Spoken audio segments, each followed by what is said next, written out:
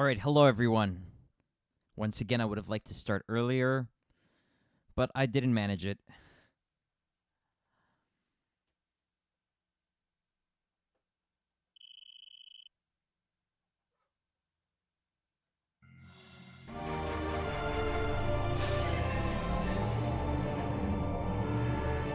I got caught up looking into this Costco deal for a Switch OLED bundled with a Pro controller and Metroid Dread, and I was gonna buy it, but then I had to look into making an account, and I don't have a membership, so I was maybe gonna use my father's membership, but I don't think I could do that, so yeah, lost some time on that for nothing, unfortunately.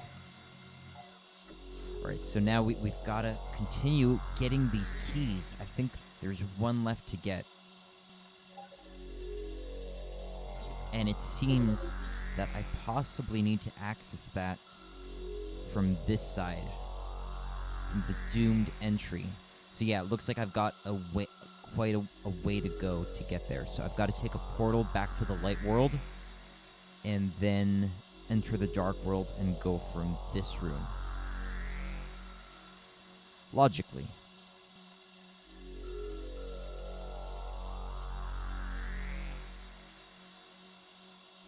Unless I could take that other blue door there, but maybe I can't.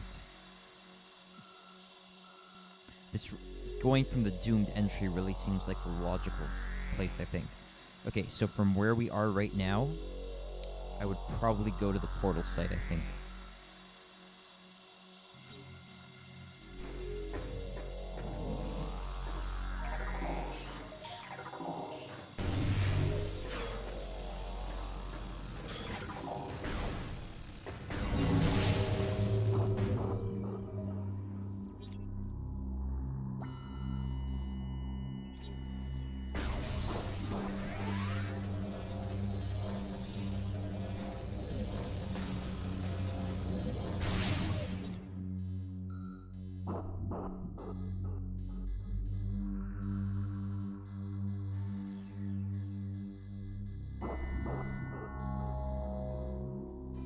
Okay, so this portal access room may be the death trap where I died last time, so just have to run through that very carefully, I think.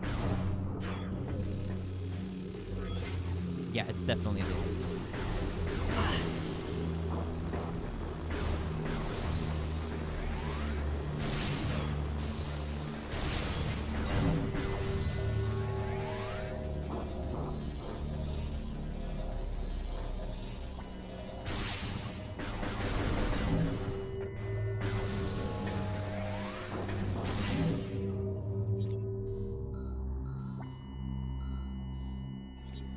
Oh, I forgot to get my timer going.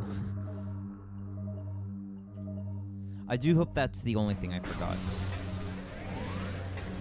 Maybe I should make a to-do list to make sure that I've got everything done. I just check off the stuff off my list.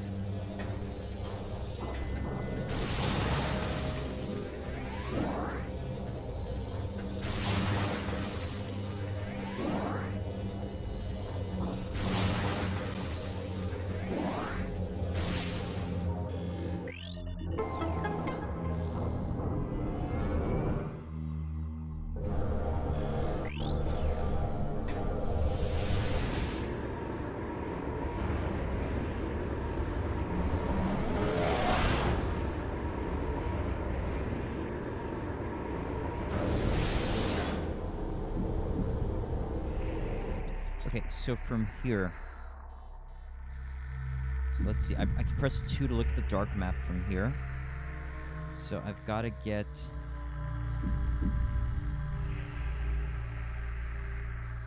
I've got to get to that area, which in the light world is... Okay, so I think I've got to go to the command center, probably, and use that portal. So let's make our way to the command center.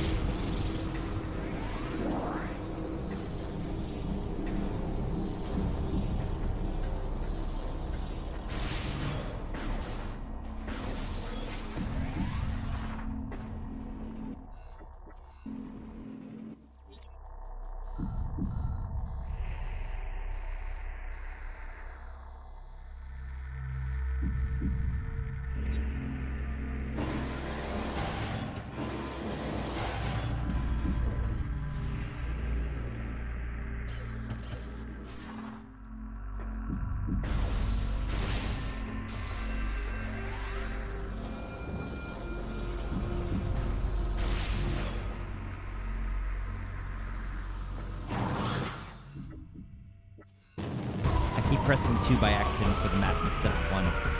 Alright, so if we go to the command center, I just want to make sure. Yeah, that looks like the right place. I do think.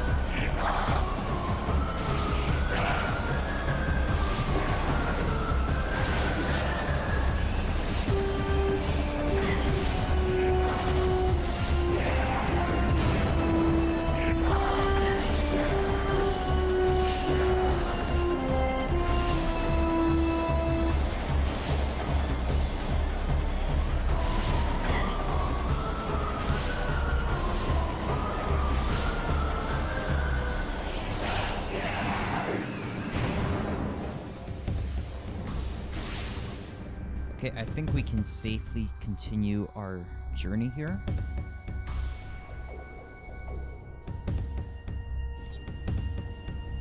Oh, maybe I can't actually go from there. Oh, yeah, I must be able to.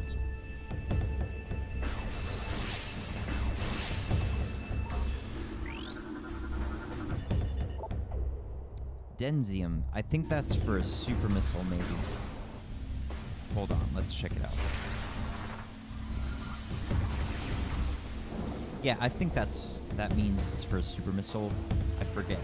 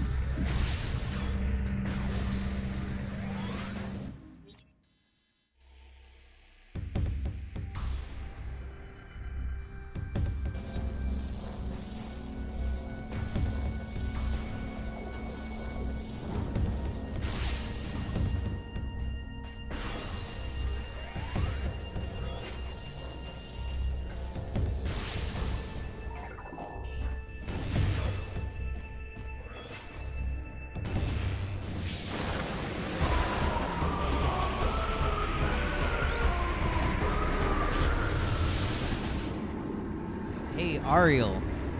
I'm good, thanks. How are you doing? Finally ready to go. I really need to work on my punctuality, definitely. Like, I need to be prepared. First one to join your stream. Yes, indeed, it seems. Did you do your exercise session yet, or is that still coming up?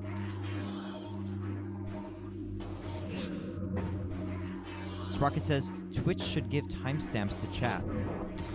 Huh. Yeah, you know, I think that's probably a setting that's available. Not 100% sure though. I should check it out though. But I'll think about it. It doesn't seem majorly important, I think, but you could be correct, Sprocket. It would take more space. It would take more space. Actually, do you mean like on the screen, or do you mean in the Twitch chat? Because in the Twitch chat, you can have it. I think it's an option. Yeah, exactly, Sprocket. Ariel says finish the workout. Okay, awesome. I'm curious, do you eat after your workout, or do you try to give yourself some fasting time, Ariel?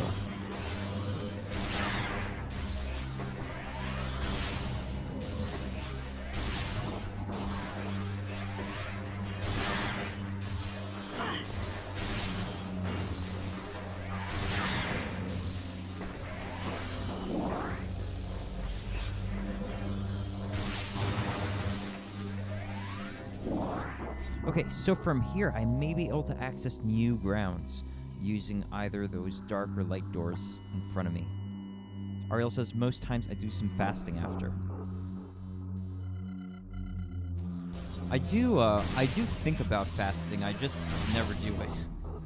Because I wonder if there's a difference for a vegan diet, you know, and habits and the effects on the body. Like, is a meat eater better suited for fasting? Maybe it's good for vegans too. I should probably look into that. 'Cause I just have like a little bit of fruit basically before some of my long, daily sessions. So I have like a solid, say, 8-hour window of no eating. But I know the fasting tends to try to go for like 16 hours, right? The intermittent fasters, at least.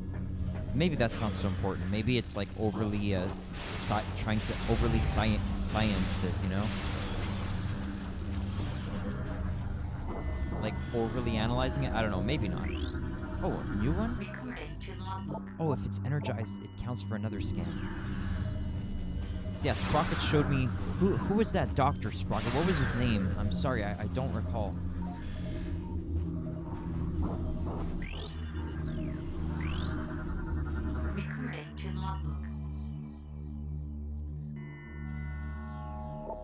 Darkling Tentacle. Dimension Warping Ing Tendril.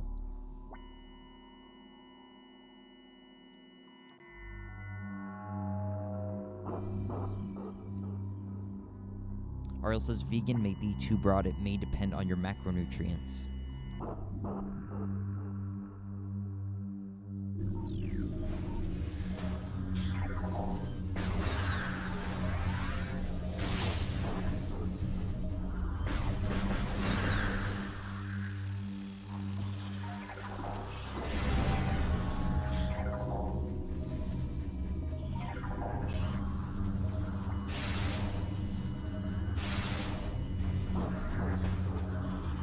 No-brainer, I know.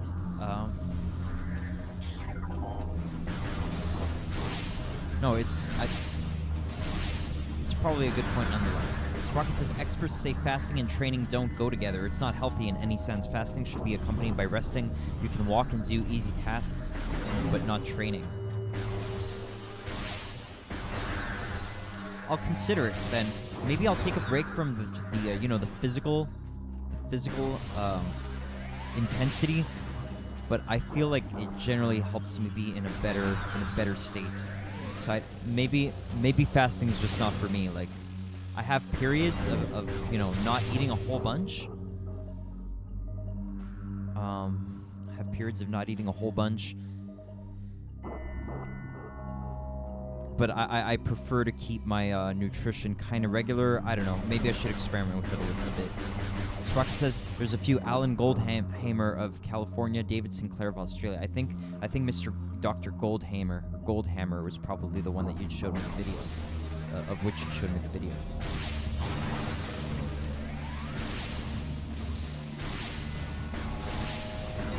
Okay, so it looks like there will probably be a battle here to get super missiles after we collect the key, but we'll see how that goes.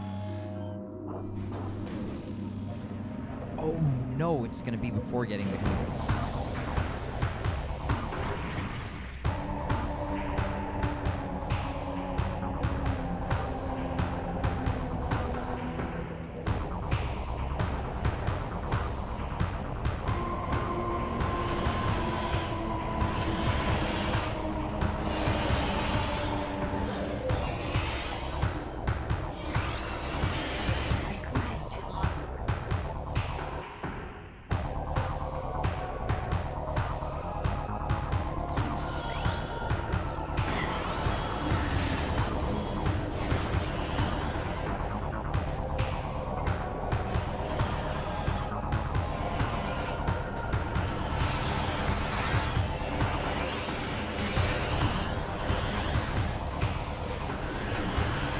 Sprocket says they're both of the chosen people. Not sure how that sits with you. It sits with me just fine. Definitely. Ariel says, with heavy training, I may need a bit more carbs than usual.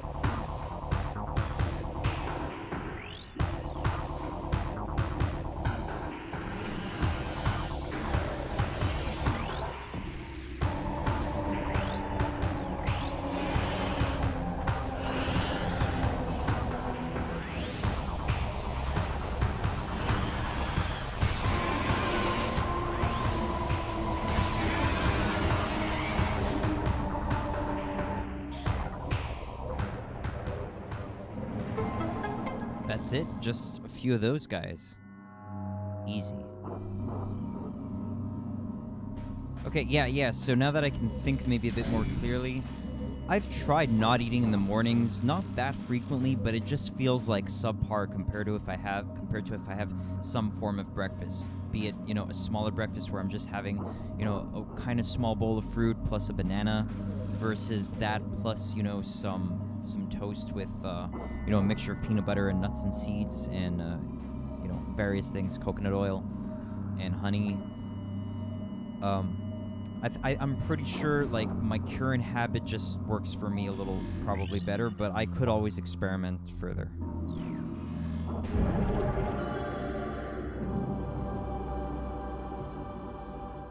Alright, so we got the third. This is one of 3 keys needed to open a dark temple. We got all 3 to open up the dark temple.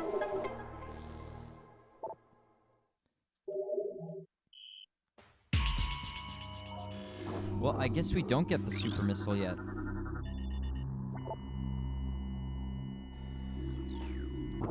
Which is too bad. We could have had a little shortcut here. I guess it was not to be. Ariel says, I used to enjoy oatmeal with some berries and nuts. I guess you've stopped having it, right? Because you're trying to have fewer carbs? Sprocket says, I still think JF is a bit inconsistent. He's constantly cringes when people who ask him life extension questions, but he's going out of his way to eat organic, homegrown veggies, is fasting, lives away from city pollution, crime, etc.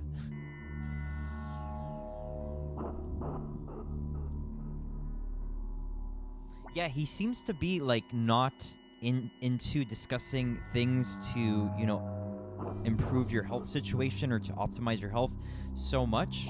Like, I think he's into some things, but he's kind of like, oh, let's just let your natural life expectancy happen, right? Like, don't worry so much about trying to extend it or, improve your health into old age, because everybody's just going to deteriorate inevitably. But yeah, I would not be in line with that. Ariel says, actions speak louder than words, my friends. Hey, yeah, definitely. I guess he innately knows some of these things, right?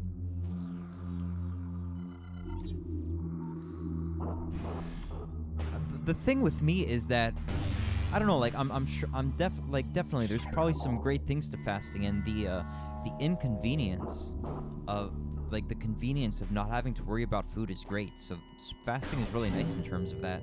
Definitely. I almost like it. Like, I would almost prefer to not eat compared to eating. So it is something I'm going to have to experiment with at some point. Sprocket says, of course I'm happy for him, but I cringe whenever he cringes when someone brings up disease-delaying measures.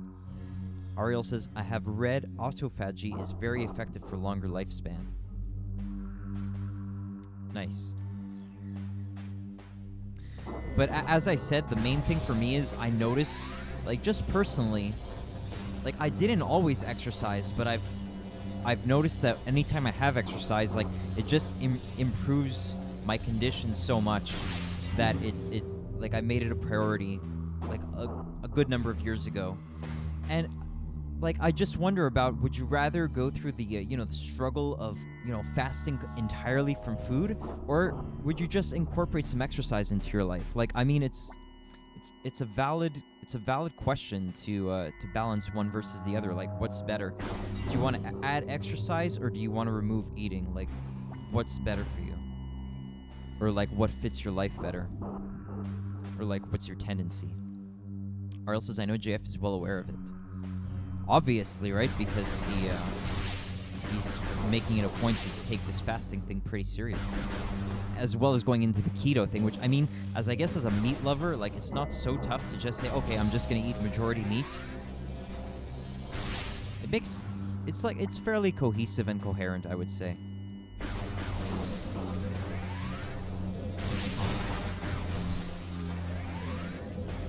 Maybe the good doctor, the good doctor turned JF away from all that health stuff, Maybe he was getting a little What do you say, jaded or something? Sprocket says, I eat 0 added sugar, also 0 dried fruits. I notice a big decrease in calculus build on teeth. Huh, interesting. Yeah, because why 0 dried fruits? You mean because usually dried fruits have added sugar? Is that the reason? Or just that the sugar tends to be a little more, I don't know, like crystallized or sticky in the dried fruit?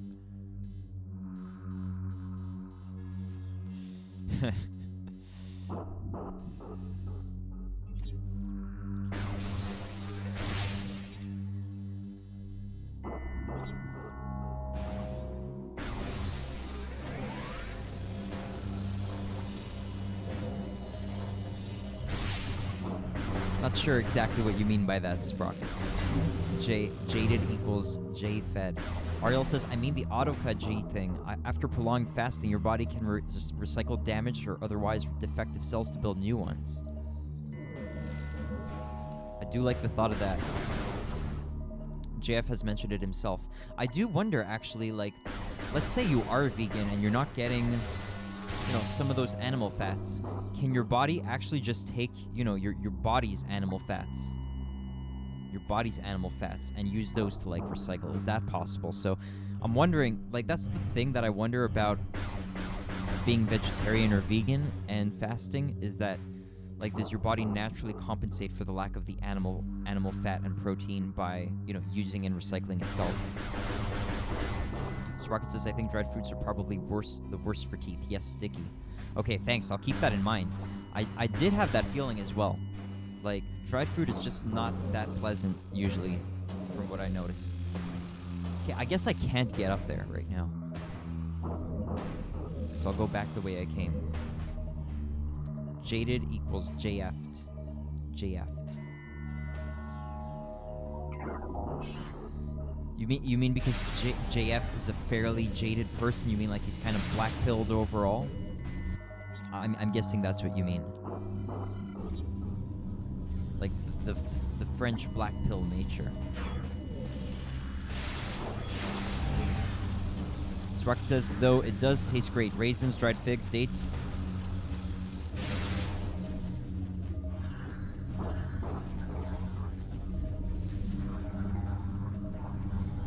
Can you have fresh dates? Probably, right? I think I prefer fresh fruit generally. Compared to the dried versions, I don't see any advantages other than the convenience, right?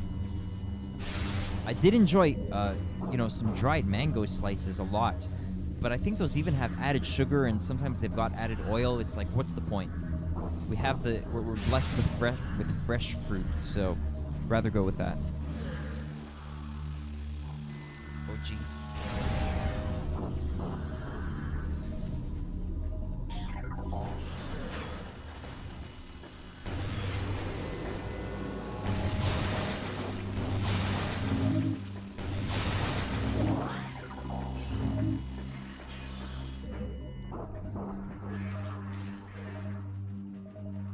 Sprocket says, it's sweeter, of course, because sugar, it's more concentrated. Okay, yeah, makes sense. And sometimes they even add sugar, which always really kind of angers me. Like, some products, some things like dried cranberries, it seems like very difficult to even find them without added sugar. Like, they're always adding the sugar. It really makes you think. Ariel says fruits are generally too fibrous before being ripe and too sugary after being very ripe or dried. You prefer the former. Yeah, I love the fibrous nature, and the juicy nature of fresh fruit can be like really epic. For the juicy ones at least, like watermelon, grapes. Yeah, good stuff.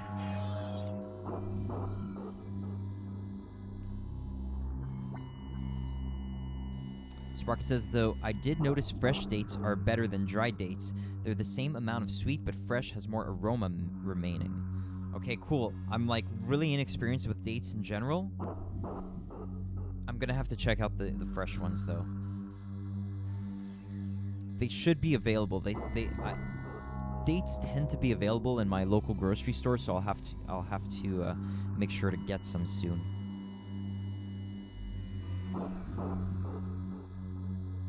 Okay, so there's one portal in this area.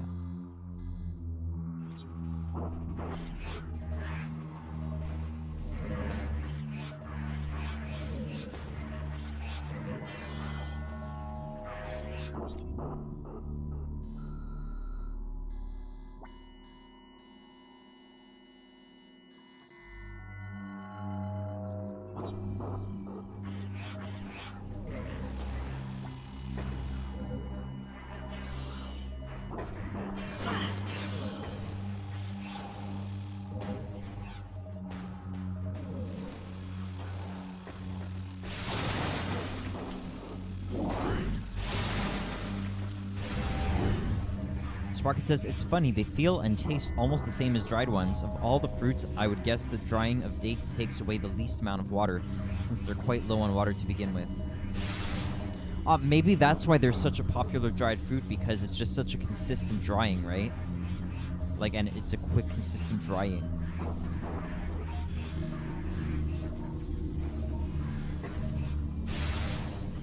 It just seems like drying would be kind of, you know, a dire situation kind of technique. Like, you would use it because you really need to preserve something, but it seems like, I don't know how it is everywhere else, but you can get a good supply of things, like, year-round, pretty much here. Maybe it's because I'm in kind of a very, you know, urban city center, like, you know, very close to Montreal, fairly high population. Maybe it's not the same in other places.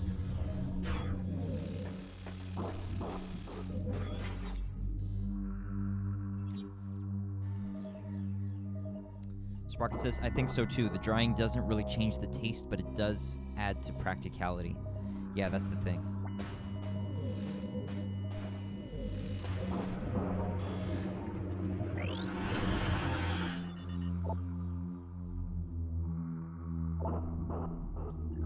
I am kind of, like... I am, like, not really looking forward to the decline of the, you know, the collapse of the system and all the chains of supply and all that, because we're gonna lose out on a lot of the convenience and variety we've had in food if the collapse does come.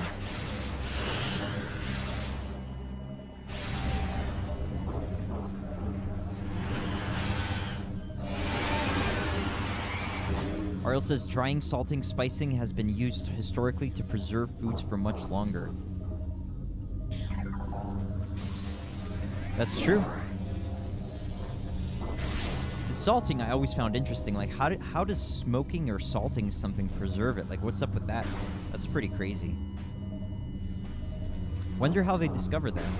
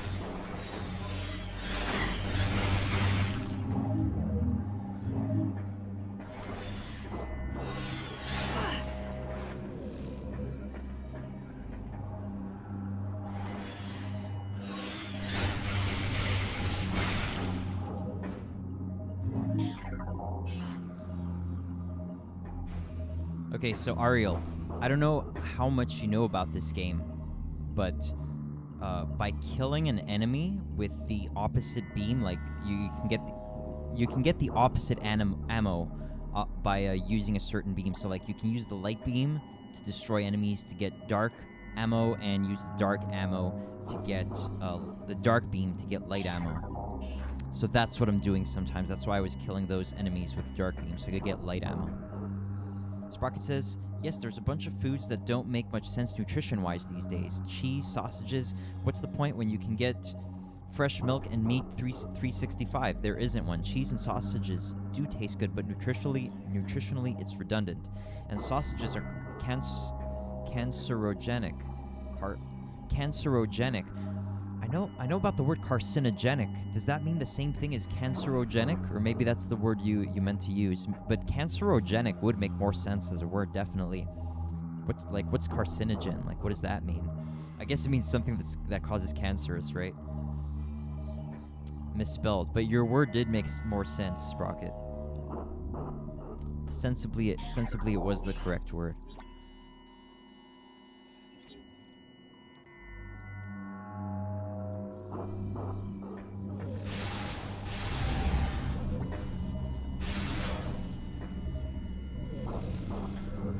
Oh, nice. An ammo expansion. No, this is just an ammo station. Okay, so you just get a refill here.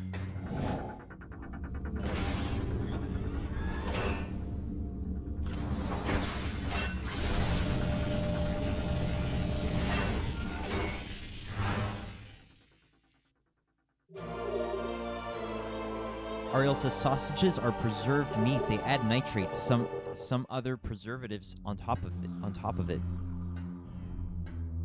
It's asking for cancer. Whoa. Okay. Yeah, that's a really interesting topic, guys. Definitely. Okay. Yeah. One of my like, you know, bad guilty pleasures is potato chips. I always feel I'm usually feeling bad after I eat them. It may be the canola oil. I've heard things about canola oil not really being fit for human consumption, and it's like one of the big, you know, dark, evil things that they've pushed onto humanity. I don't know how true it is. I've just heard that, like, that canola oil used to be more used for like engines or something like that. Maybe that's not 100% true. Yeah, so I do agree that it makes sense to take advantage of fresh food that we have access to. Of course.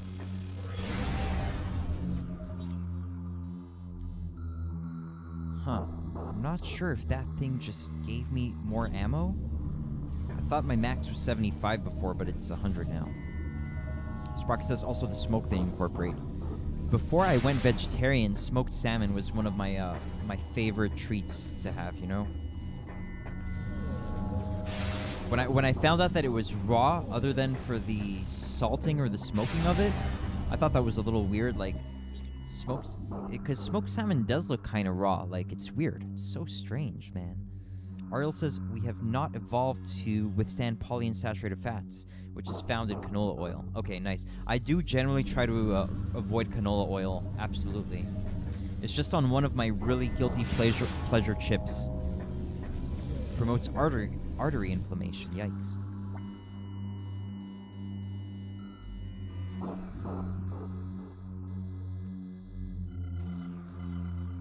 High amounts of polyunsaturated fats.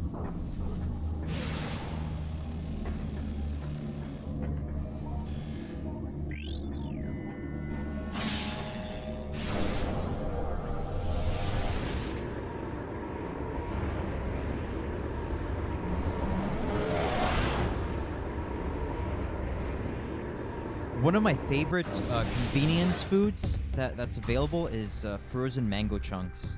Like, it's not super convenient because you can't carry it around with you for too long or anything like that. But I don't really go many places anyway. But you know, you just pop that out of the freezer, put it in a bowl, wait a couple minutes, and then you can have this delicious mango bowl. Or else, this very low amounts may not be so bad, but the less the better, I guess.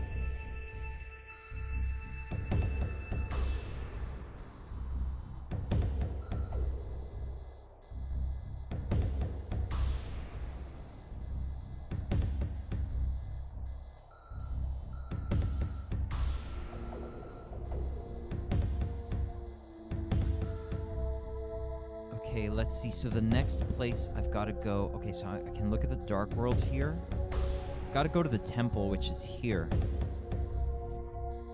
So I probably need to use this portal, it seems. Okay, it's not very far off.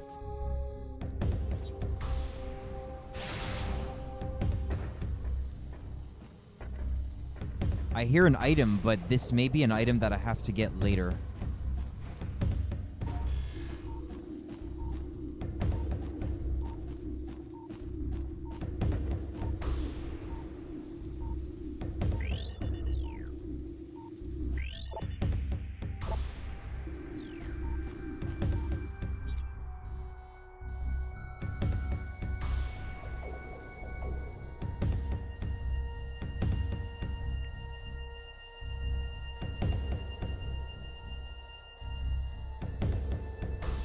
I could check this thing out now.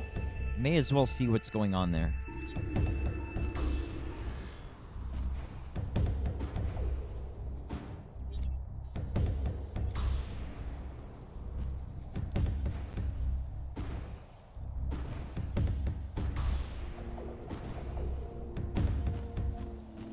Do you guys know if coconut oil is considered one of the healthy or the non-healthy fats? So I do think it's probably kind of universal that avocados are a healthy kind of fat, right?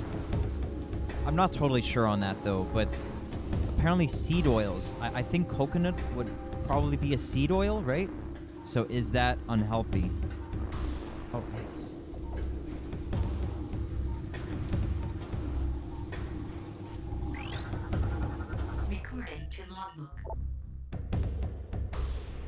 Be Still's testament. I can go no further. Here in this reactor, I go to join my fallen mate, Jay Still, in his final rest. Though I die with honor, a shame falls on my house until the key I seek reaches its destination. May my brothers find my burden, that the way to the Sky Temple will be opened at last. Sprocket says, I heard coconut oil is very good. High chemical stability. Nice. I love coconut oil, man. It's like so delicious. There's something about like just the essence that it makes occur in your mouth. Like it's so pleasant. Ariel says nuts, seeds, some fish have them, but in much lower quantities compared to vegetable oils. So, okay, I think vegetable oil is like soybean oil, or maybe you mean all vegetable oils, right? But usually I try to avoid, what's labeled as vegetable oil, I try to avoid that. Because it's usually a mixture of stuff like canola and soybean oil. Ariel says coconut oil is saturated fat, but as long as you account for the calories. Okay, good stuff, man. Thank you. Ariel says olive oil may be good as long as you don't heat it. Okay, good. Or maybe, keep the heating low. Maybe unheated is best. Maybe unheated is best.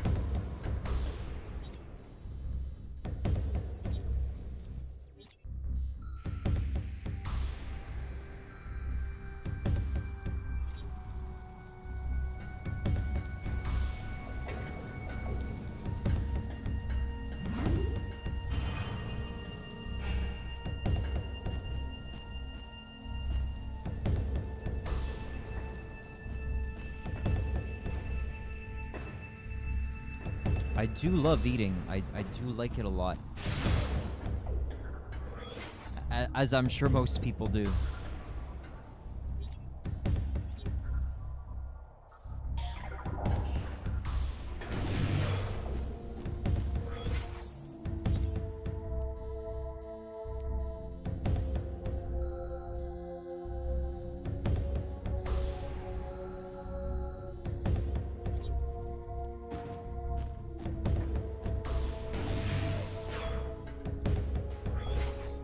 Sprocket says, since I found out about the benefits of fasting and how it's not bad for you in any way to go 24 hours without food, I'm never again eating out or even taking food with me on a sub-24-hour out-of-home expedition. Our parents and grandparents, to the best of their ability, advise us we should always eat something. I wonder if that was an intentional, bit of misinformation to harm us, right? But yeah, I always definitely. I'm usually not bringing food with me. I have in the past, but probably say in the past 5 years or so, I have not bothered bringing a meal or snacks with me anywhere. It's just I'll just wait till I get back home. I'm not gonna die, and it's just gonna be so much more convenient. And eating from a restaurant has always been a pain for me ever since going vegan, pretty much. It's hard to find something appropriate. It's just not worth it. And I notice how it is with some people. It's okay, yeah, now I've got to bust out my lunchbox or whatever, and it's all this stuff that's gonna have to get cleaned after, and you've got to lug it around with you. Or it's okay, now let's go find something to eat and wait forever to get the food or have the food delivered and then eat. And then it's okay, now we're eating please make sure not to touch anything with like your greasy hands until you're finished eating, and then like wash them, and then we can like get back to it, you know, or whatever. Maybe I'm overthinking it. Ariel says, what do you guys think of the whole eat more smaller meals?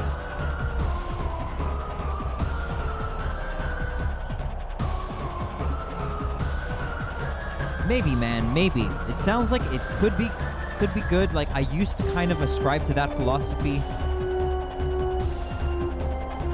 I used to. It's just, like, kind of inconvenient. That's the main thing.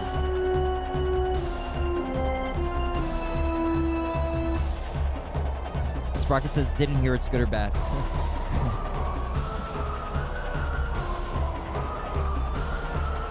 I like the small meals. It's just, like, I don't know. I could go for it, but I kind of prefer, you know, just let the body, you know, be like, okay, we're in non-eating mode now, okay, and then, like, let's just have an epic fast, like, an epic feast later. Ariel says I do not buy it. Hey, man, I'm sorry. I'm just a little awkward with, you know, thinking about my thoughts, you know, and processing my thoughts and, you know, trying to communicate them.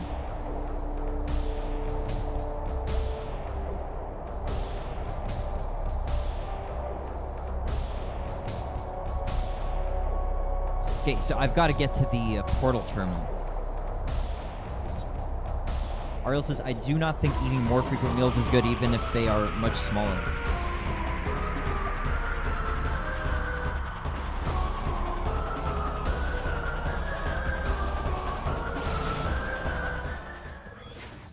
Okay, we can talk again since we're away from the space pirates, for now at least. But yeah, I used to like the small meals thing. Like, I was kind of in, like, sometimes at one job I had, I would bring this container of food with me, and I would just take a bite of it, like, every so often. Like, I would open up the container, take my spoon, and, you know, eat a bite of this food.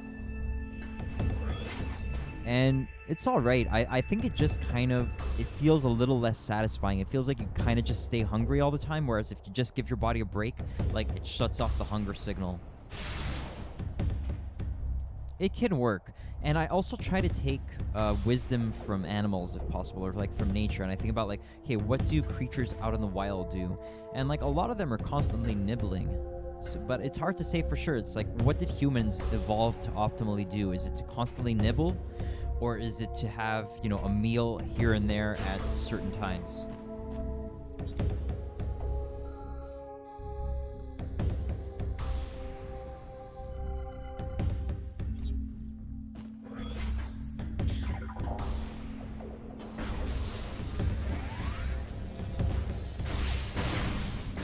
Maybe it's something that you don't really need to overthink, but, you know, just try a few things out and see what works best for your body, maybe. Of course, at the same time, there is a good reason to analyze these things. If there are certain cultural traditions or norms established, you would want to make sure that the, you know, the societal or cultural tradition is not counter to what the ideal science would be, right?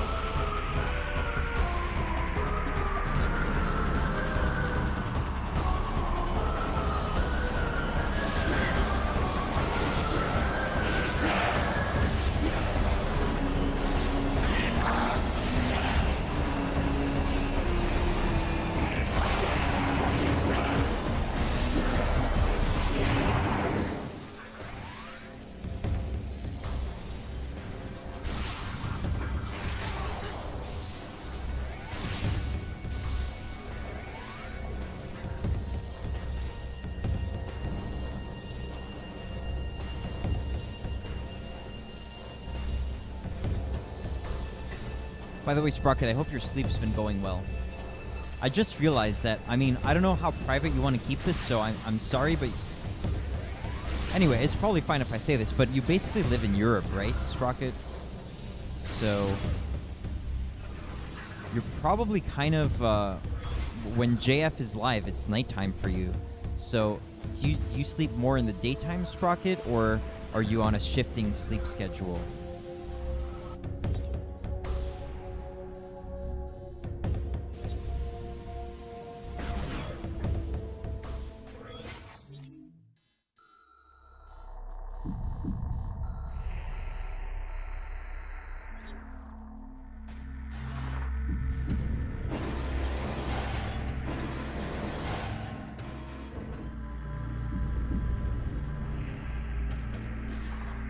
By the way, Ariel, thanks for understanding my my situation.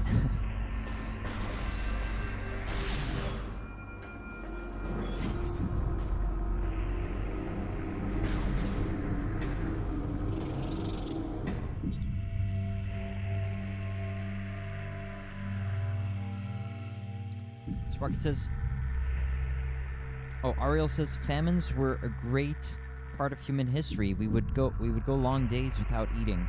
We ate meat, but it was supposed to sustain us for long periods of time. Sprocket says, but I'm sure gorging is not good for esophageal sphincter. Sphincter. It can stretch it out irreversibly in the long run and become inefficient, leading to chronic acid reflux. Yikes. Okay, so you want to take the feasting in a responsible way. Like you don't want to go crazy. You want to go like bit at a time to give your body the time to process. Makes perfect sense.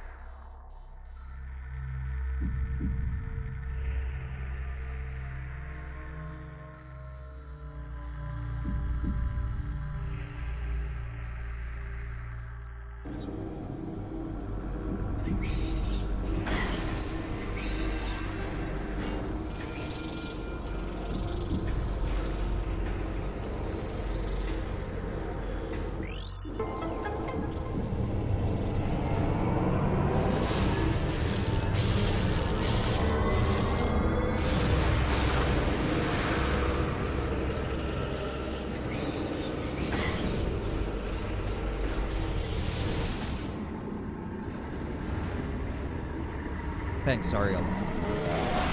Yeah, I think the thing is, I do like, on some days, I like eating all day. Like, if I can get kind of just like a day of rest where I'm just kind of chilling more, which I do think those kinds of days are important. Some days I will just kind of be having, you could call it like a lot of snacking or many small meals in the day. But I try not to make that a regular thing. Because it's just overall kind of it's more of a rest day. Like I find you can't really be in your most productive mode if you're constantly eating. Generally, for me anyway. Sparky says it's the muscle on top of the stomach that prevents the stomach content from going back into the mouth. Not a huge deal when upright, but a common symptom later in life when lying down. No use in quickening the onset of that. Yikes! I have had some meals where I've just like overeaten, to the point where you're falling asleep. Yeah, I probably put some strain on myself there, but usually I'm not gorging myself. So, but thanks for the heads up, Sprocket. So, the esophageal sphincter, I've got to keep that guy in mind.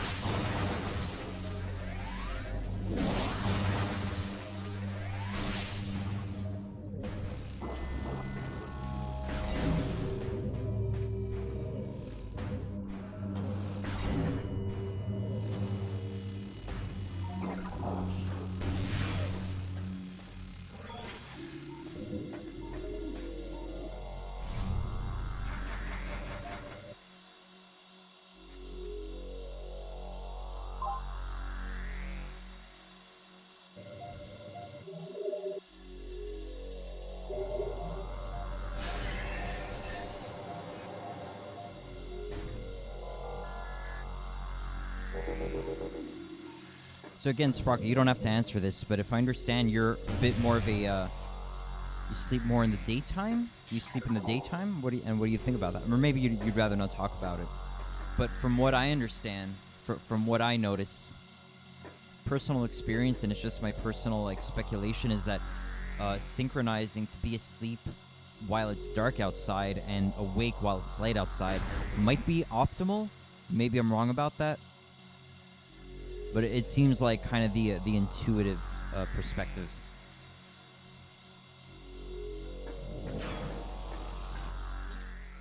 All right, finally, so we've got all the keys and we've got to go to Dark Agon Temple, which is right ahead of us.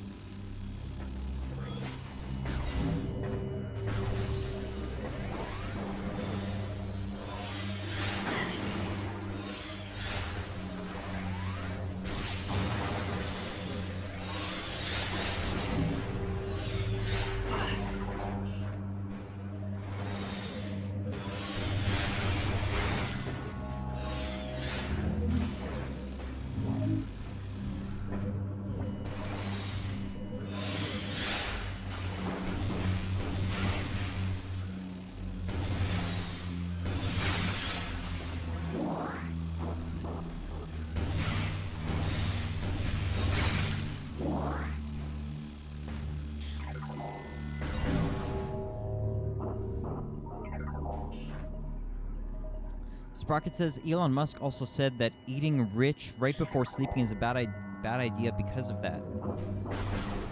The reflux can wake you up many times over the night, which obviously lowers the quality of your rest. I personally don't eat last 3 to 6 hours before sleep. I also heard being in fasting mode increases the quality of sleep. Double benefit. I'm gonna have to try that at some point. Usually if I'm... Yeah, it's just a certain discomfort I'm gonna have to get over, I think. I'm just gonna have to get over it. Maybe I should sleep a little early, eat a little earlier. Because usually my supper time's around 7 p.m. and I sleep around, you know, like 9, 10:30, something like that. So that's like pretty close, definitely. I should try to eat earlier. But man, it's just so enjoyable to be eating while, you know, listening to JF. And you know, hanging out with the rest of the chatters.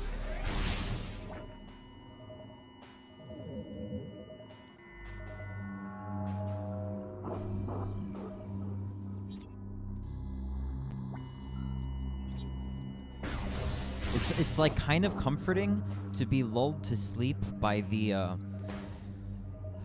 do you say,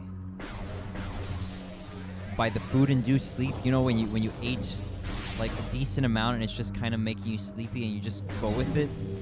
Feels comforting, but I guess maybe it lowers the quality of the sleep.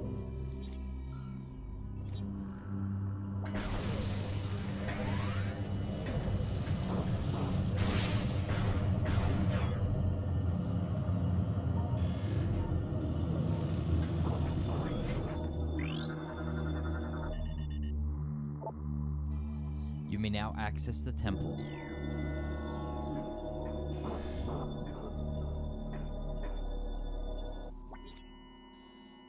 Ariel says, I usually sleep much later, around 11:30 or 12. Not a good idea, I know, LOL.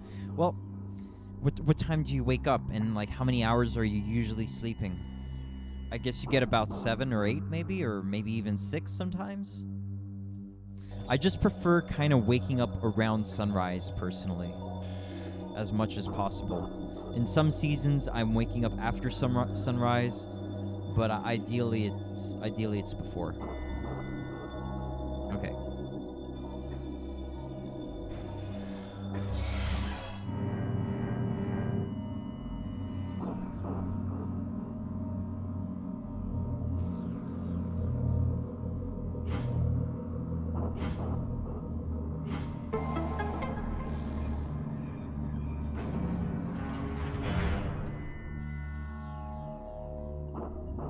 Nice. Ariel says, I will sleep until 8 to 9 if I can. Okay. Sprocket says, I mean, those are generalities. If you feel it increase the quality of your sleep and rest, then that trumps big average data. Yeah, that's true, because our bodies are generally have their own peculiarities to them, right? Yeah, personally, I've always felt it that if I'm waking up later past a certain point, like if I'm waking up earlier, I feel like I'm having more time in the day. If I wake up later, I feel like I'm always like late catching up to like the next, like I'm always falling behind on the hours. But if I'm waking up early and like, you know, get started, then I always feel like I'm kind of more ahead of where I could have been, just personally. Ariel says, yes, I have to account for my own individual case. I'll be back in a few minutes. Okay, you got it, man. Is this gonna be a big battle?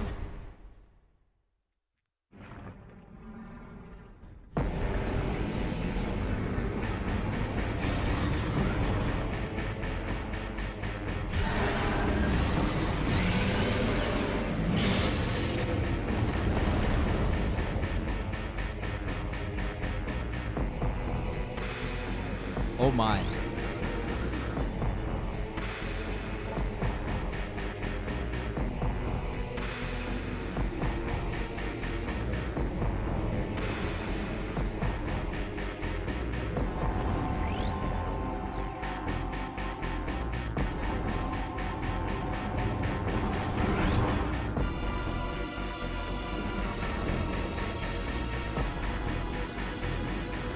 Sprocket says, my message was originally directed towards Nicholas, but I guess it can apply to everyone.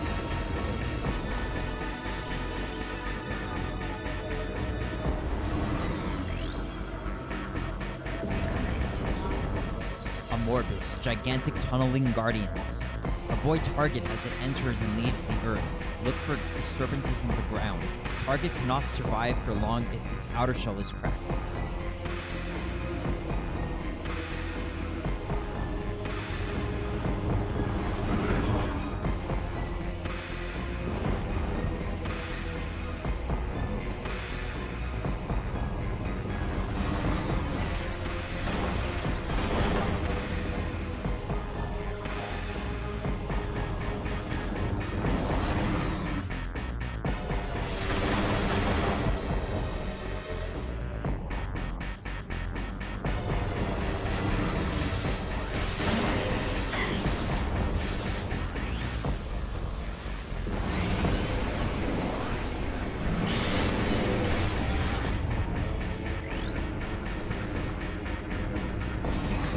Oh, Dark Amorbus. Wow.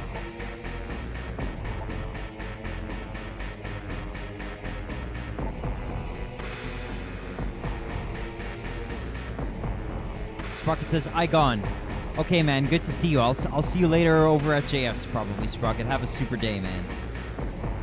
Always a pleasure to be hearing from you.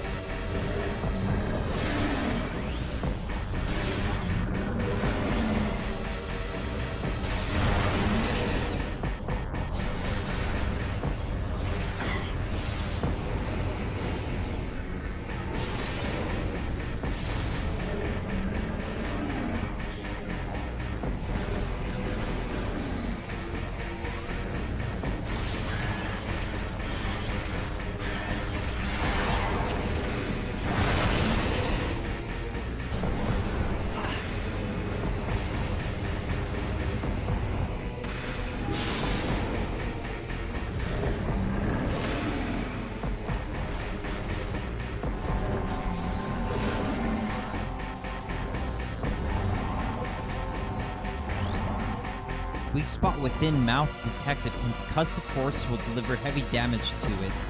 So maybe I've got to throw some missiles. I don't know, man.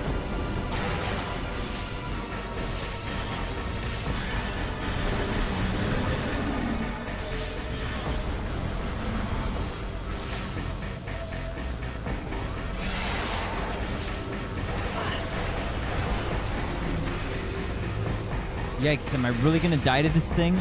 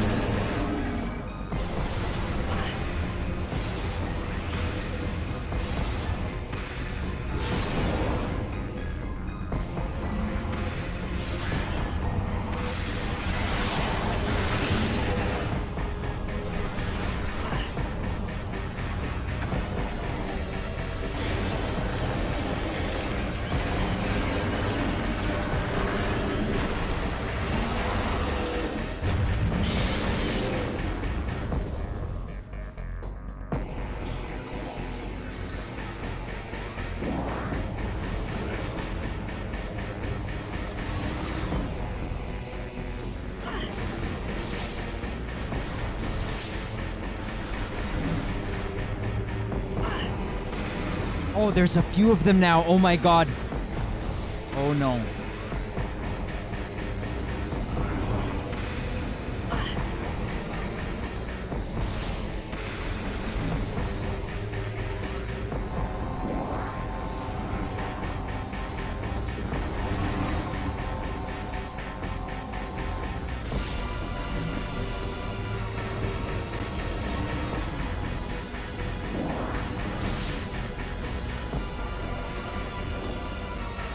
Well, I wasted my light ammo because I didn't know what I had to do exactly. So now my light ammo is wasted. So maybe this is going to be a lot harder than it would have to be. So if I die, it's no big deal because we'll just come back anyway. Like, the save station was right there anyway. So I really saved recently. So no big deal.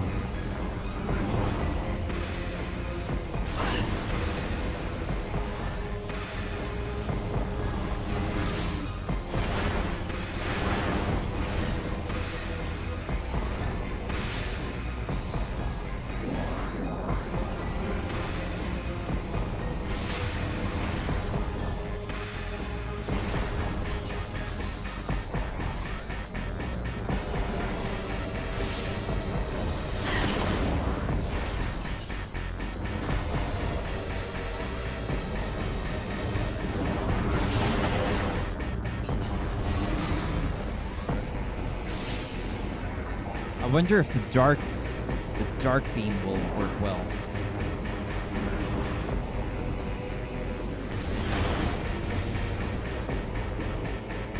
If it gives me light ammo, that would be really nice.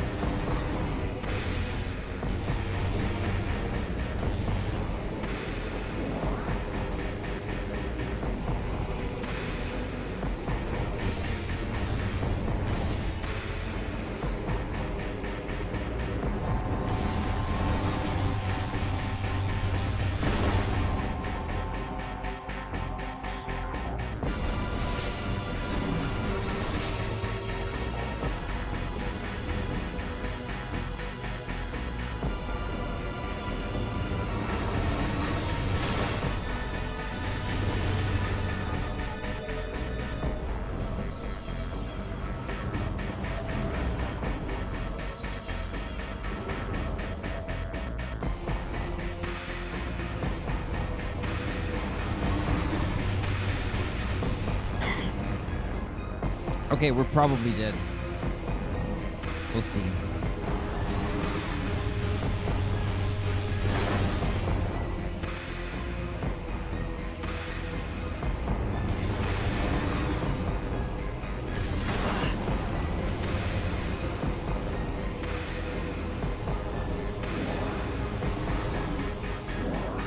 Looks like it's not going to give us light ammo, so maybe I should just not rely on that.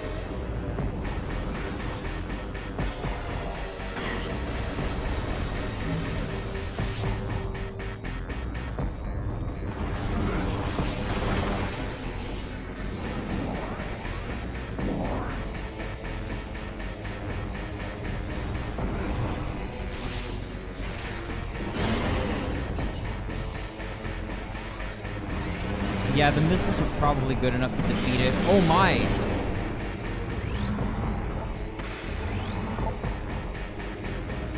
Spooky. Oh my goodness.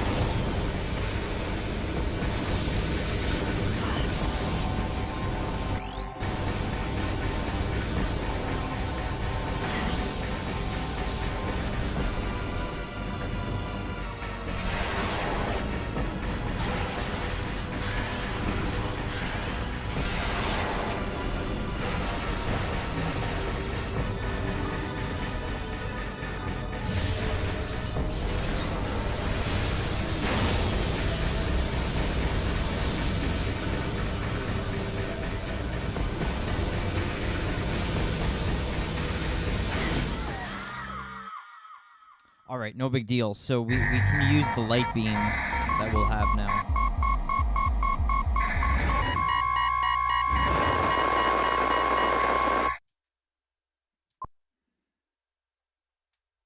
Spooky game over scene.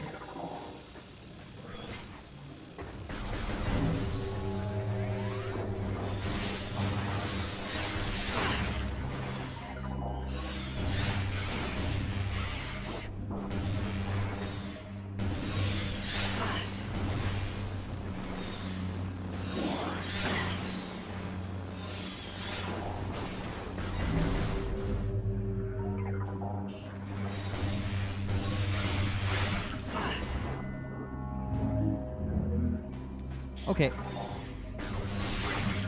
That's all. That's all we needed. We should be good to go for this battle now.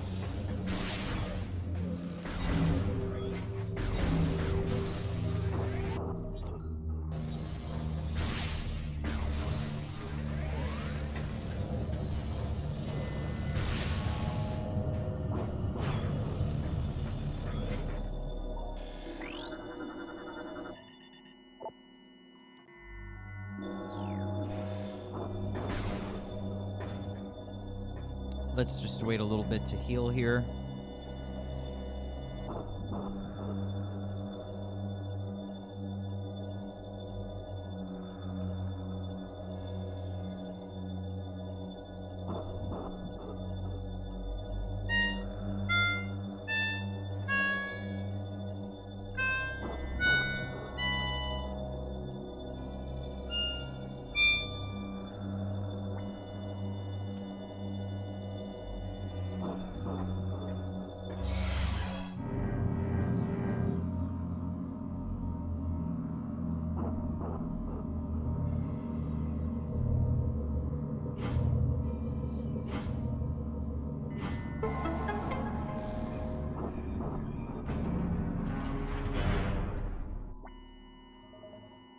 Oh, hey, Ariel, you're back.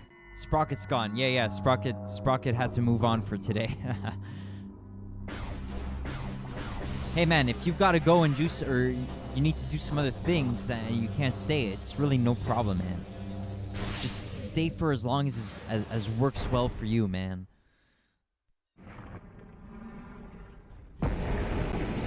It's already been over an hour that I've been streaming, man. Time flies. Hope I'll make some good progress on this game today.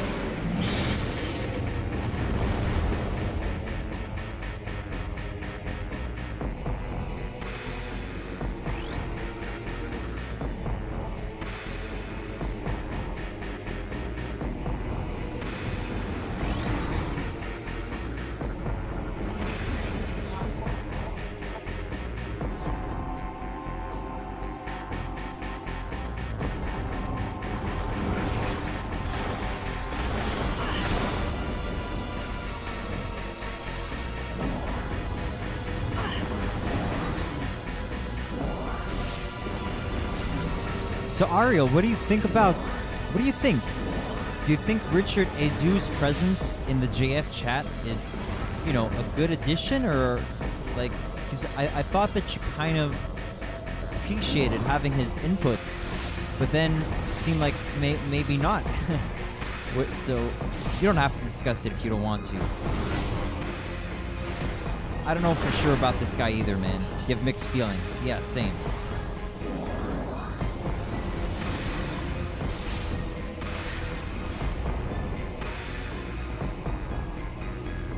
I think Scathy has given him probably some timeouts in the past as well, and I thought maybe they were a little too harsh, but upon reflection, it makes sense, like, because basically Edu is kind of, it seems like he's trying to demoralize people, but whatever. It might just be his, like, what he's perceiving, his perception. Ariel says he's a bit pushy, but not bad insights from him. Yeah. He just seems like he comes across as a demoralizer sometimes, like in terms of the revolutionary phenotype. Like he's saying it like it's a matter of fact that, okay, certain things are going to happen to humanity in the future whether you like it or not. And maybe he's correct in a certain way, but at the same time, I do think your perspective on the world matters in terms of how it will influence the future. So I just don't like black pillars overall, like people who like really demoralize. I don't like it. I prefer more hopeful outlook. Ariel says, I think he has made some factual mistakes. Yeah, you're probably correct. Either way, I'd probably prefer for Québécois Foie to not be timing him out so that JF can just see all his messages, and then if JF wants to, he can ban him or whatever. Like, JF can do what he wants with him, obviously.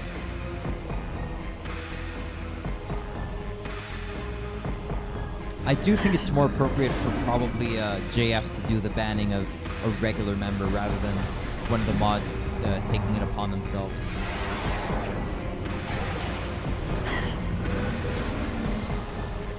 Black pills are bad overall. Yeah, of course.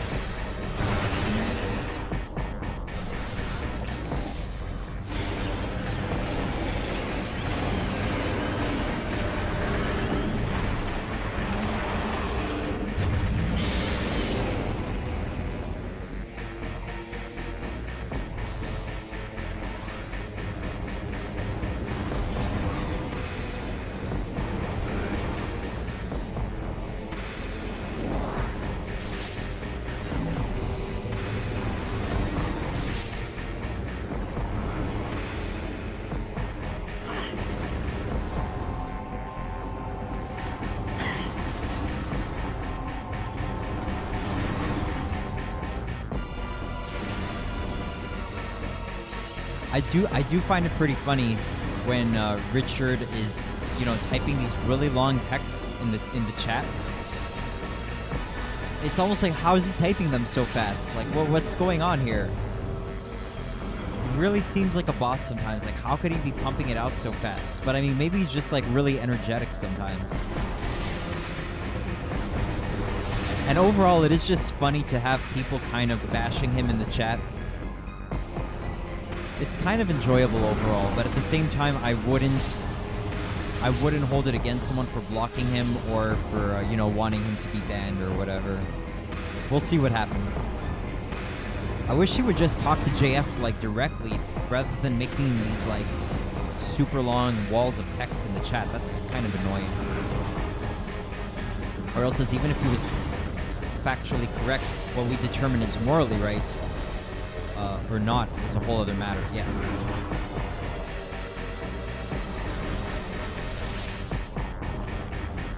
Ariel says, I'm assuming by black pills you mean being or promoting a pessimistic outlook or future outlook on life for the future. Yeah, pretty much. Basically, from what I understand, it seems like Richard is assuming that the revolutionary phenotype is inevitable.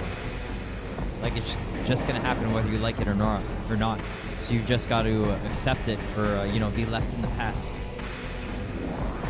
Yeah, I can read later. Focus on the fighting. Yeah, good idea, Ariel.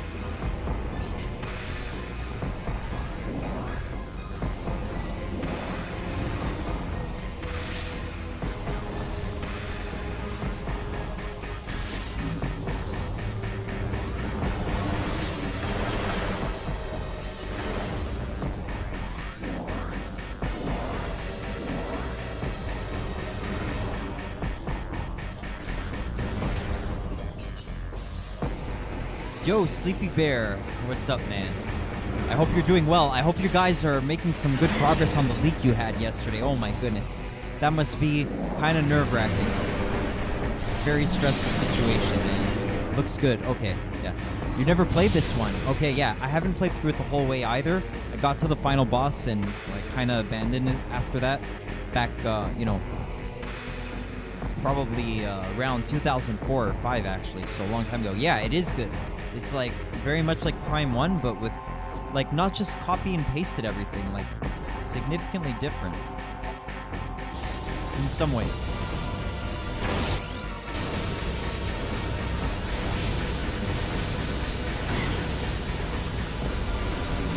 This game is kind of spookier in some ways.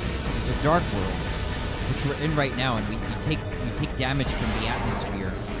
Unless you're in the radius of one of these light crystal things.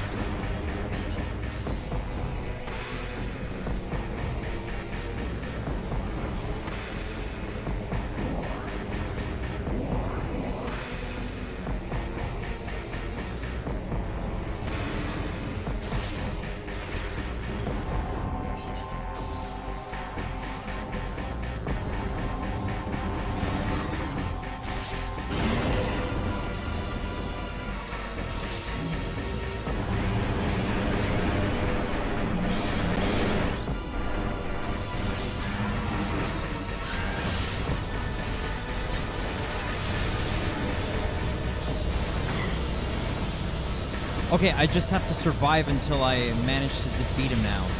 We're right near the end, I think. Just need to not die in this phase.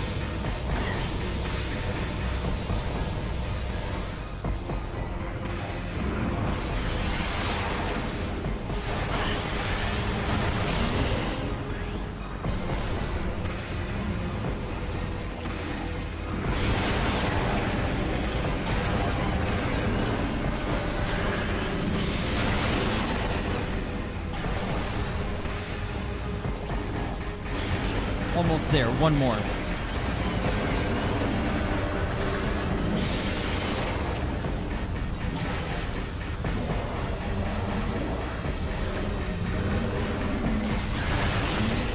I think we got him.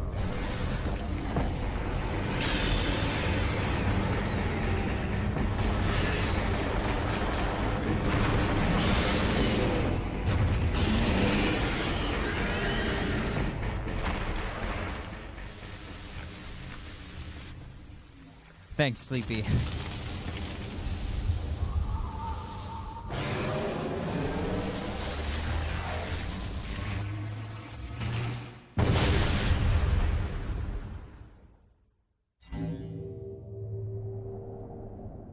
Nice, an item.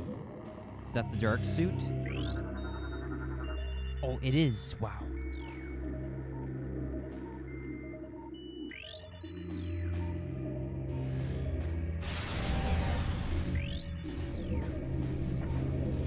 Did you hear the classic item jingle?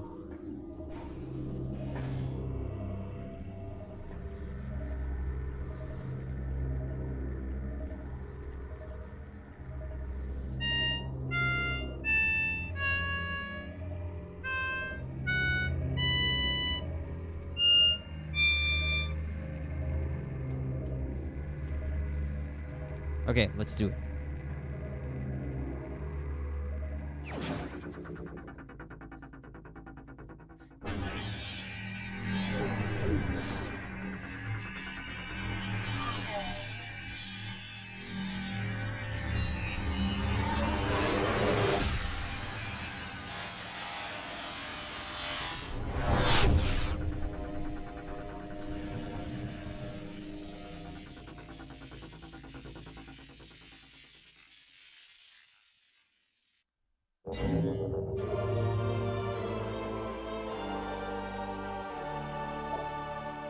The damaging effects of dark aether will do less damage.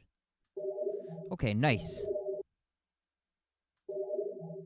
Oh, okay, so we can walk out here with less damage now. Looks like you lose energy at the same rate as you would gain energy in the light auras. That's nice. So I guess it's the light suit that totally nullifies the environmental damage.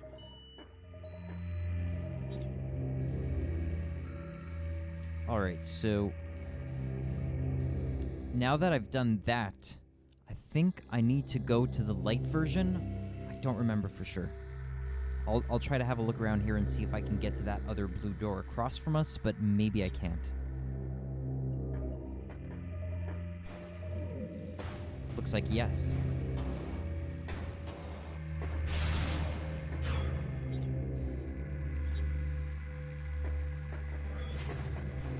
Before I go there, I'll try to see. I'll see if I can reach that one. Huh. Maybe I have to walk from up there.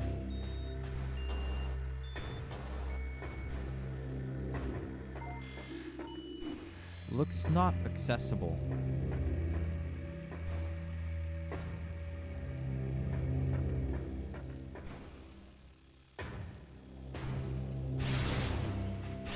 Yeah, this game is pretty dark.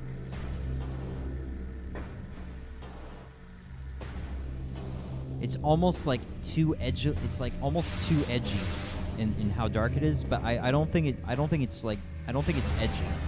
It's just it's tastefully dark.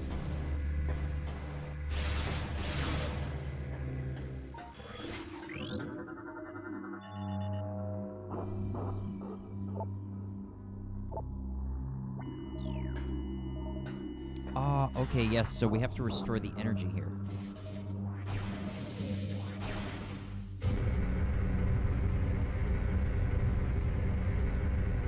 there's a few differences from Prime 1 to Prime 2 here. Like, for example, the scanning. In the scanning, you see, like, the whole object is a certain color rather than the discrete little squares from Prime 1. Also, the doors look a little different. So it's just, like, some interesting interface changes.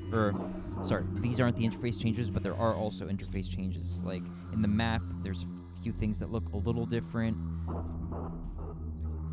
In the menu, like, the menu is totally different. I don't know how I feel about these circle things. Probably Prime 1 has a better menu because in this regard, not a major detail. But yeah, a few aesthetic changes.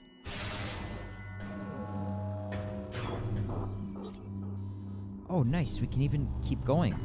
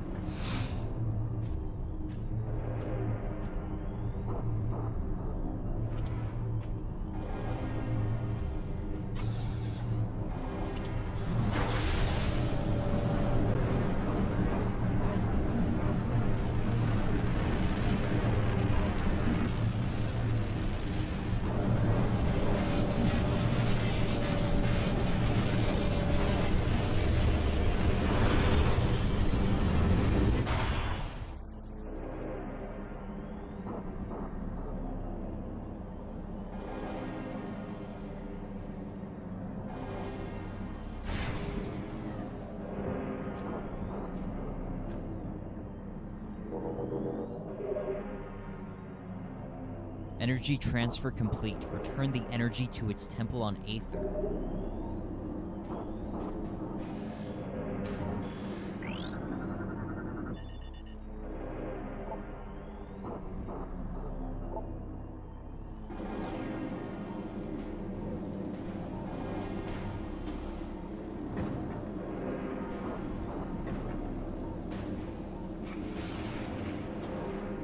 Okay, looks like there's nothing else in this room, hopefully.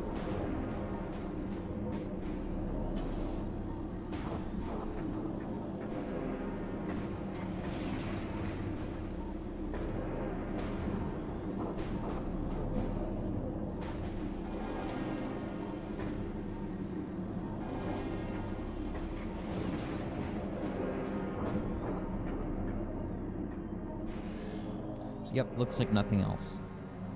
Okay, so now we've got to get back to Lake Aether and return this energy to the energy controller.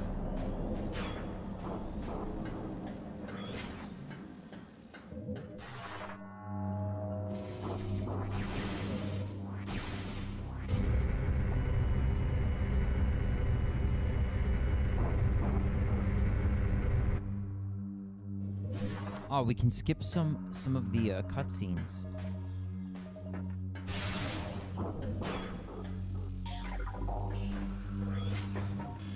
Oh, something's going on here now. Maybe it's just some warrior-ing. Okay.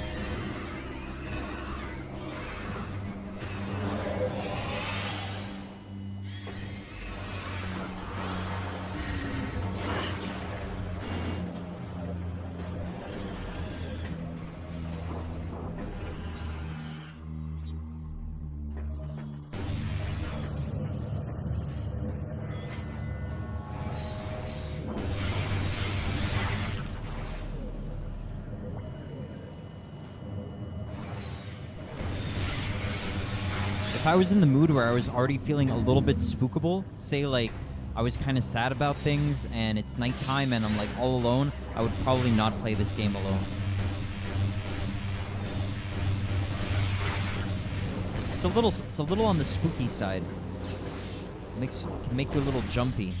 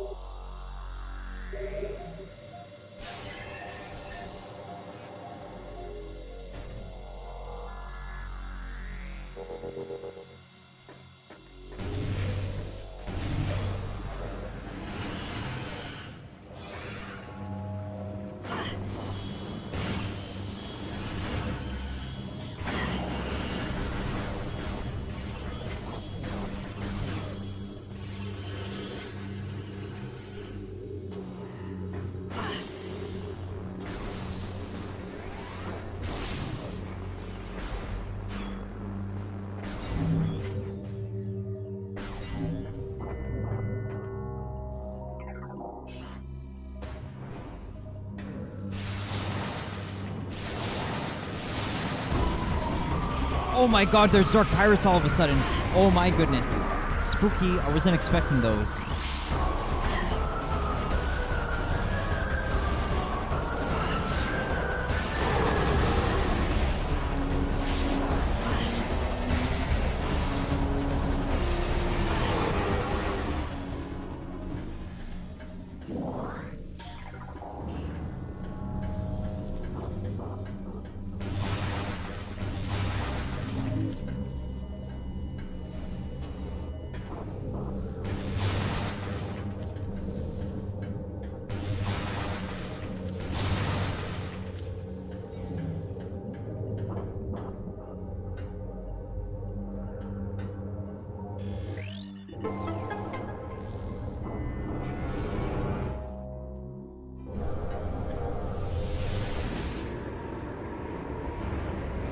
So I don't think you can skip this cutscene because it uses it as a load.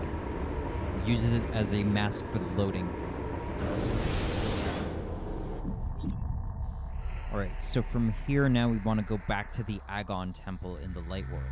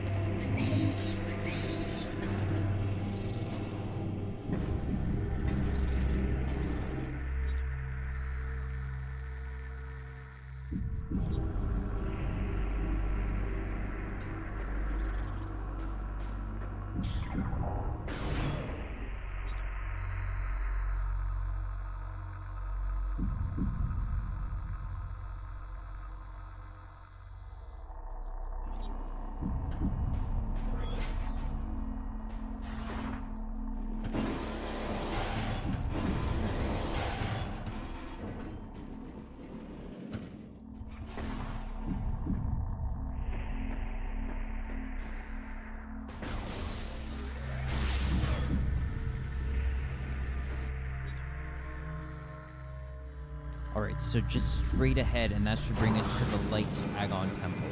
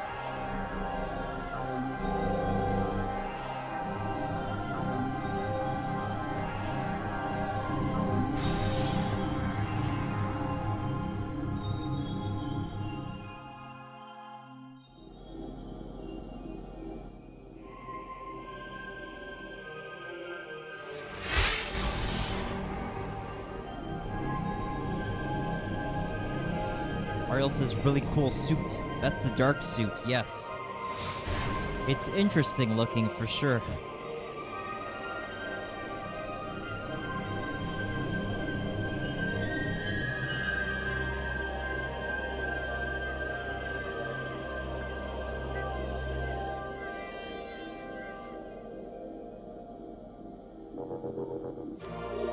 Energy transfer complete. This temple's energy has been restored. So he took back the energy from the dark side. I read this, I think, probably on the Metroid subreddit today, but you learn about it through some log, but apparently the dark suit is of Luminoth origin. It was the kind of suit that the Luminoth warriors would use for their quests to the Dark World, if I'm not mistaken. Recording to logbook. Paradise. Aether was a fertile, aged world with bountiful fields and oceans. The native creatures were gentle compared to other worlds we had encountered. We settled in a mountain region at first, in cliffside dwellings. In time, we established settlements in the green forest of Torvis and the fertile plains of Agon. The temple was built between our three domains, a place of peace and a monument to our accomplishments. It was a time of harmony for our people. Oh, you read that too. Okay, cool, Ariel. How familiar are you with Prime 2? Did you play through the whole thing?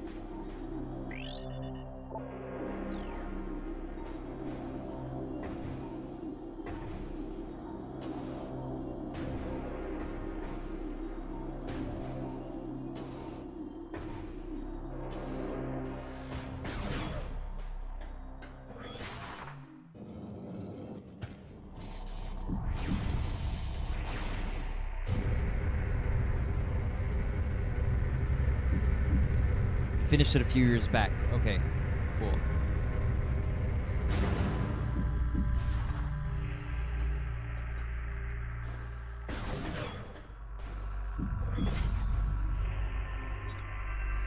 Okay, so now it seems like a prime opportunity. Prime opportunity to go and check out this light door.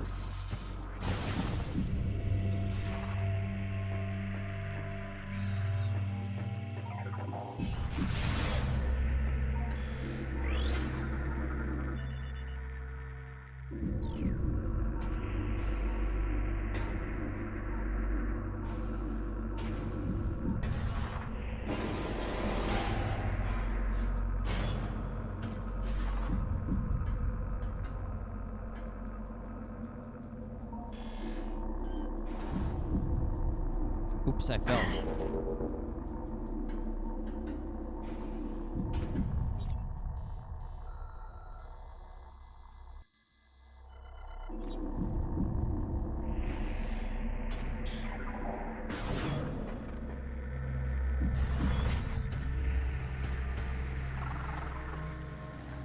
Oh, I hear an item. Nice. Hope it's a challenging item.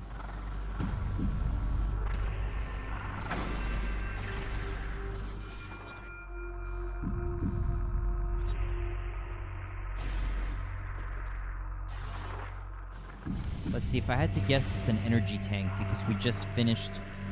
No, it's probably just a missile tank. I don't know, we'll see. Oh, a missile tank, yeah.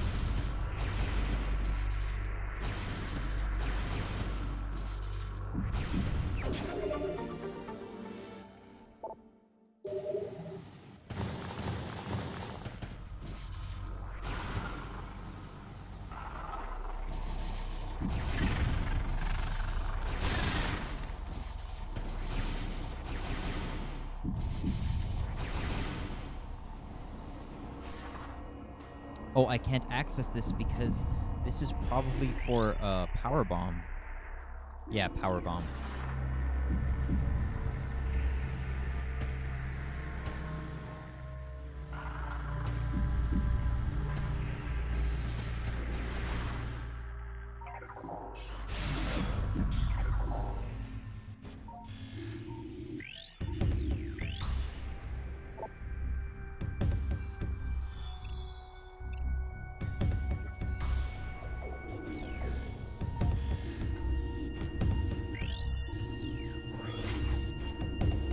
Oh, okay, I see. So this is a one-way until we get the spider ball.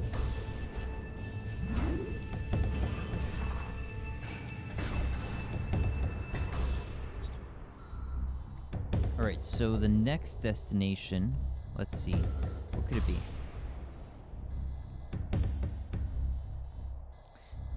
Makuta, hey man, how are you doing?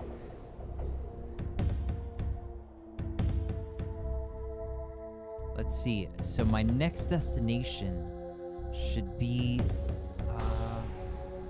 probably the main area. Let's see. So if we go to the temple grounds, maybe I have to go back to the Great Temple. I don't remember for sure. So yeah, finished Metroid Prime 1 yesterday, and now we're on to Prime 2.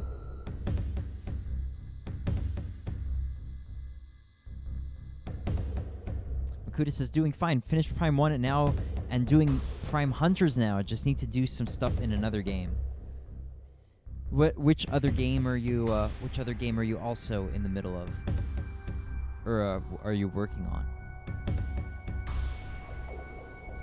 I'm gonna be skipping Hunters for now. The next one after this one will be like Trilogy, then I'll be 3 I mean, Prime 3, then I'll be going for AM2R, Super Metroid, Other M, and then Fusion. For this current, season that I'm going through.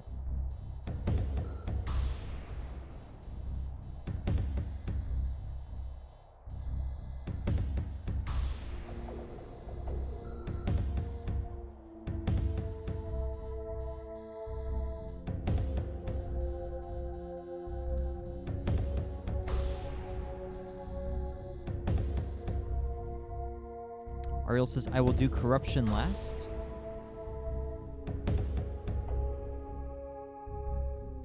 I don't know, will you? I would do Corruption after Prime 2.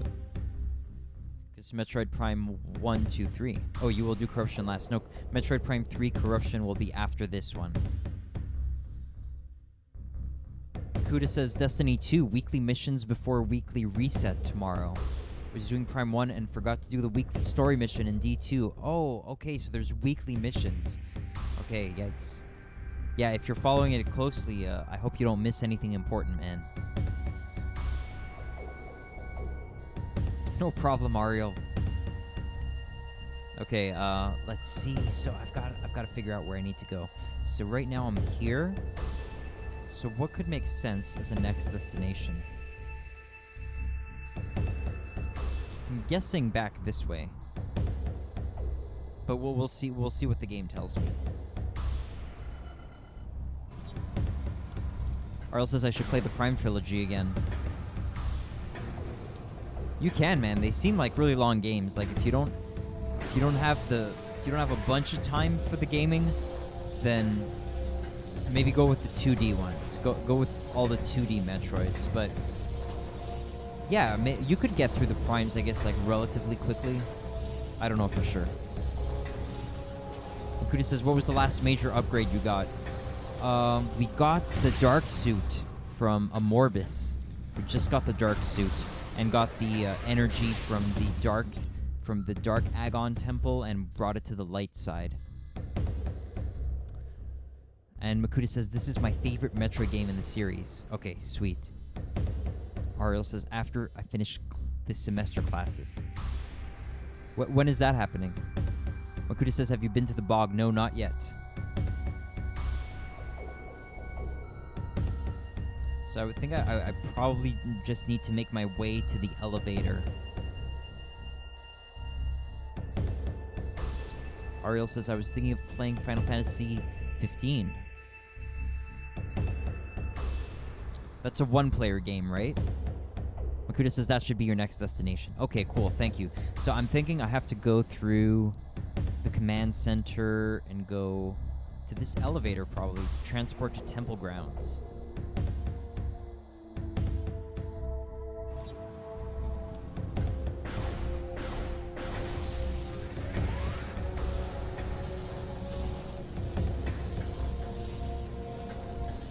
Ariel says I will finish by mid to late December. you have plans to play Dread by any chance, Ariel? Or not for now? Yeah, you'll have more time then.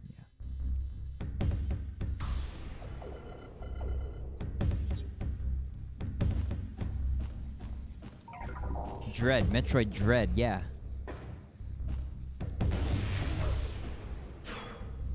Metroid 5. It's coming out October 8th. Yeah.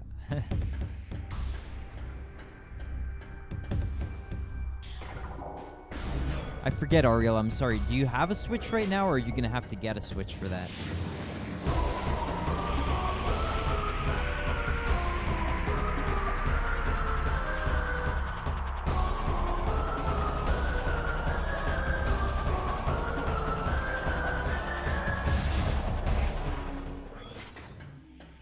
You do have a Switch, okay.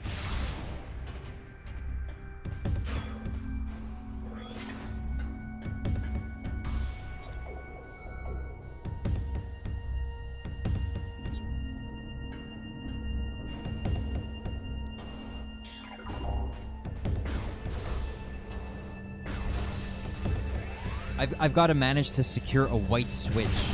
I need the white Switch OLED.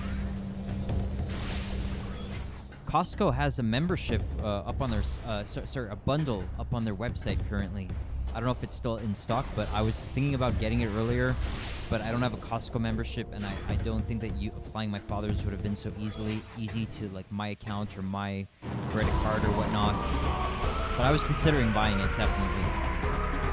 Next white Switch I see pop up, I'm gonna buy it, as long as it's the regular price and not like price gouged or anything.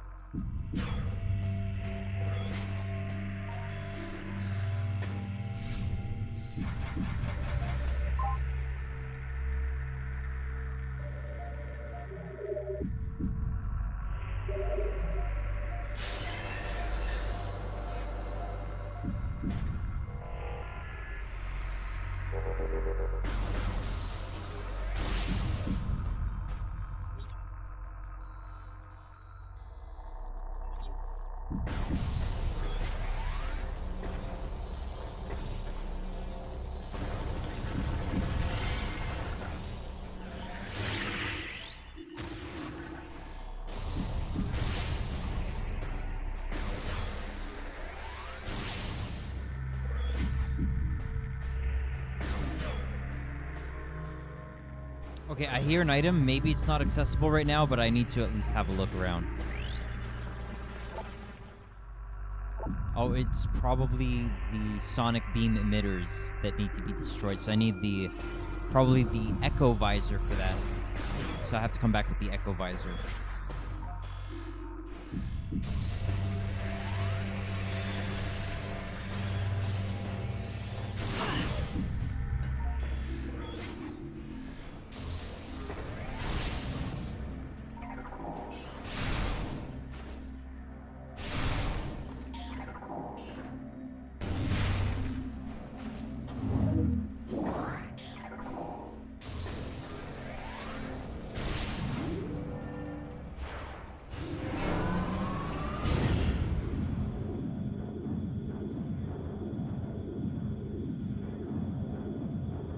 I may have a periodic look over at Video Game Deals Canada subreddit.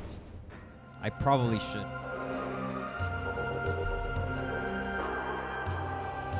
Just to make sure that it doesn't pop up, because usually it's posted.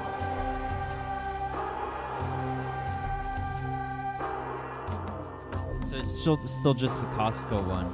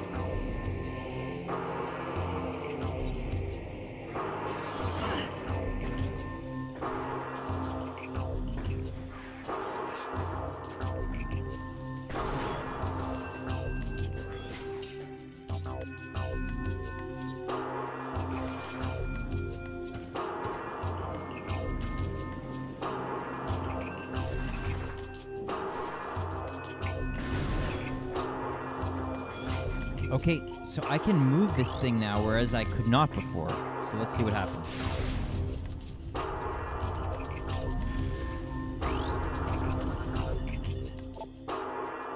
Cool, so there's a portal available here. Nice. So maybe I'll use that right now, or maybe I'll come back for that.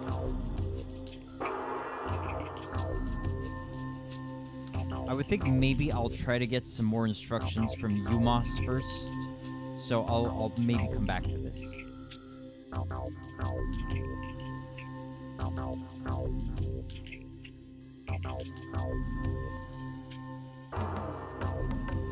Yeah, I'm right near Umos anyway, so we'll go see him first, see what his instructions are, and then come back. Unless he gives us another direction.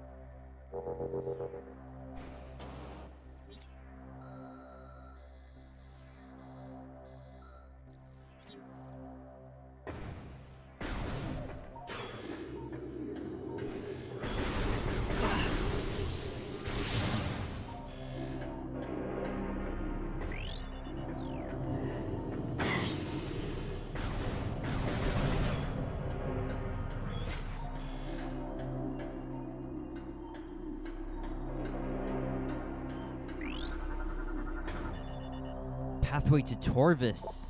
Beyond the pathway to Torvis sector lies. Okay, sure. Sounds good. Maybe we want to go see Umos just to see what he would say? Okay, so as we get back from Umos, we've got to go to the left to get to Torvis.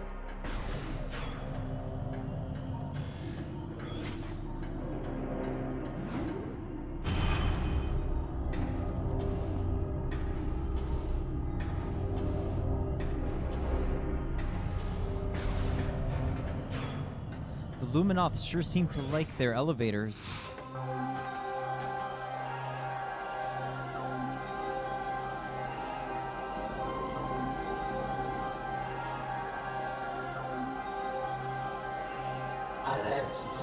I Thank you for restoring energy to the Temple of Agon. Your valor honors the Luminoth, those who have passed and those who remain here under my protection as they sleep in deep stasis. Be on guard, for the Ing do not suffer defeat lightly. They will surely seek revenge for your actions. With the energy lost from the desert region, they will increase their efforts in other lands. I have detected unusual amounts of Ing activity in the Torvis sector. The enemy is on the move.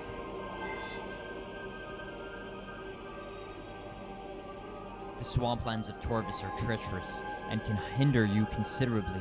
Bear this in mind as you move through the bog.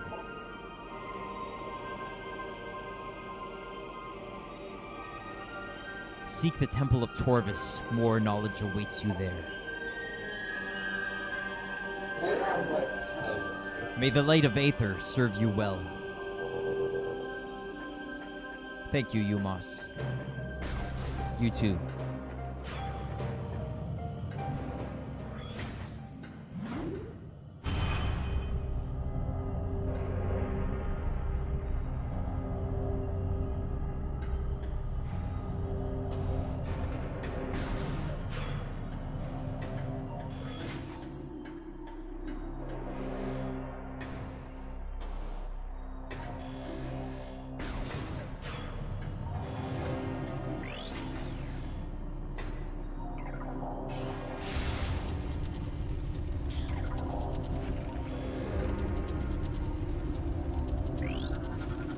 Recording to logbook.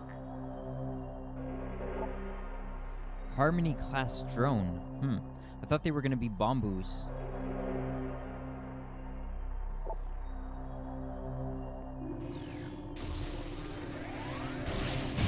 Okay, well, they look exactly like bamboos, but they've got a different name.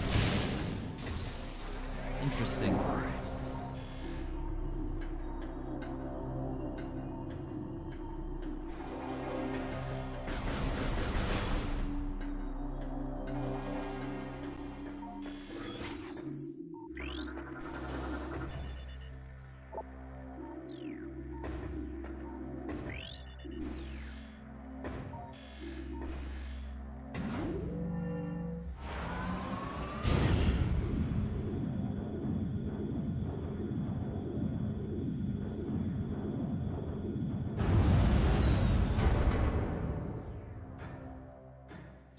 I guess Metroid games are kind of, a good candidate for a game or a series of games that would use minimal music or atmospheric music, for a certain effect.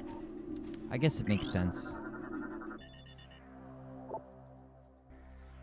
But I totally disagree with that choice, shall we say, for Breath of the Wild. Big disagree on that. Let this gateway forever protect our sacred temple. May you find enlightenment and peace.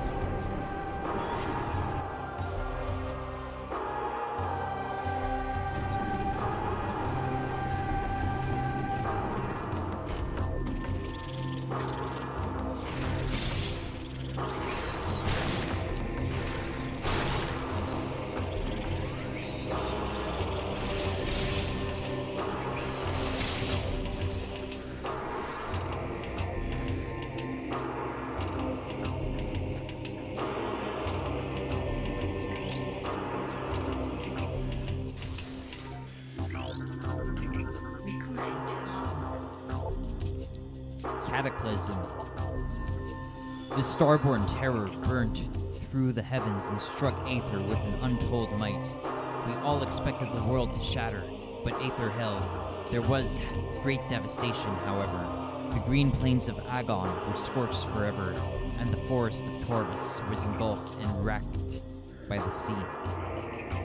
The skies burned for days, casting darkness over the land.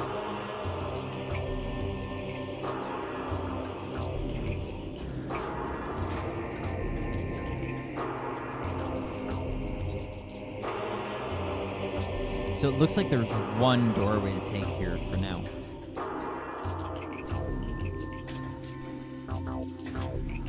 Let's do a quick exploration to see if there might be some items we can pick up.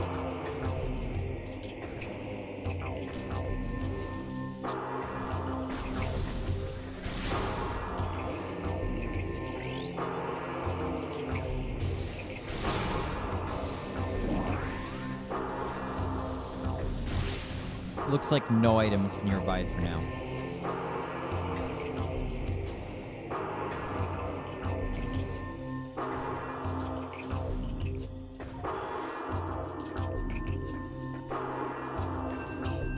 If we get to hear Brinstar Depths music from Super Metroid, I'm going to be very happy.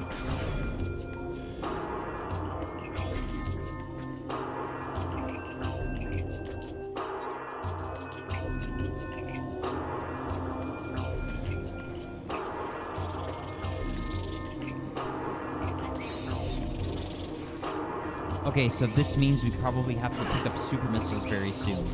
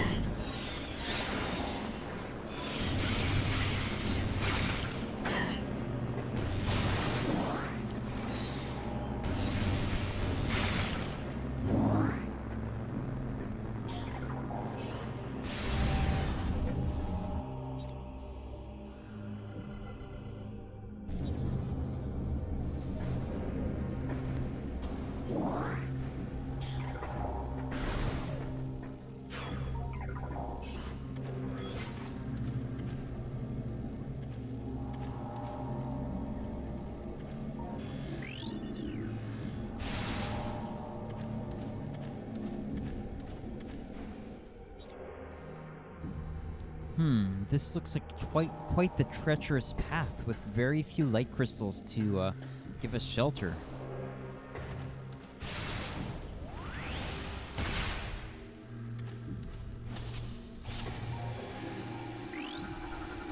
Recording to logbook. Corrupted Sentry.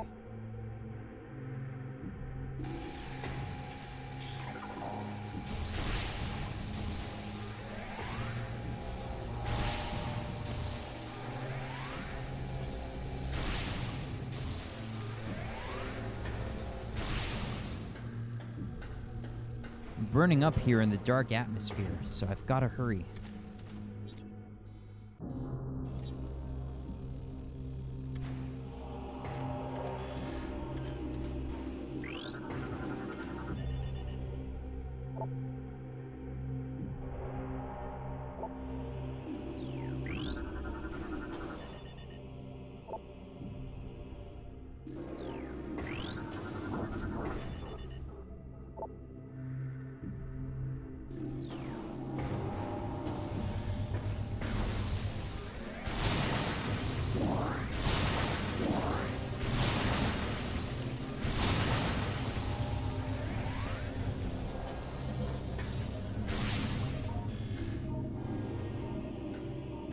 Okay, let's see. So what can be done here? Ariel says the dark suit doesn't fully protect you from the dark atmosphere. Yes, I am aware.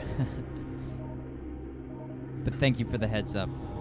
So I know I'm burning kind of slowly here.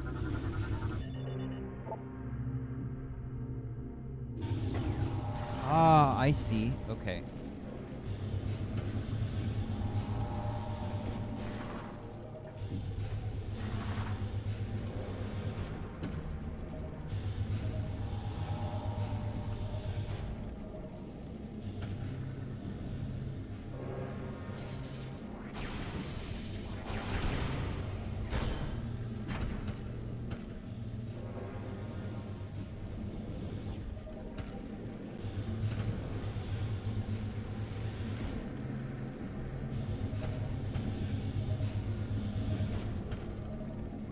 Hey Nathan, good to see you, man.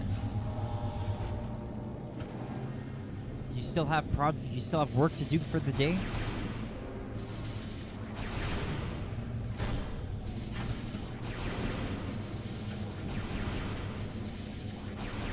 Did I mess that up?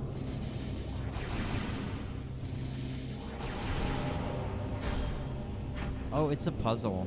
I messed up, yeah. Yeah, I'm doing well, Nathan. Thank you for asking.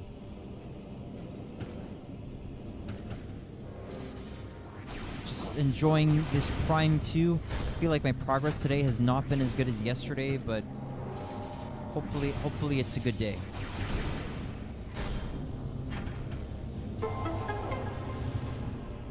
Nathan says, I actually have the day off. Parents out of town. So I just went down to Burger King and got some nuggets. I hope they will feed you well, Nathan.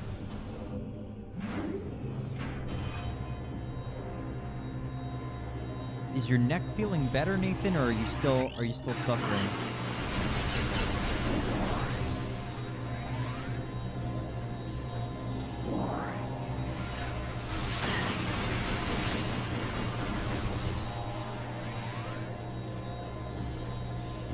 Nathan says, as you can tell, I am very rich, LOL. Yikes.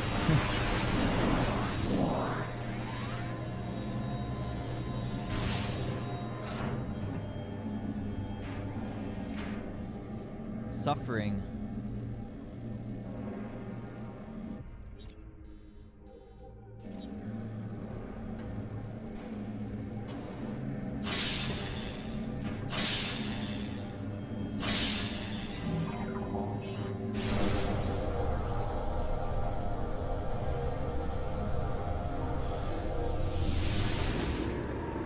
Yes, Nathan, as much as possible, try not to suffer. Whenever it starts to hurt, I just start spinning my head around and it kind of helps.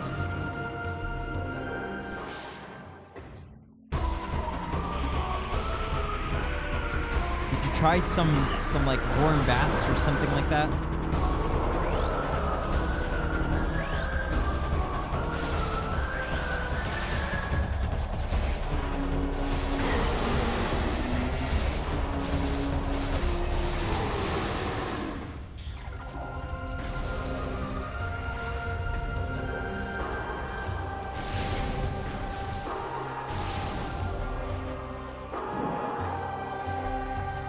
They gave you like 6 ketchup packets. I hope that's a good thing, man.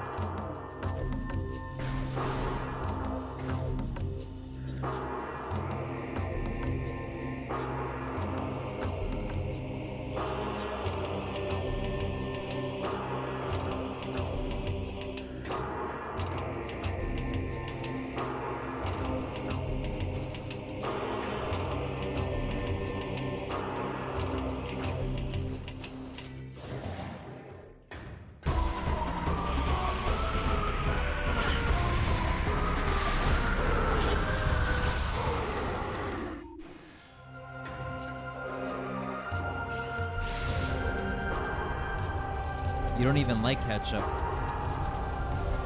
I guess that's too bad. But it is better to be staying away from the ketchup ultimately because of the sugar.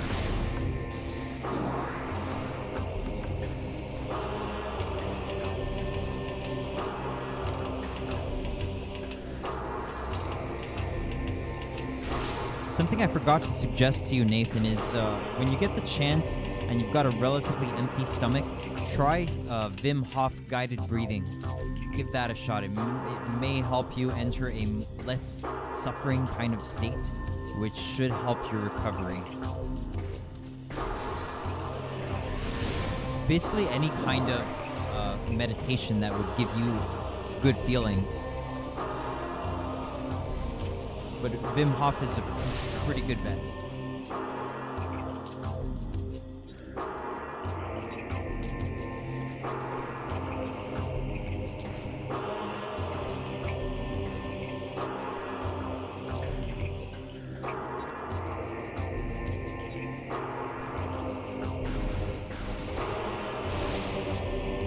Nathan says, also congrats on your 25th anniversary. Thanks, man. Is it considered 25th anniversary? Well, 25th stream. Yeah. Thank you, man.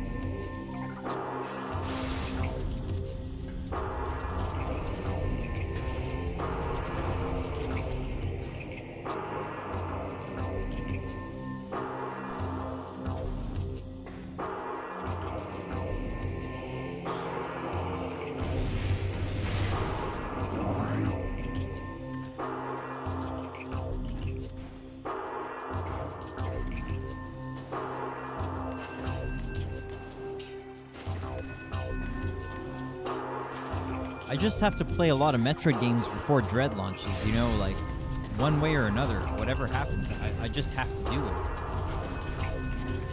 I've got to. I'm way overdue to finish Prime 2 and play Prime 3, so it had to be done.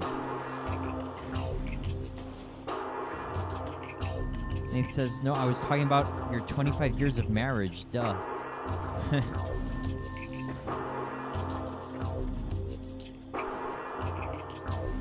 That would mean I would have been married at 7, which is on the young side, I would say. Probably better to wait till after puberty for marriage, right?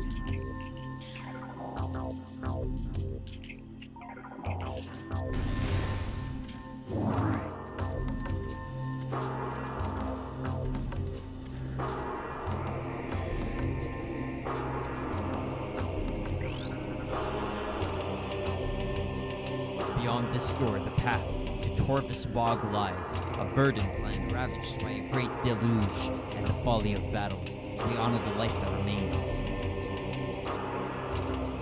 Nathan says, bro, I was having pretend weddings in preschool when I was 5. Whoa.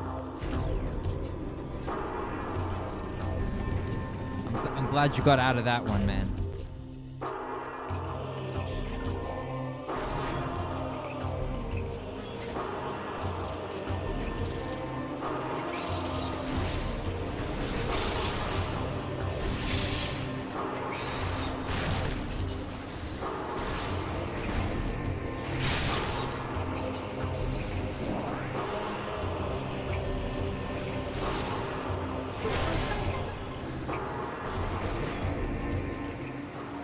Alright, here we go. We're entering Torvus Bog.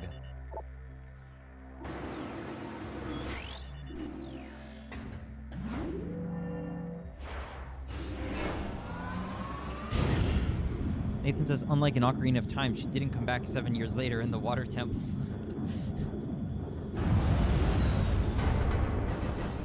Was she a good person, man? Was it a shame? Like, I mean, you could have a friendship like since childhood or your teenage years, and if it develops into a lifelong partnership or such, that could be pretty cool. Of course, don't count on it. Oh yeah, and Nathan, I forgot to say yesterday, it came back to me this morning.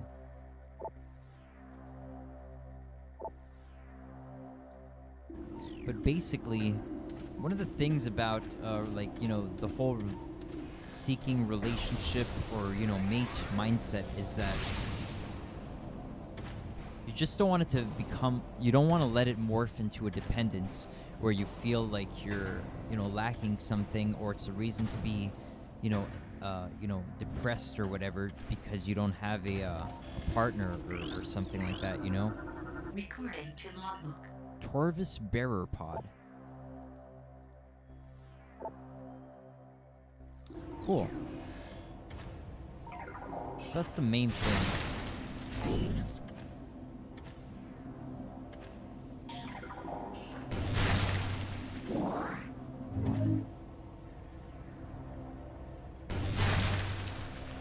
You've got to love yourself, be content with yourself, and, you know, only then build upon that. It's a very easy trap to fall into. To be like, you know, kind of self-pitying and, oh, why doesn't anybody love me and all that, and, oh, if only I had a partner, then, you know, everything would be just fine. Nathan says, whenever I'm lonely, I just join Ocarina of Time community servers. Nice. Oh no!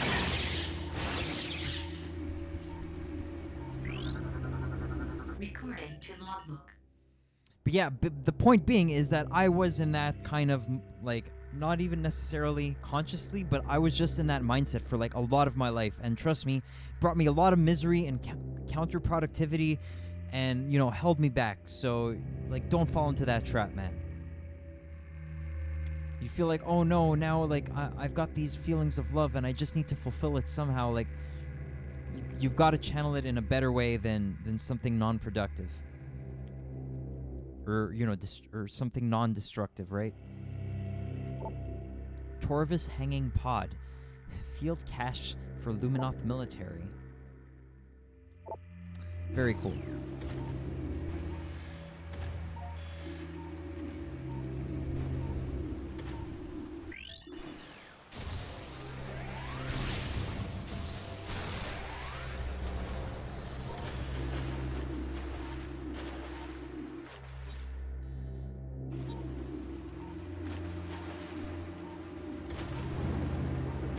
Nathan says, luckily I've never had a heartbreak or anything else that would make me extremely depressed or sad. Sometimes just the feeling of like, you get the sense that it feels like it would complete you, and it would complete you in some way to have a partner. Like it would just enhance your life in some way. But and sometimes it can give you fleeting feelings of like fleeting positive feelings. It can. But overall, it doesn't last. Like, you've got to be a whole on your own, basically. Sadly, others cannot say the same.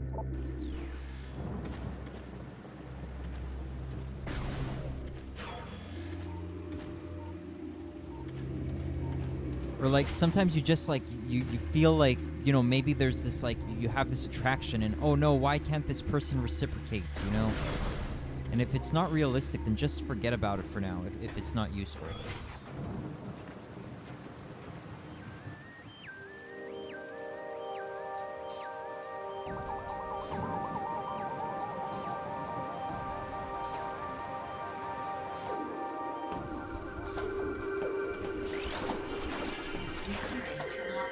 Nathan says if she hasn't played Ocarina of Time, Earthbound, Mother 3, Donkey Kong Country, etc., then she ain't the one. Don't count on necessarily finding a gamer girl to begin with, Nathan. Like, you may have to do the initiation. Nakuda says, I hear my favorite music. Okay, sick. This reminds me of Prime 1. I'm pretty sure it's a reference to Prime 1. It's different than Prime 1, though, but it's a clear, what is it? It's evoking the sentiment of Prime 1. Nathan says the music in this game is awesome. Yeah, it seems like the Prime series is really high quality in many ways.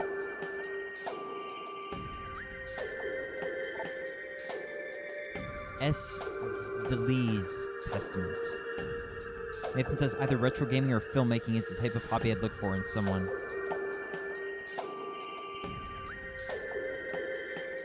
Don't count on it, man. Like, if you find it, it's great, but don't count on it. Maybe. Don't be pessimistic about it. Definitely. But sometimes you have to realize that as a male, you kind of have to be the one to lead. Generally, like, that's just how it is. So if you don't find somebody who's like already into that stuff, maybe you can just lead them into it yourself.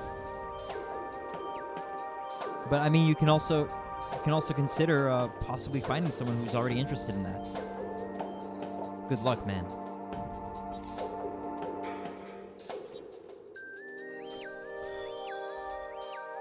S. DeLee's Testament. They came to the lagoon in the night, delivering true death blows before I could detect them. As my life faded, I sent a call to the Kadra to warn of this surprise attack. May they find my key and dispatch the Ing who killed me. Only then will my final rest be peaceful.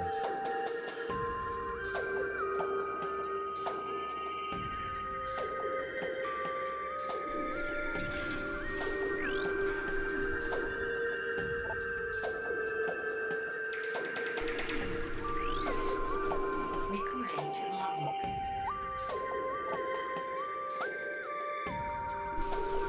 Is this thing like a flying pod? Nathan says the problem is what female my age cares about Ocarina of Time that lives near me. Despair.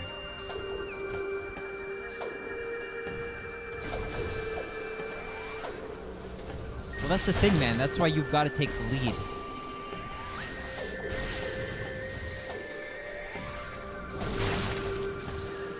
Basically, look, I'm no expert on this, but basically, just have to find a good woman who you could see yourself, having a life with, basically.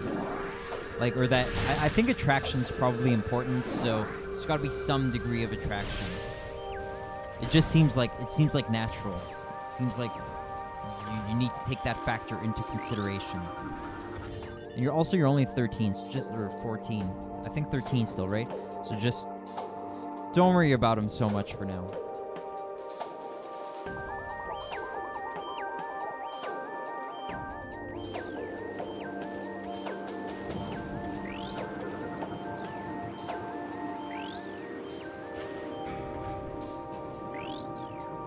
Why are they running away from me?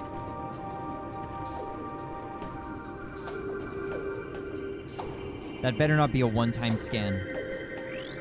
Okay. Hidlings, aquatic miniature herd animals. Targets travel in large swarms. Contact with targets can cause minor damage. Nathan says, yeah, I've mainly been joking around. Really, I'm not going to be actively looking for someone until I'm in my late 20s.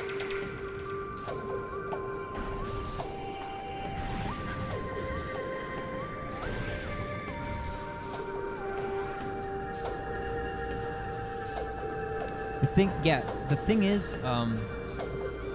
if you do happen to find someone and you develop a relationship, like, that's awesome, but just keep in mind, you do want to pay attention to possible red flags. Like, if you notice that something's a red flag and it's, like, not boding well for the future, then don't ignore that.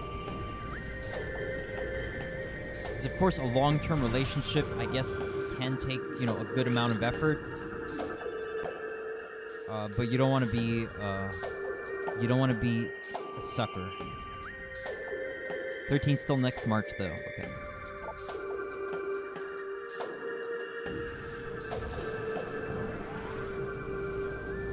Yeah, I was 19 when you were born. Jesus, you're young. Despair. Despair for you or for me?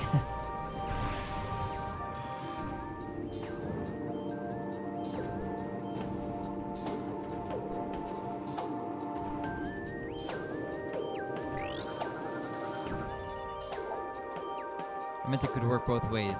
Yeah, you're right, man. Yeah, don't be despairing over anything.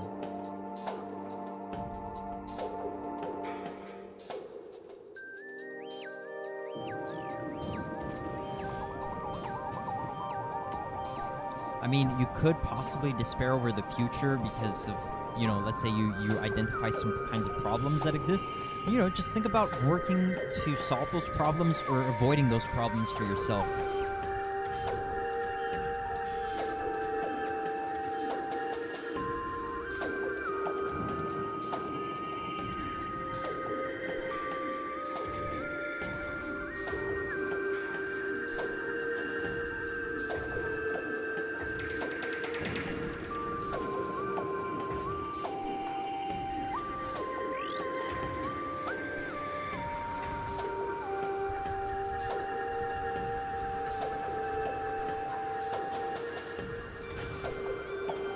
This is probably a save room.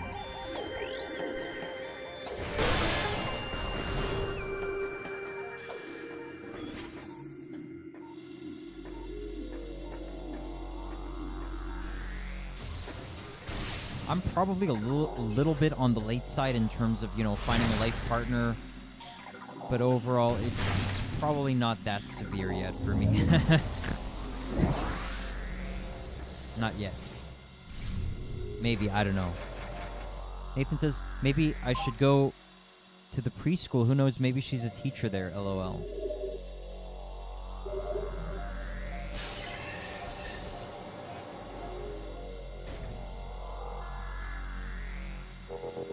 You mean you would have an older woman? Is that what you're saying? You don't want to get an older woman in trouble either, Nathan. Like, it's just not worth. Don't make your life or another person's life any more miserable than it has to be. Keep legality in mind. Once you're in your late 50s, maybe you should start looking. I was thinking maybe, like, okay, so I'm 32 now, and maybe I could start having kids by the time I'm like 38 or 40. So we'll see what happens. Nathan says, wait a minute. Oh, I'm stupid. 13-year-olds aren't teachers. LOL. You're a very mature fellow, Nathan.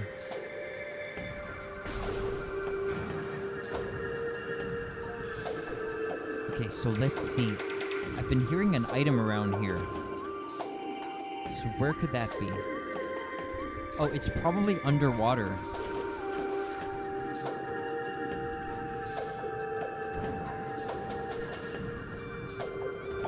Yeah, maybe this way.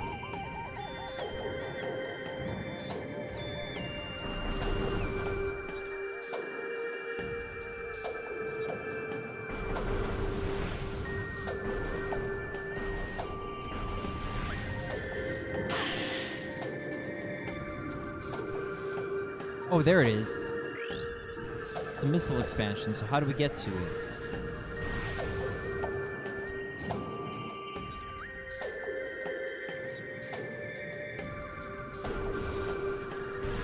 I'm guessing I have to come back when I've got some other items. Some other item is needed here, I guess. Oh no, maybe the bombs, dude. Maybe the bombs.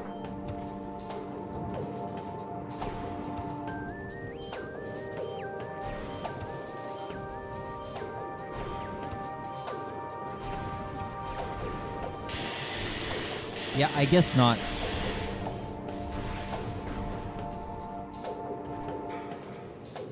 Nathan says, I mean, I grew up with adults, so that's probably why. My siblings are 10 plus years older, and I mainly hung out with their friends. Cool, dude. Your mature perspective should serve you well.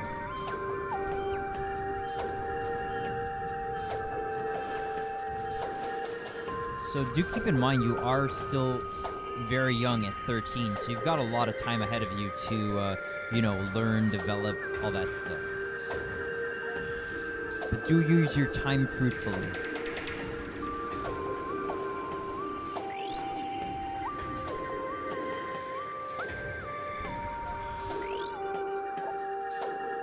Scan control posts nearby to energize the bridge.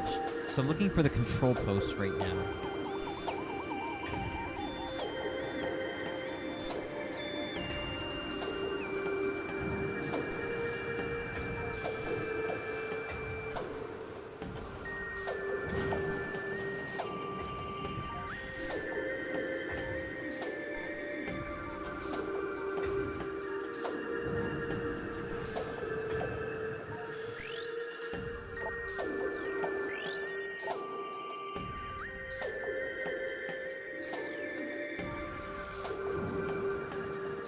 Nathan says, yes, I'm very glad that I am getting stuff I want to do done now, so I have plenty of time in my life to do as much as I want. Or, you build up experience. You get good while you're young. And you get better as you get older, hopefully. Okay, so I'm guessing the scanning post is somewhere underwater.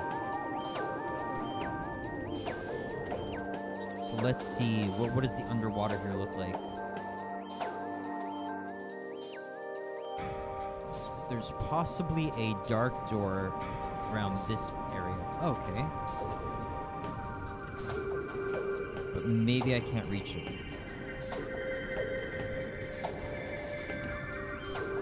Like this? Okay.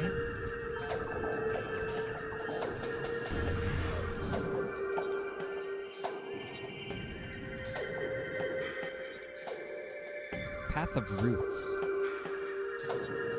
Nathan says, it's just crazy seeing 16-year-olds acting way less mature than me when they're 3 years older. Well, they mostly do go to public schools, right? Or not?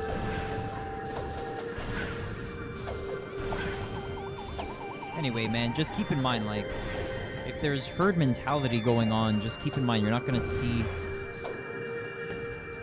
whatever. Yeah. Nathan says sometimes it's just kind of scary and I feel like I'm growing up too quickly. No, man.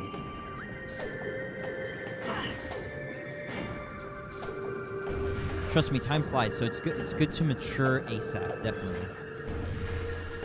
Being mature doesn't take away, like, it doesn't diminish your quality of life. It shouldn't.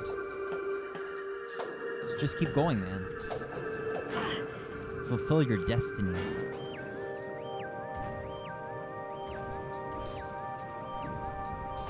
I'm guessing maybe I have to go to the Path of Roots. Yeah. It's the post is probably on the inside of one of those gates, so I've got to come around from the other side.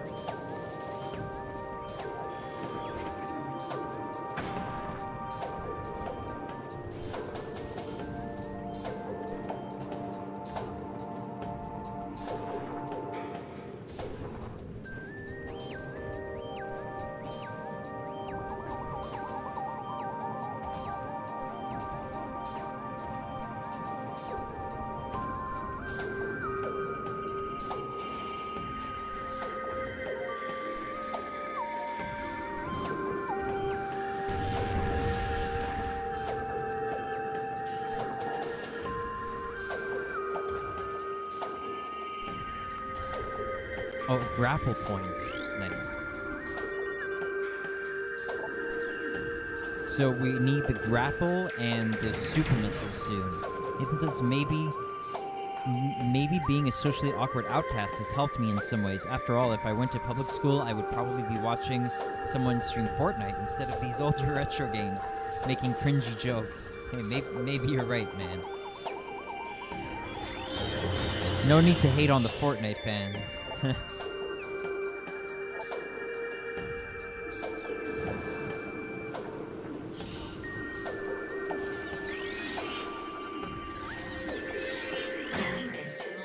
Shrieker. Flying plant predator. Wow.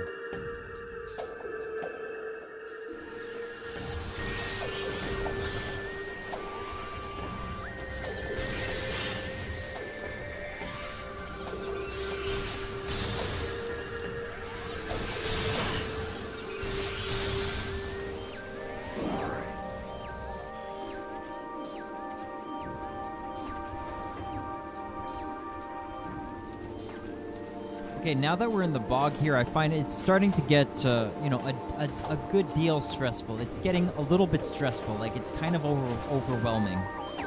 Because, like, even these rooms are kind of difficult to wrap my mind around. But oh my god, imagine in the Dark World. It's going to be crazy.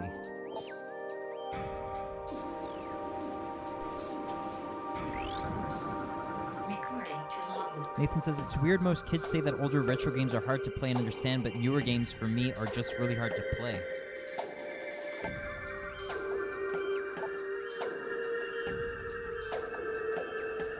Ah, so this is some kind of like surveillance camera to UMOS. Interesting. Nathan says, I would rather play Mother 3 100 times in a row than play 100 games of Rocket League. I haven't tried many of the new games, so I don't know. I can't say exactly what it is, but once I've played some of them, maybe I'll be able to communicate what it is that maybe I won't like about them. But I don't know. Maybe I'm going to like them. I'll have to see how it goes. I've never played a Call of Duty, though. It was just like I was never drawn to it, and it's kind of similar with a lot of the first-person shooter games. But, I mean, I'm going to give it a shot. I'll give it a shot.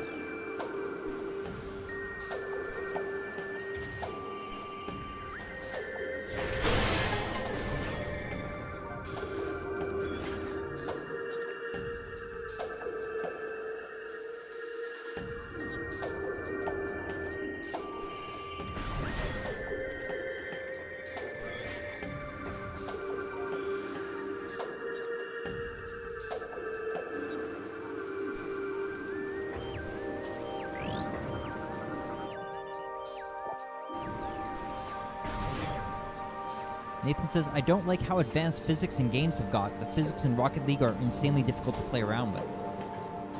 I see.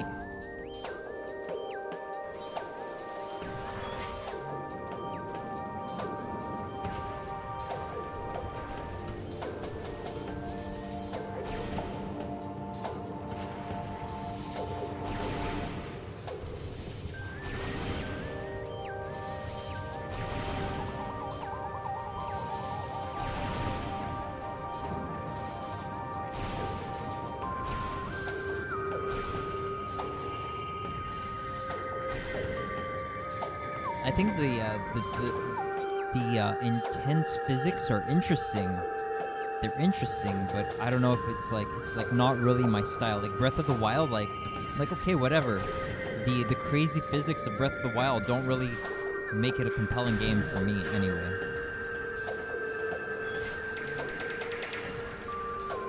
I could see it being different though for a multiplayer game.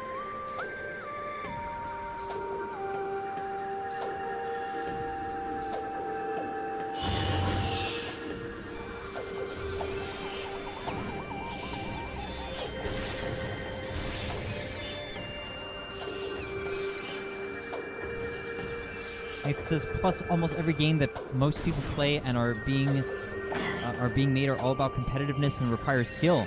And I suck at all games. What? Well, Nathan, you've got to get good, man.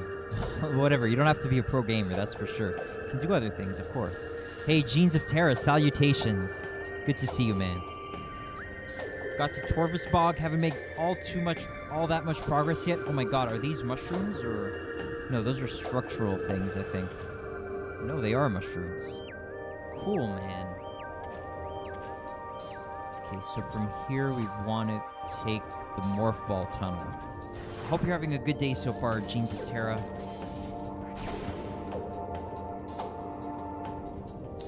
You can go to whichever you can use whichever platform you prefer, Terra.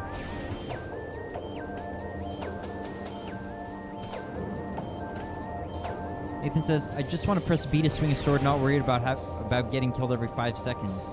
Well, what you've got to embrace is that the real world is actually competition. Nature is competition for the most part, so you've got to embrace that in some way, in some capacity. Ariel says, the thing I liked most about Breath of the Wild was the open world and exploration/adventure aspects. Its physics and game mechanics leave much to be desired. The adventure and exploration would have been cool, like, in my opinion, if there were things to find. Like, that's the main thing, is that there's just not that much to find. You realize, like, you're never really going to encounter anything all that new. After 30 hours, to be fair. But it should have been a bit less samey, is all, you know, for such a big game, should have been less samey. That's all I can say, I guess. Hey, Terra.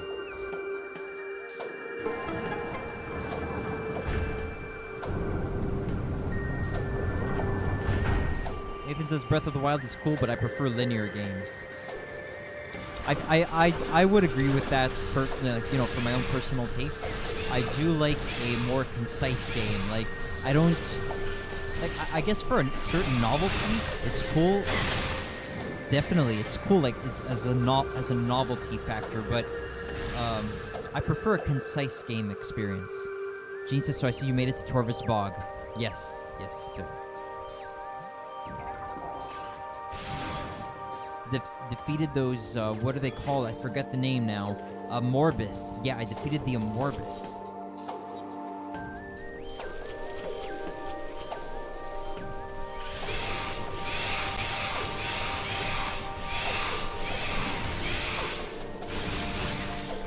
This thing's invincible?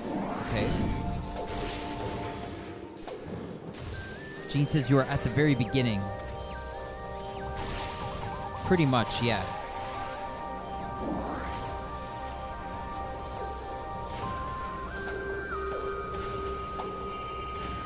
Nathan says maybe it's just because I'm impatient as hell, but I just want to get done what needs to be done.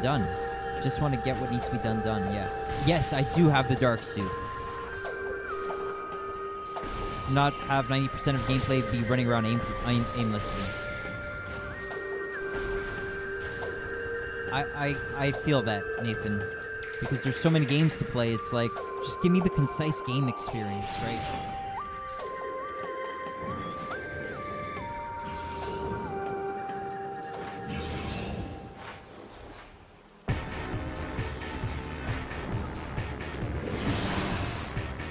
Okay. Gotta scan these guys fast.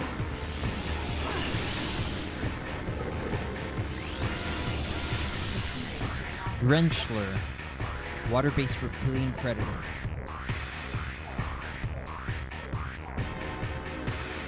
So the non-ice Shigoths. Nathan says that's why open world games are only really fun with multiple people. I find open world is really cool, but kind of more from a like young person perspective who just has a lot of time on their hands. I find like once you start feeling the constraints of time pressure, like it's just like not that interesting anymore, because like you're gonna spend the time to play the game, but you don't know if you're necessarily gonna make progress, and it's like it's okay, but if you're tight on time, then open world doesn't, like, it's not so conducive, I find. Just my opinion.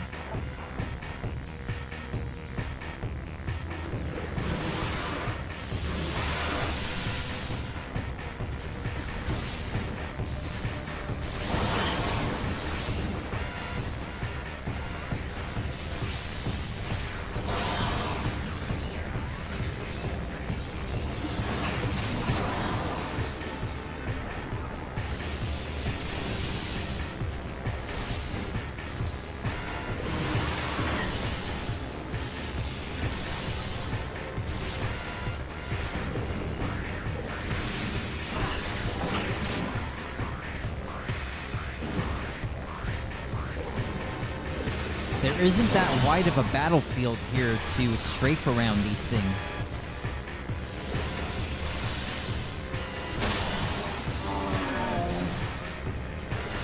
Wow, that's brutal, dude. Look at that. It's like it's a piece of its body is just laying there.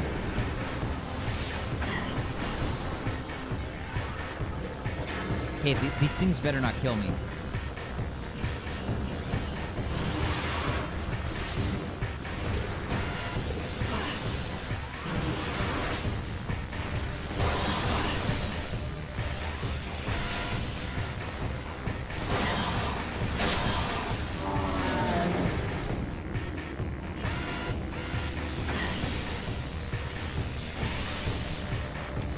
Still alive?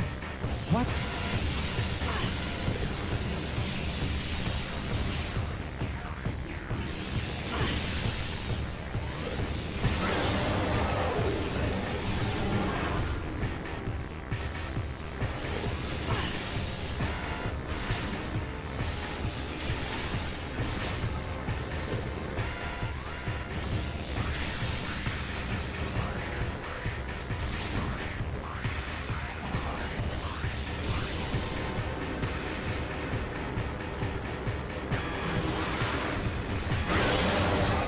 Oh, okay. Yeah, Gene says you can charge the dark beam and freeze their behinds, then use missiles afterwards. Makuta says butt is weak point, dark beam. Okay, thanks a lot, guys. Nathan says, take it from me, who beat Ocarina in an entire weekend while I was sick. I just want to get the goddamn game done. The thing is that games can be long, so if you want to just take it as kind of a concise art experience and move on to other ones after, then yeah, I get it, man. Definitely. Nathan says, dude, I just remember one of the worst text and typos I've ever received. LOL.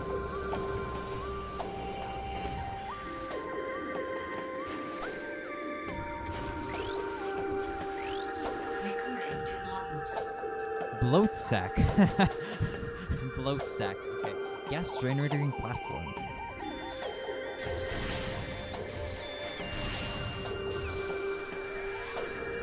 Ariel says you guys like linear because it can be finished more quickly. You and Nathan are not wrong.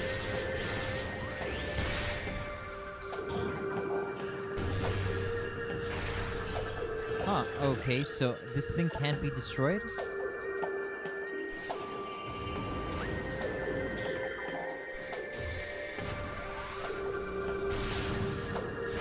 Okay. Guess I'll leave those things alone for now.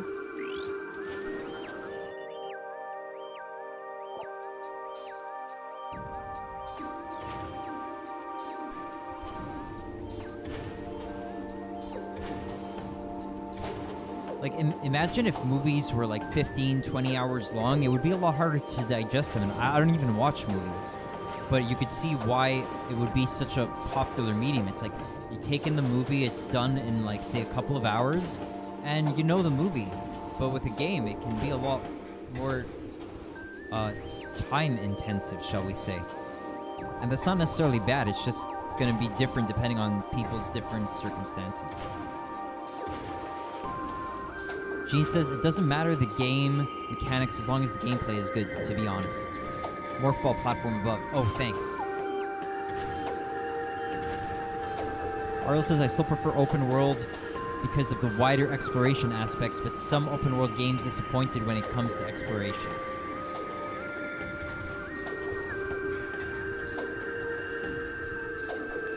If there's the payoff, then I would be really into it. If the payoff is there, then it's cool.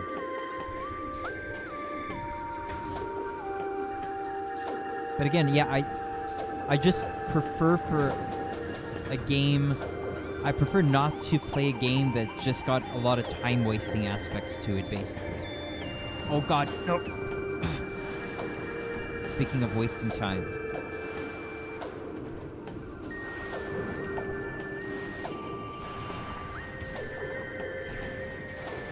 Man, I really messed that one up. Oh my god.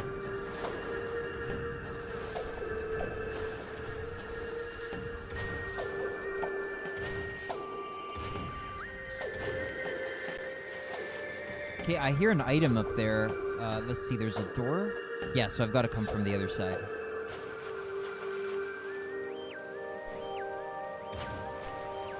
Go to the Dark World, then use the Morphball platform, my bad.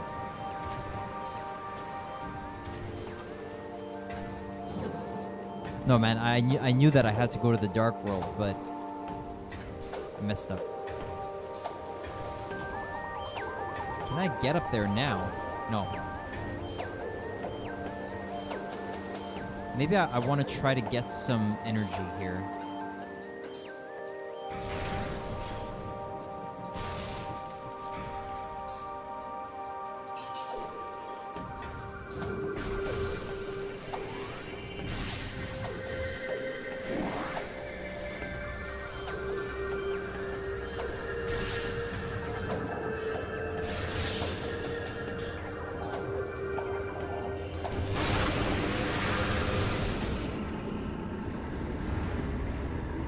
So Nathan, what was the texting typo, man? Gene says the platform you're on now will switch to that door with the missile. We'll switch to that door with the missile. Oh, okay, I understand.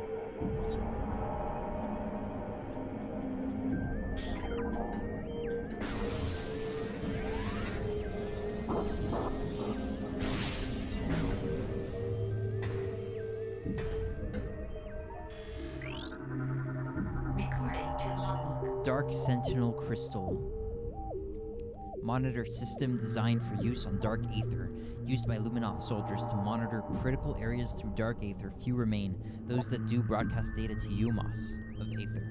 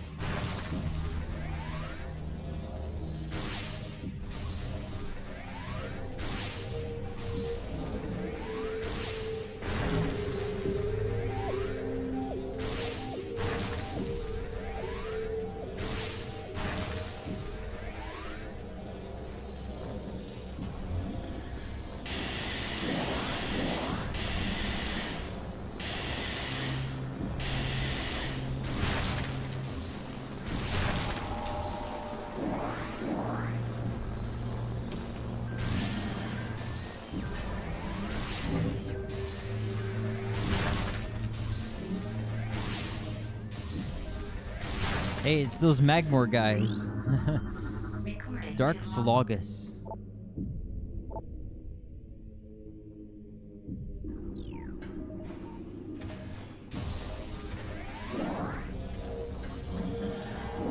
Nathan says, help on board. What do I do?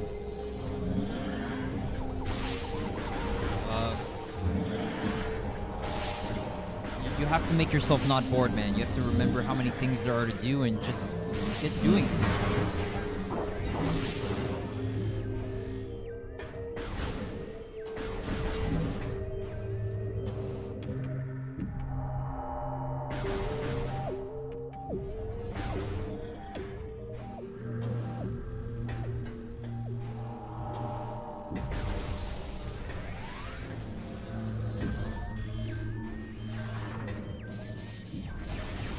You have to think about, projects, future plans, trajectories. Like, think about a good path for you to take as you get to the future.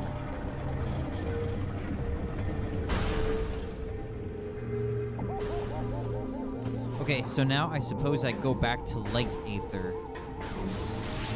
Ariel says, I'm about to start a course lecture. See you later, guys. Okay, have a good lecture, man.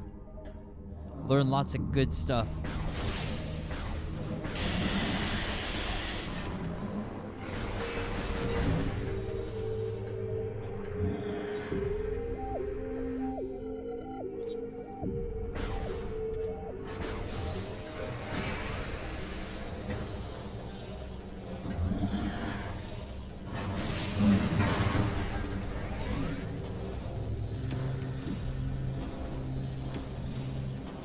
Wow, these are some really big mushrooms.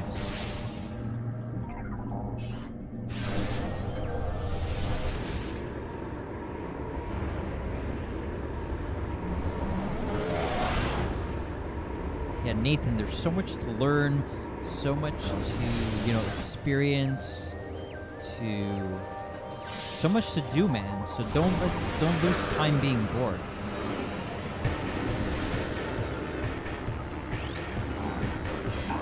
Dark Pirate Commando. Wow.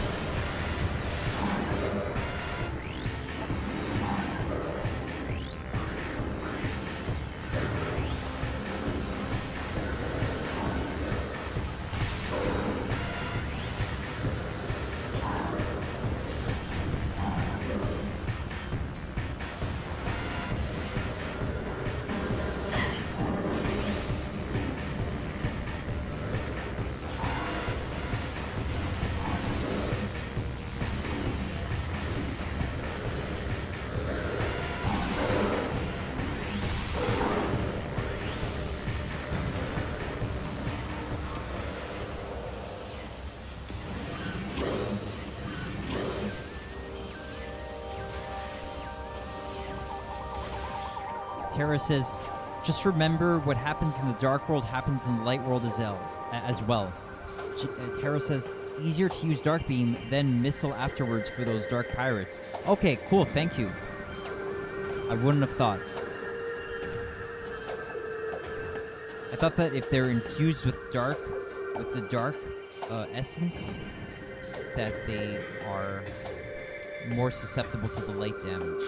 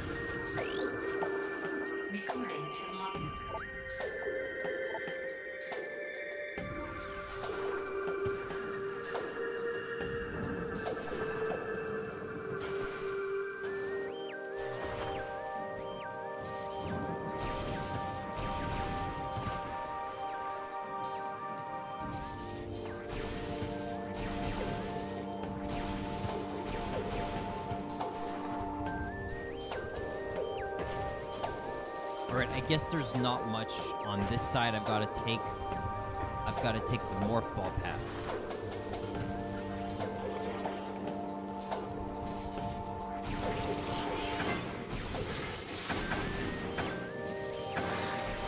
Okay, well maybe I can take out this thing.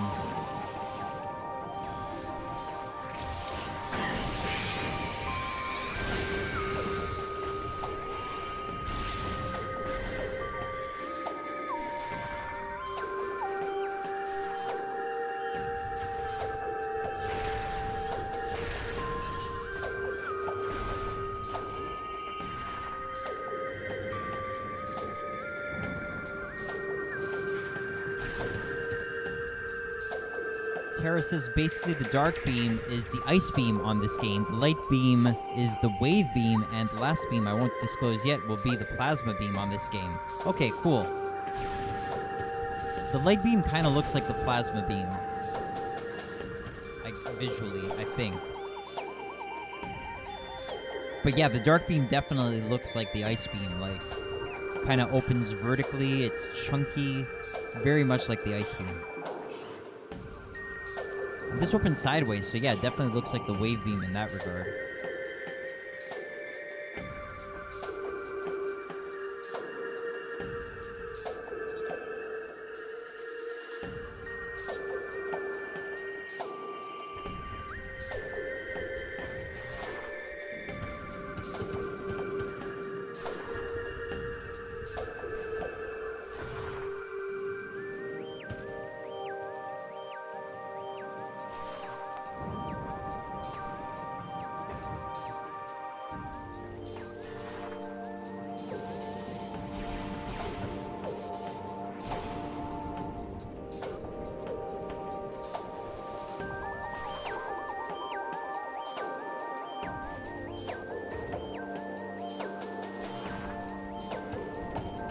Makutis' light beam acts like plasma beam, but the final beam kind of acts like wave, yet not like wave. Okay, sweet.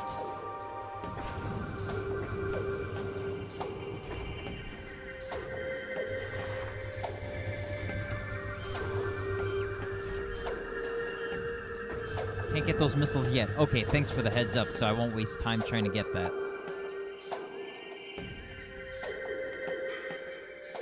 Okay, so I guess I want to get to this blue door on my left, so I'll try to make my way there.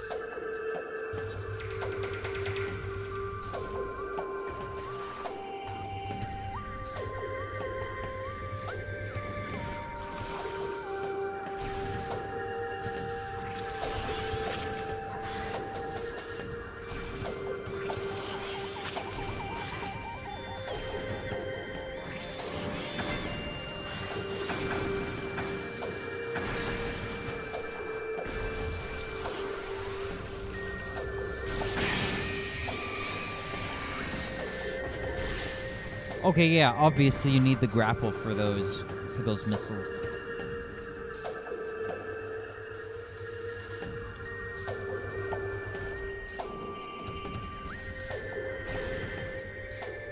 This is probably just bringing me the way I came, so I probably don't need to take the morph ball path, but maybe I do. Yeah, it just brings me here, so it's not the way I think.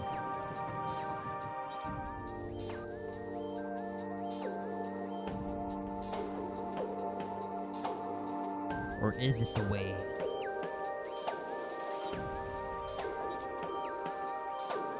So to get to this... So I came from here, I think. And I want to go here. Okay, I'm in the wrong part, I think. I'm at the wrong part, so I do have to take the morph ball path. Or do I? Jeez, I don't know.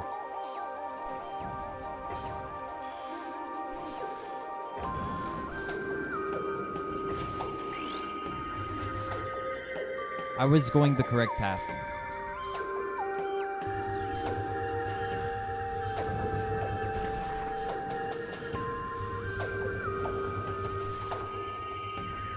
You need to go to the temple.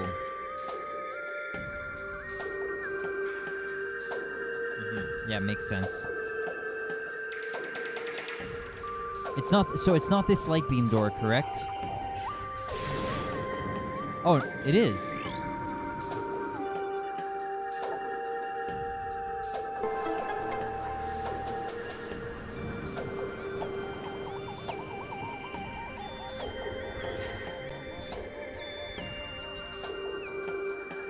So do I want to go back here and go through that blue door?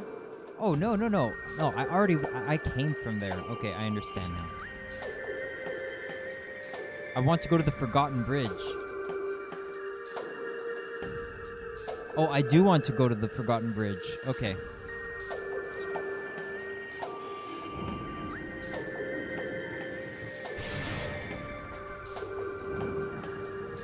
Oh, I am at the right spot or I'm not? Because right now I'm at the Great Bridge. The Forgotten Bridge is this one. So do I want to go back to the Forgotten Bridge?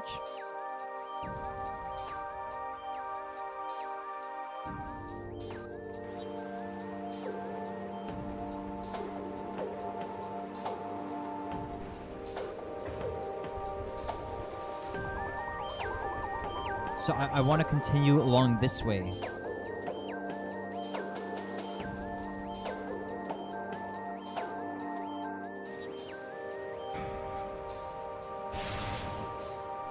Chat is delayed, yes. So do I want to go down there? The orb cannon. Okay, yeah. Take the orb cannon.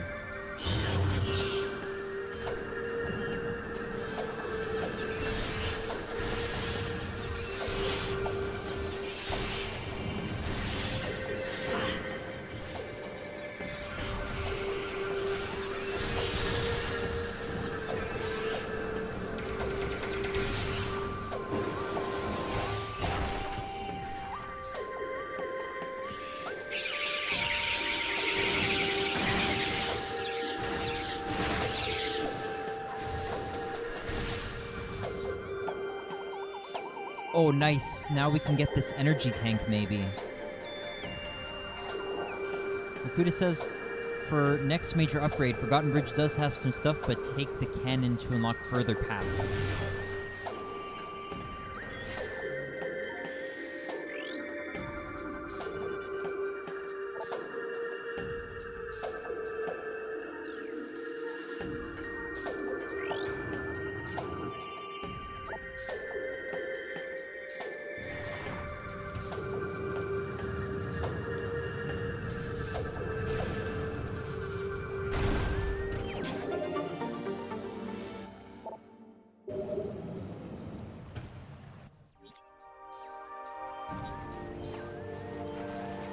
Makuta says, I don't really want to spoil my fave game too much.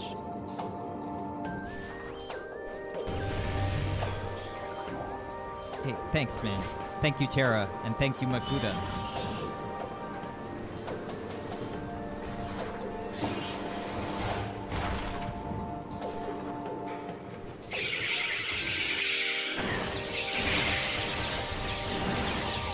I appreciate both having tips and also just, you know, trying to figure something out myself, figure out something myself, and if I have like significant trouble, then I'll take the answer, I guess. But I can accept full-fledged, you know, guidance. That's cool too.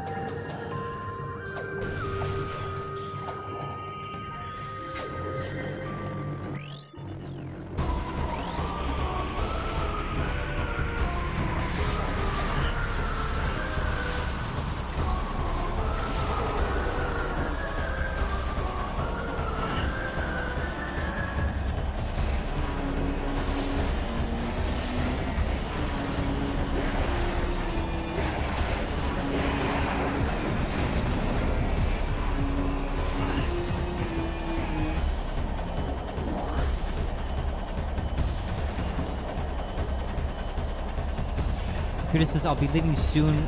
I'll be leaving soon, though. So, it's all good, man. Thanks for your help so far.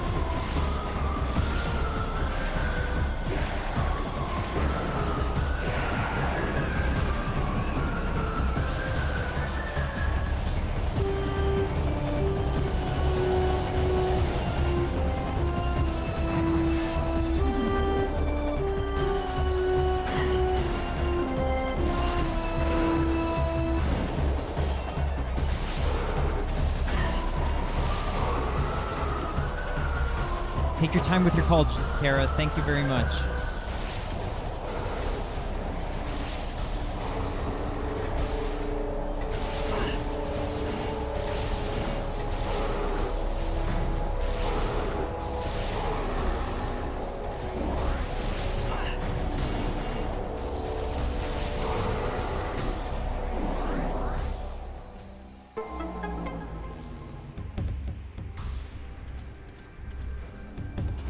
Oh, it's the super missile. Finally.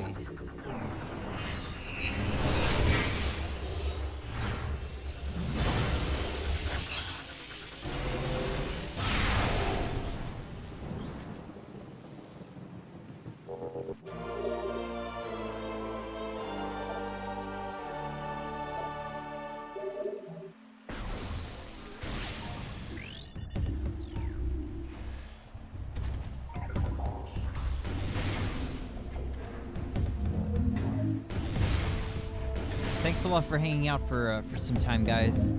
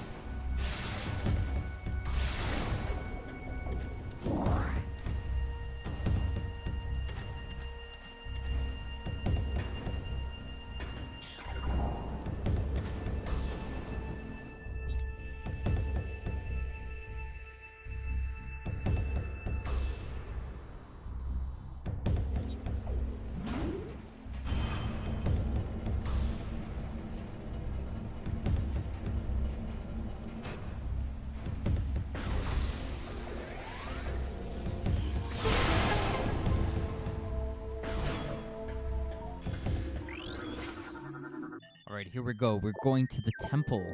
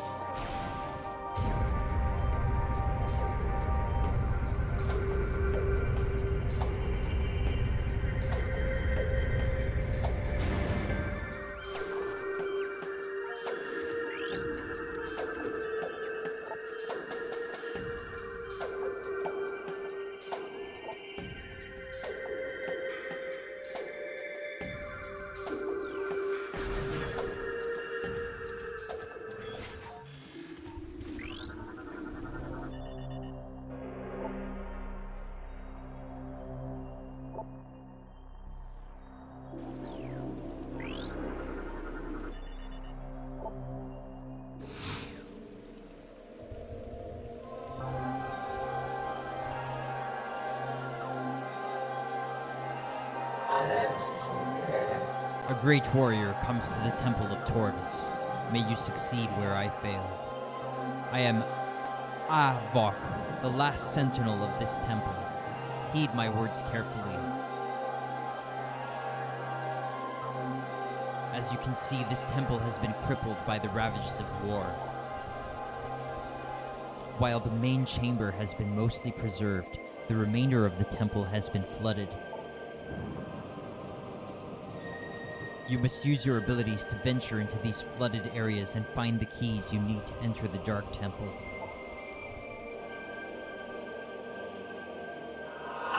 The waters of Dark Aether are foul and venomous. Avoid them if you can. I have updated your translator module. You can access devices and doors coded with emerald holograms. Search the areas now opened to you. The Ing will seek your light with great zeal. Do not underestimate them.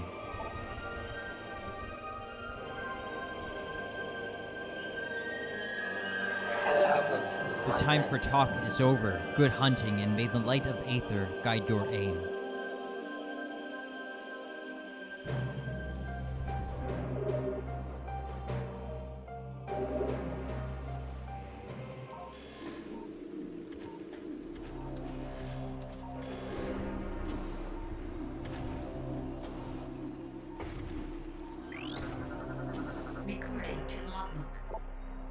The world warped.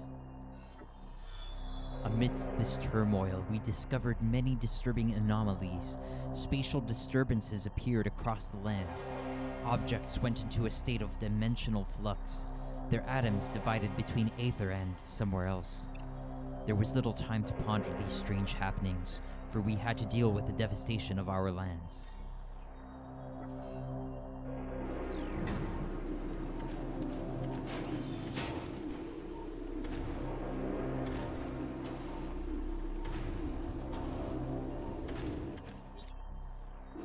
What's really cool about the Metroid Prime games, I think especially, is that it really kind of fleshes out these alien technologies in like a very kind of, lifelike and conceivable way. It's very cool.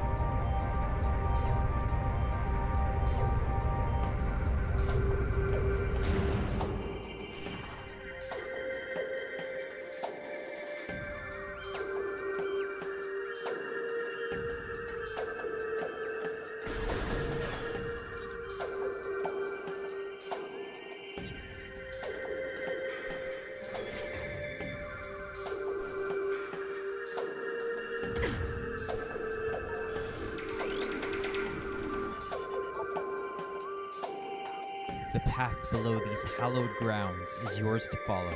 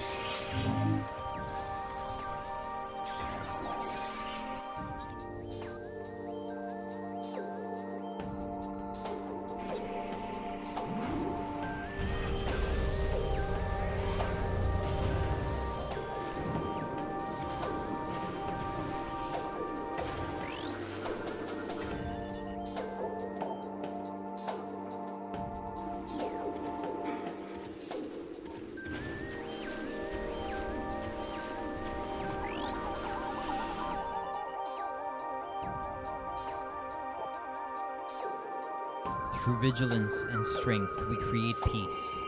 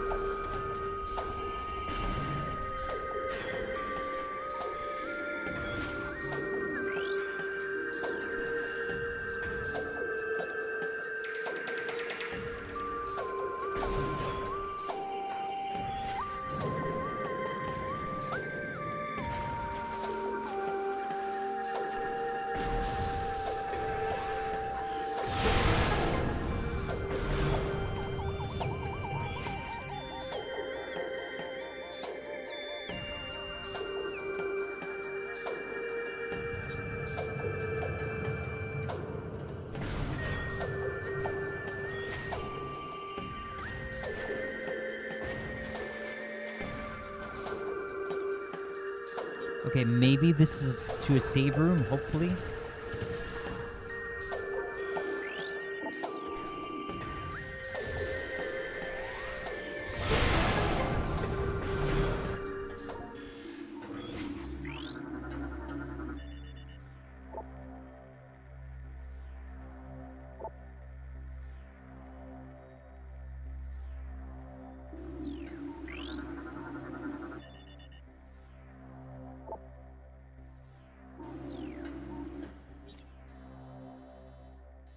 Oh goodness, it's going to get a lot more complicated soon. Okay, I think I'll take the other path first then, rather than take this elevator. So we'll turn back and go to where we were initially going.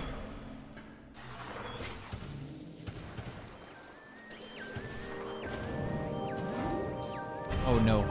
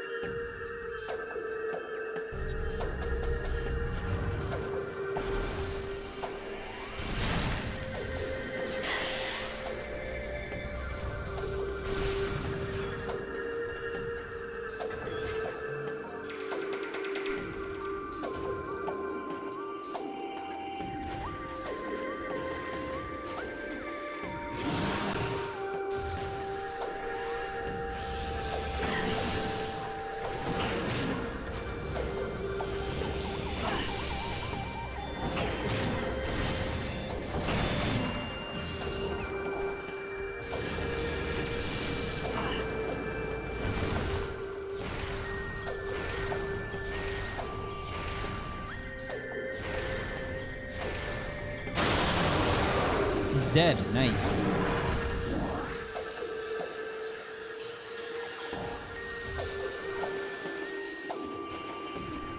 That is an efficient strategy.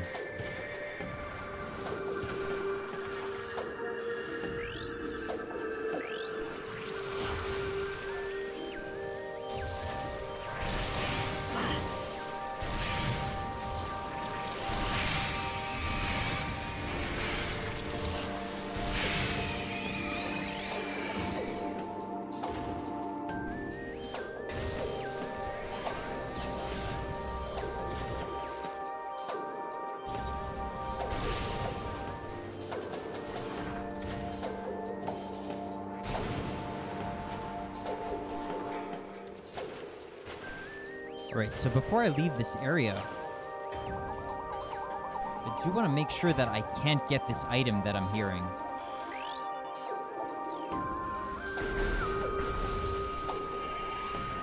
Let's see, where could it be around here? Maybe in this pipe, right?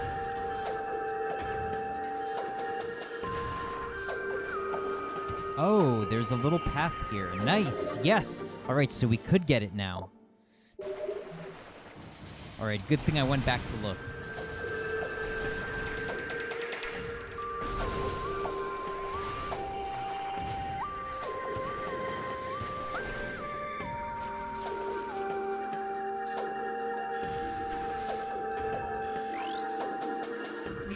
The Ing attack. The day when space was torn asunder, revealing dimensional rifts to a dark place.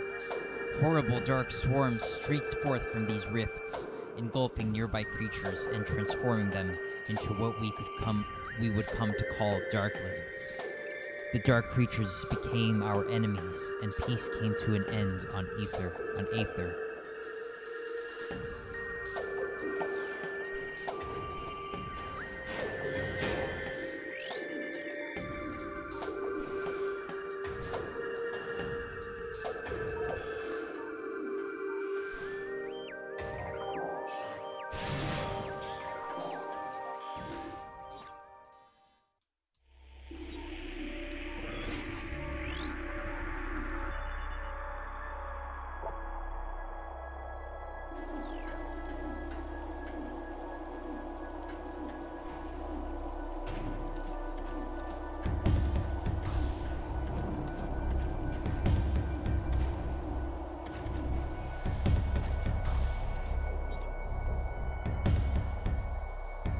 This is probably a save room.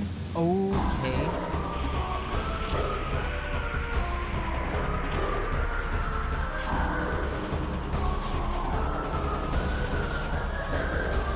Let's get this phase on.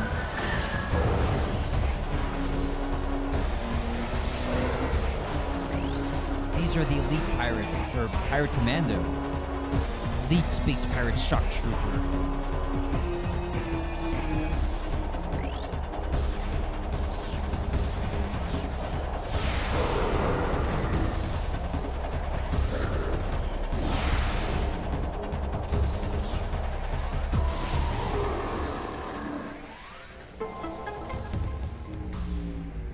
Easy.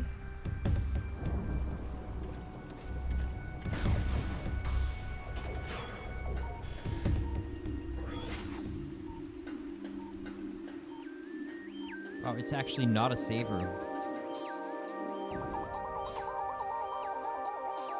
Meditation Vista. Nice.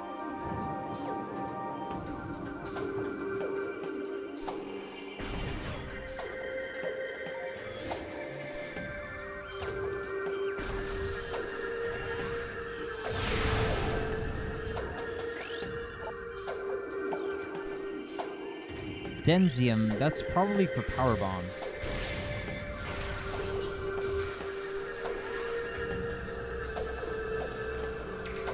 Nakuda says go through the portal. Okay, there's nothing else I can do here right now, I guess. Yeah, so I'll just go straight to the portal.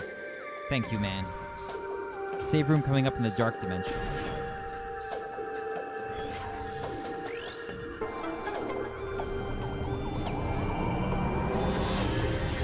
Last hint. Thank you again.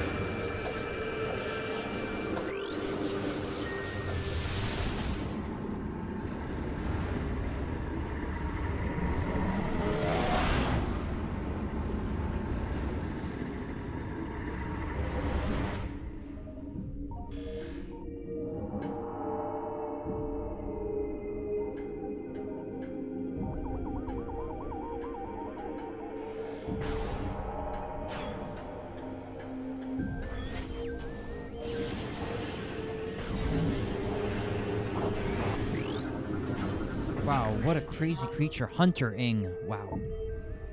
Elite warriors of the Ing Horde. Phasing shapeshifter. Deadly in close combat. Dislikes bright light.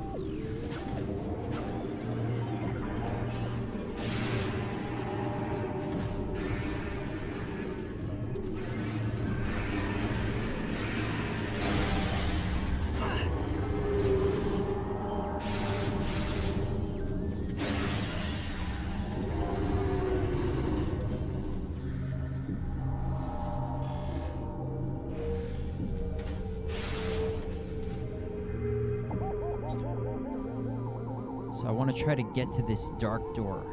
So I've got to do some climbing here.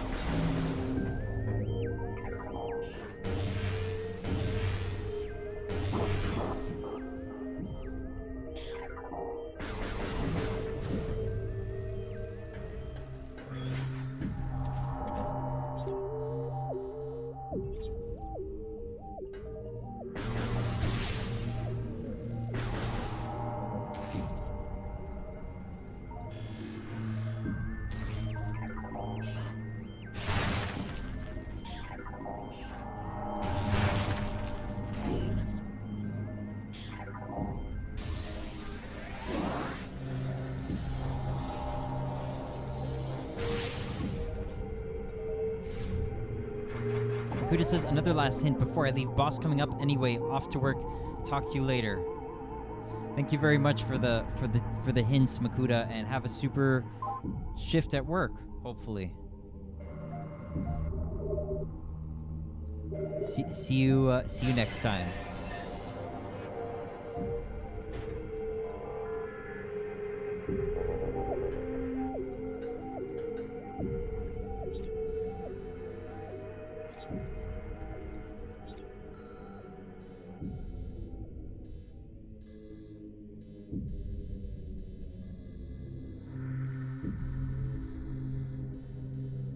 So we want to go here in the Dark Forgotten Bridge.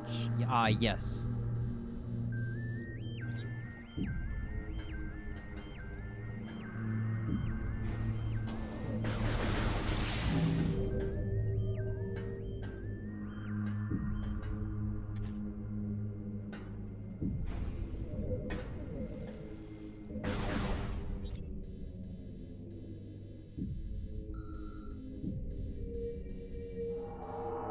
Okay, so we need to take the path to the right, which is a slow incline, it seems.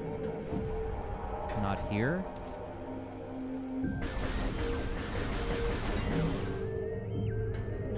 But here.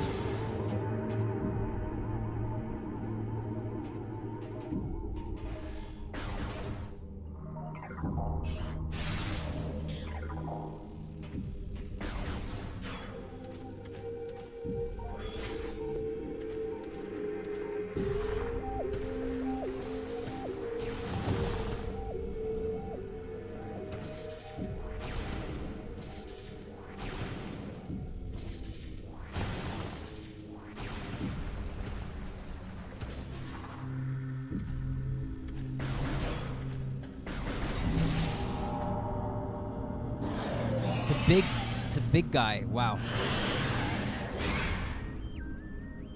Ooh, the Boost Guardian. Nice.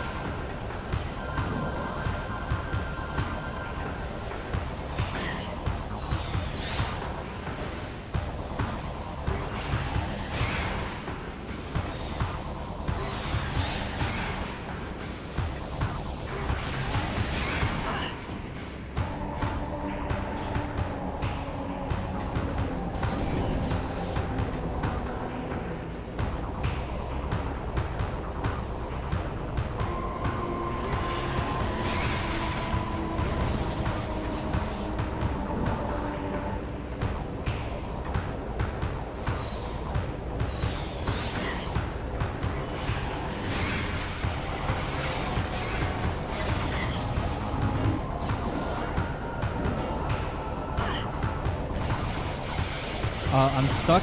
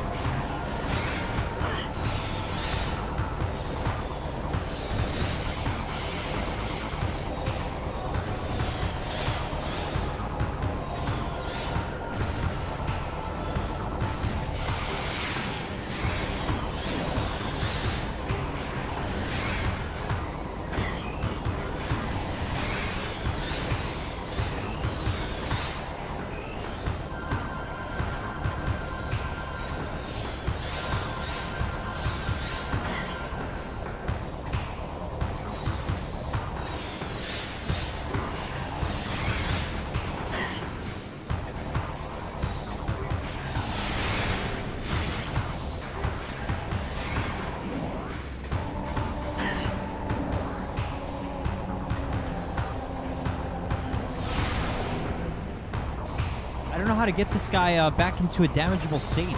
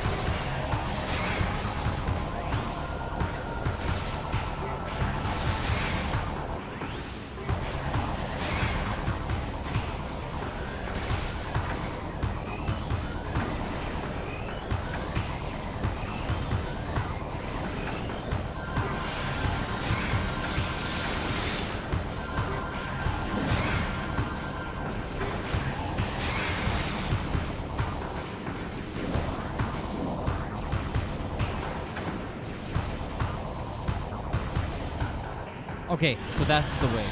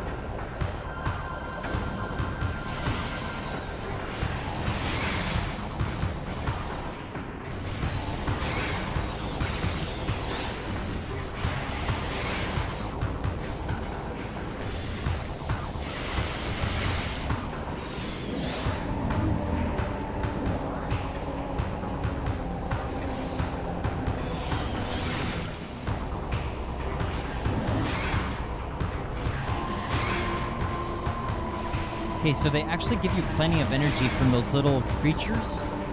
So it may actually be winnable even on this first try here. I'm not sure. We'll see.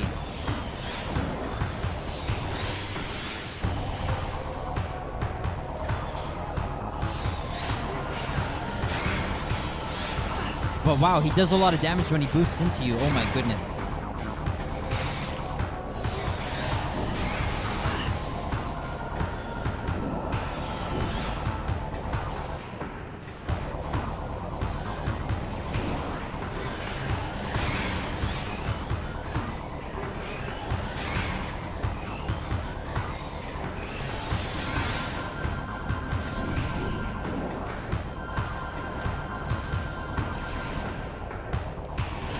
Okay.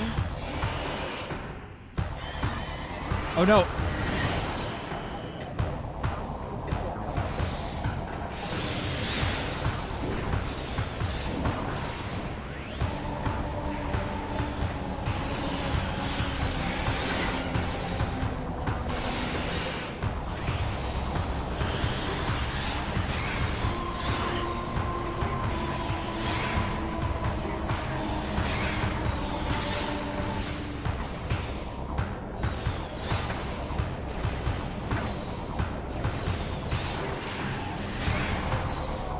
He could one-shot me maybe, so I've got to get some energy fast.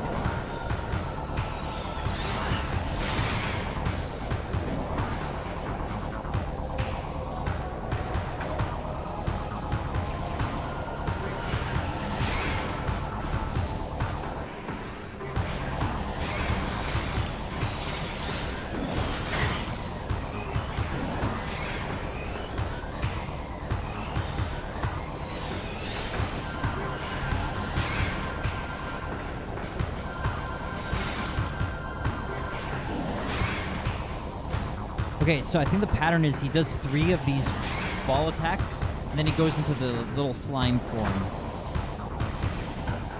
And now we can get him like this. Just gotta switch to the light beam.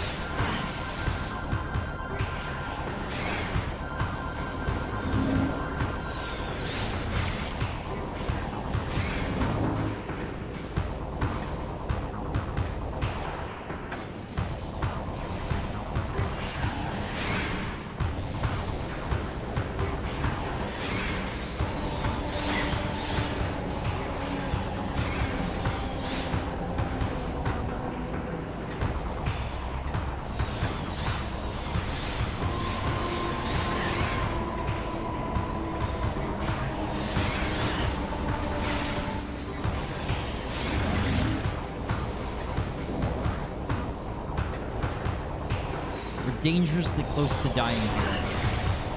Very dangerous.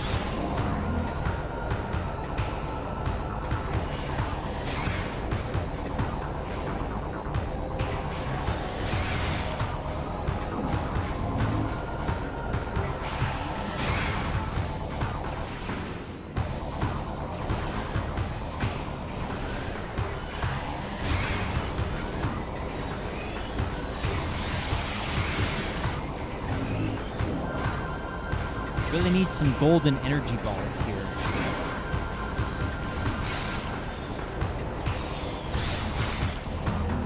There's one.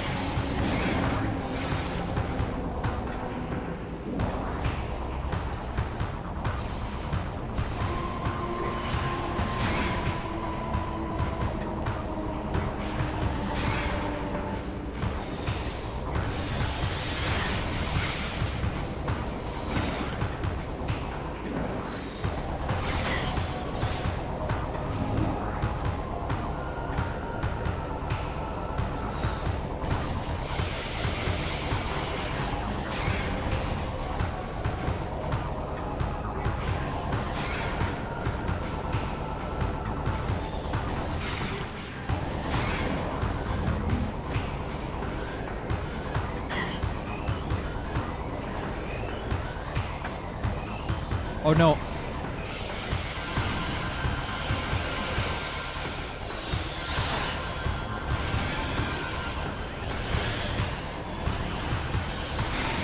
We did it?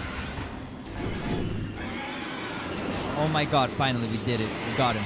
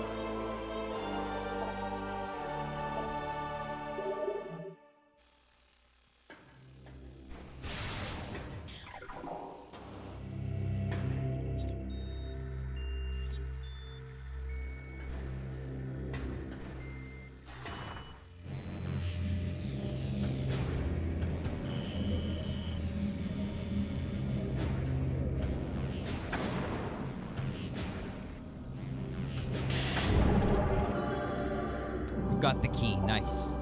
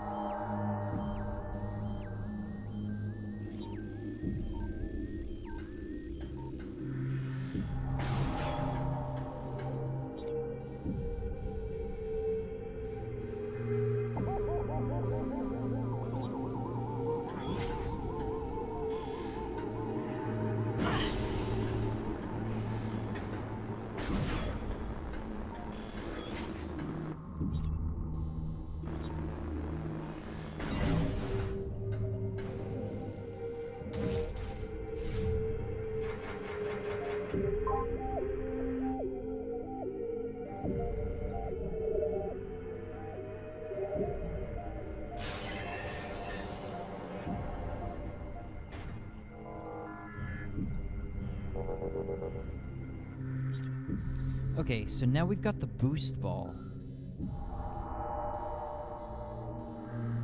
So now maybe we want to go back to the light world, it seems. And go to this place, which in the light world is the Forgotten Bridge. Yeah. Go here and then use the spinner device that's in there. I think it was there. Yeah, I think it was there. Alright. Very nice.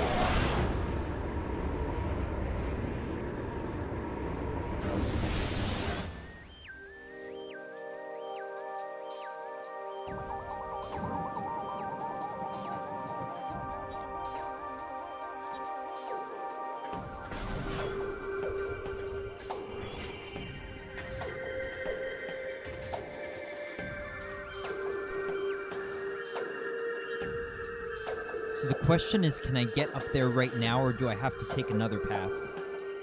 Like, would I have to maybe go this way?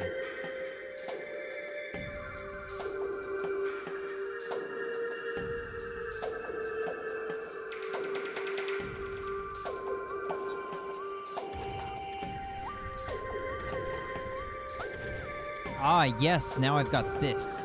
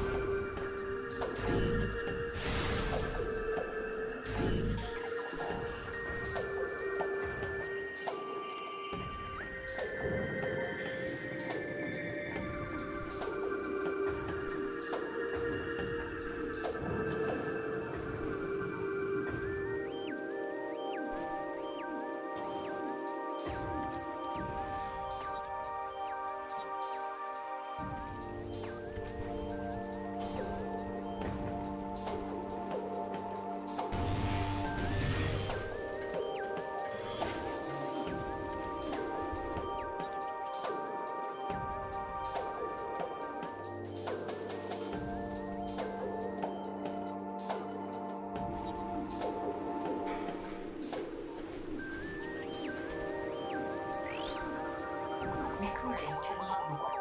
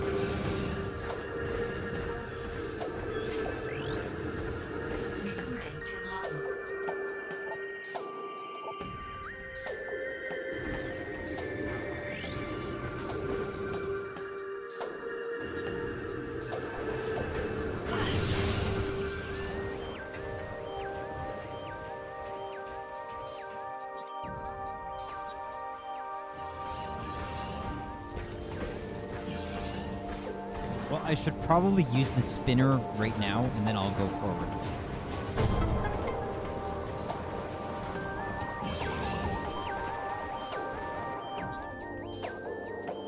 Okay, so that means if I wanted, I could jump out there. But I won't do that right now.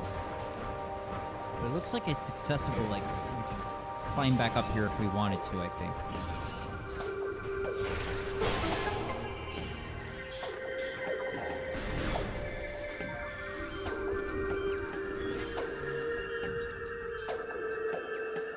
Oh, nice. I hope we get a cool item challenge here. Always up for that.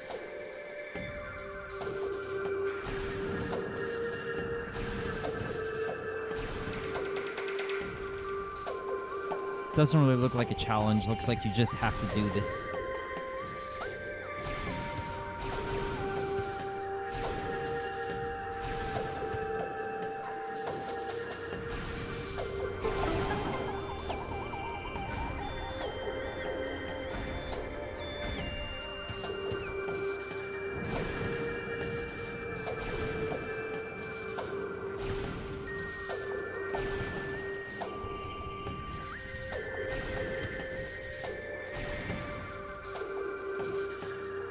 It's just a series of mechanisms. that's not a challenge.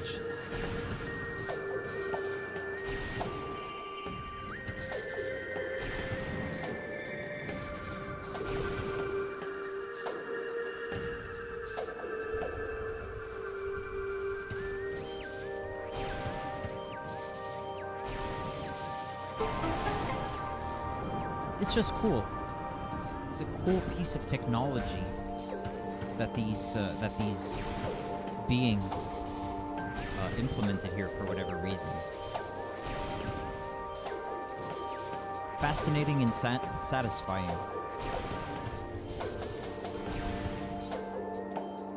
Oh, maybe the item challenge is here.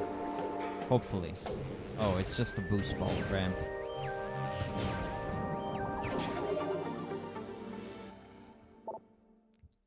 No big challenge there.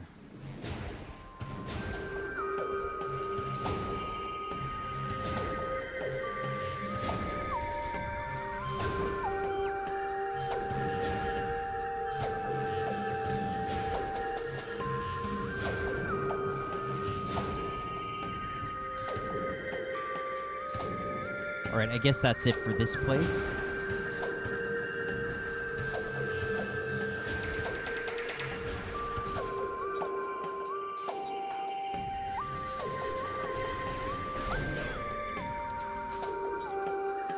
Orvis Plaza.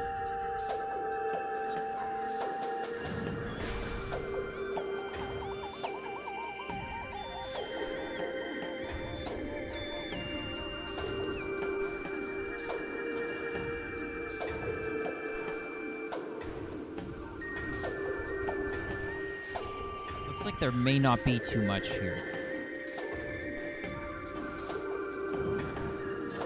Might be nothing right now, actually.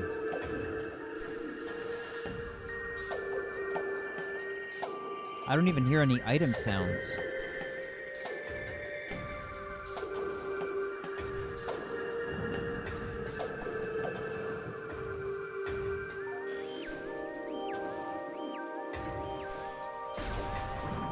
Oh, of course, I should try the boosting. Oh no, we need the spider ball here. Okay, so we have to come back with the spider ball.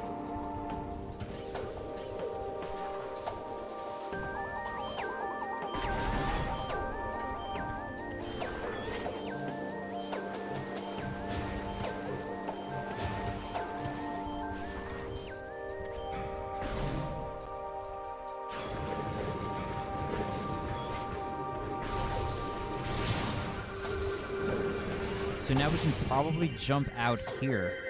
And then what?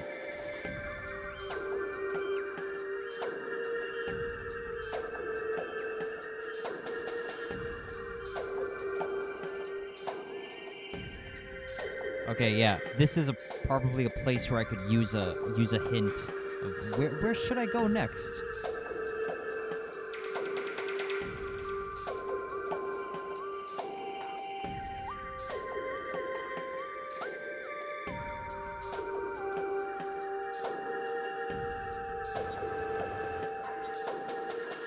Actually, there's a portal right there, so maybe I've got to go back into the Dark World here. I could, because now I have got the super missile. So that looks like a pretty good bet.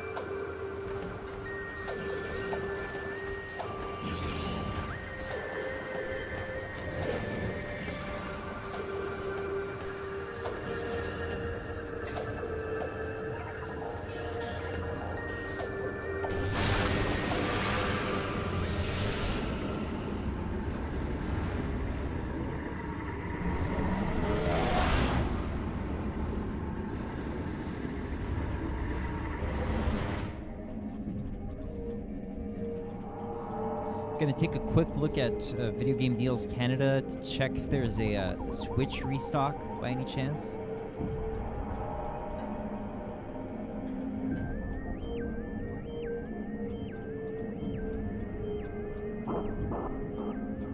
And is the Costco one still up there? Looks like it's still available, actually. Even the white one? Looks like it. Nice. Well, maybe I'll find a way to get that later.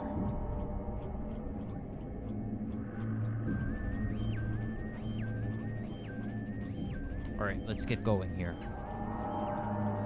So the next spot we want to try to get is that super missile door to the right. Let's see. How can we do that? Yeah, it should be feasible. We just have to get there across. Yeah. Looks very feasible.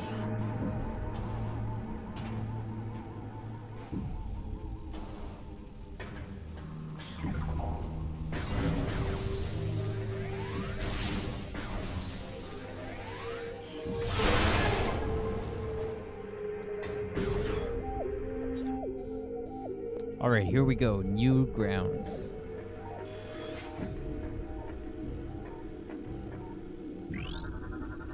Recording to logbook.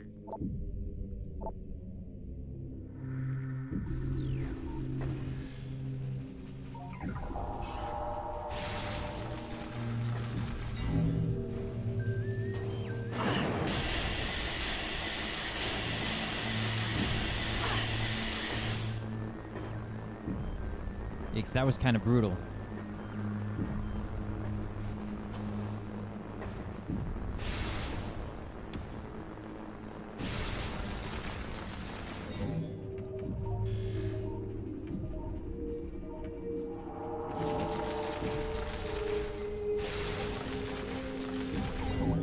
Okay, so the direction I need to go here. Okay, I'm facing the direction I need to jump. I've got to go this way. I believe. And we're probably good to move on.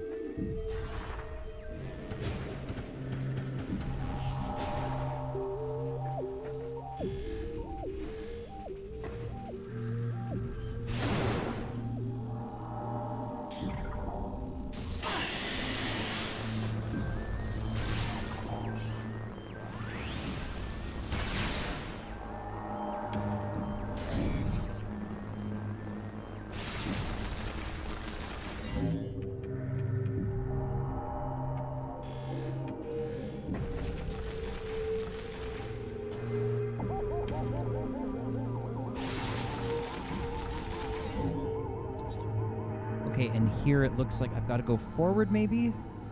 Yeah.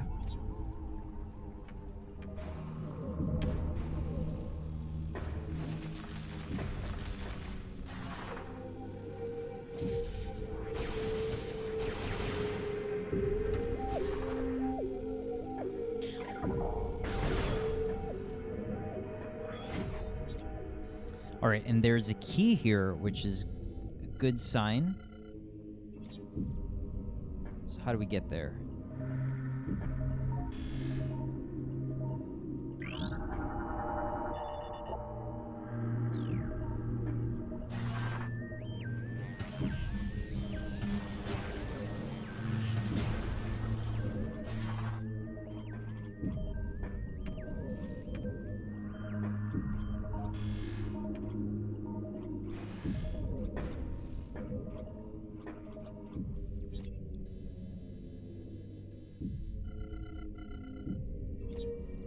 I'm guessing there's got to be some kind of mechanism that will move in the light world, which will impact our current place.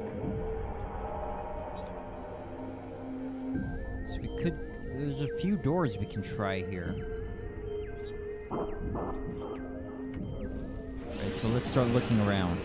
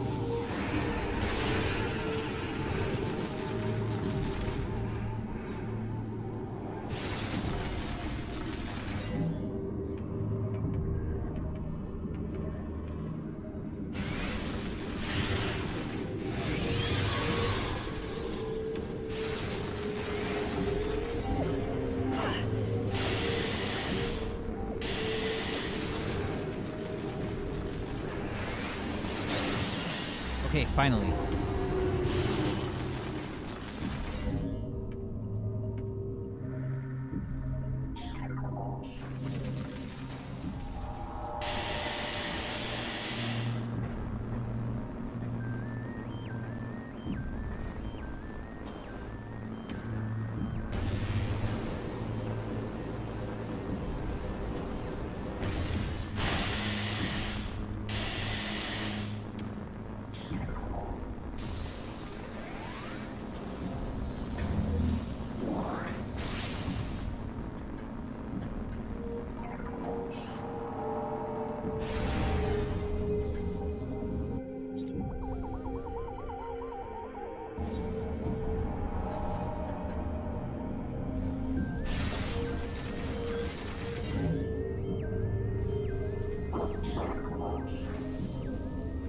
Oh no, that wasn't a good jump.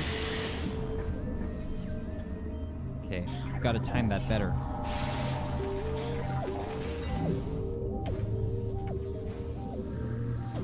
Looks like maybe I can't even make it. You're not even supposed to do that jump. Huh. Yeah, it looks like maybe it's not accessible, actually. So let's not kill ourselves here.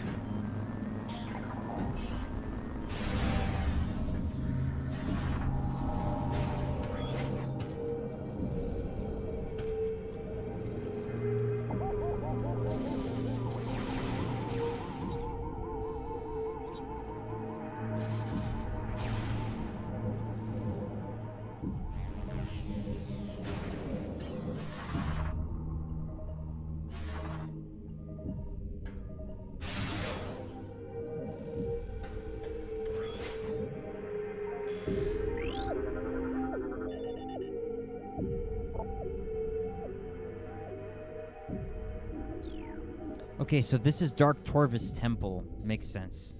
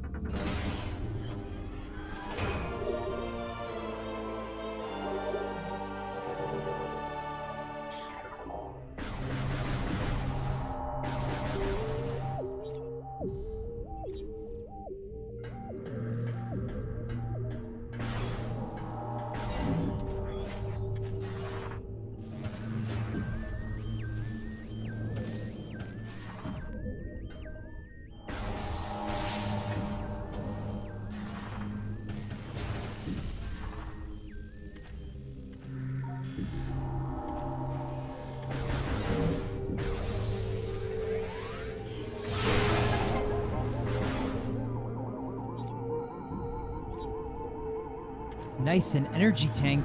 Just a free energy tank. Nice.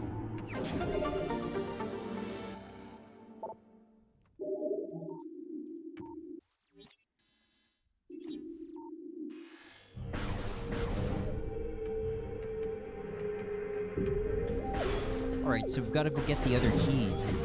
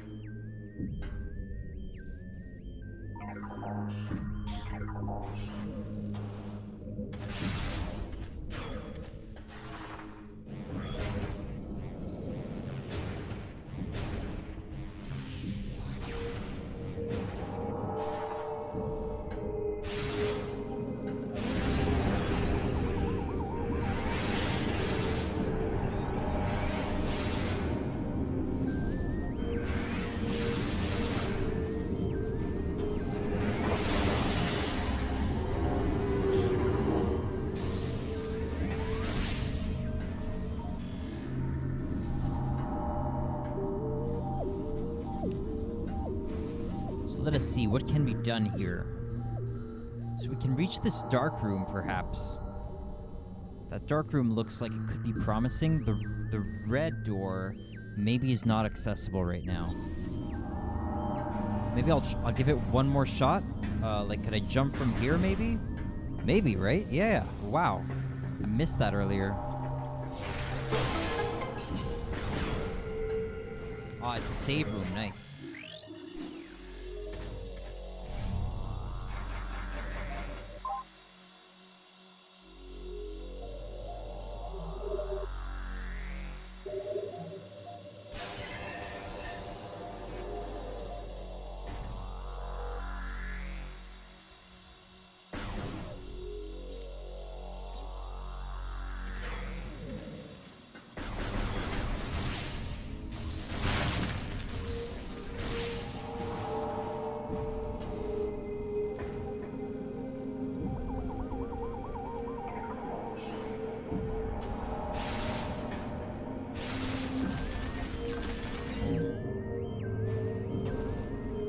I don't think I can jump there.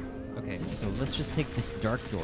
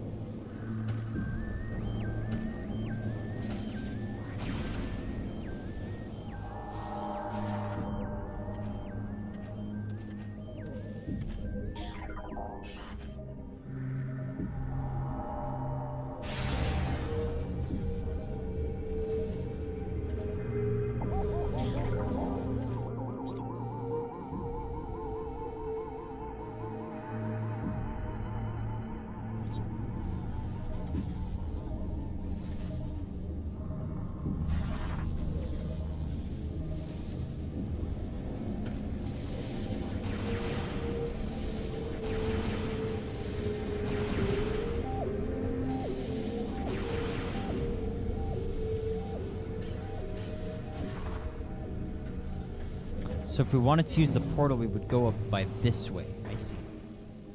So that's if we want to use the portal, which for now, maybe we don't want to use it just yet.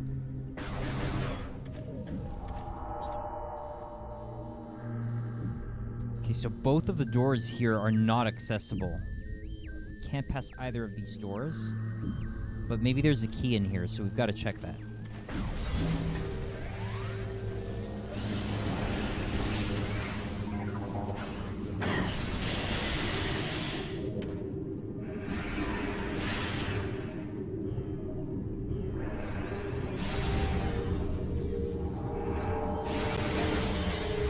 Got him.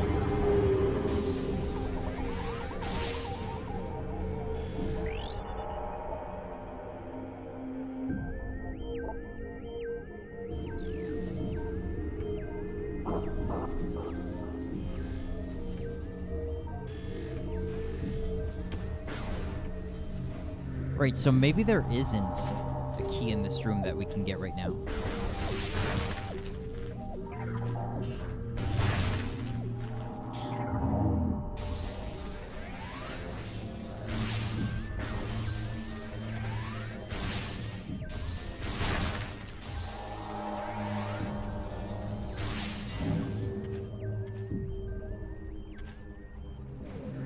So we probably have to come back here later.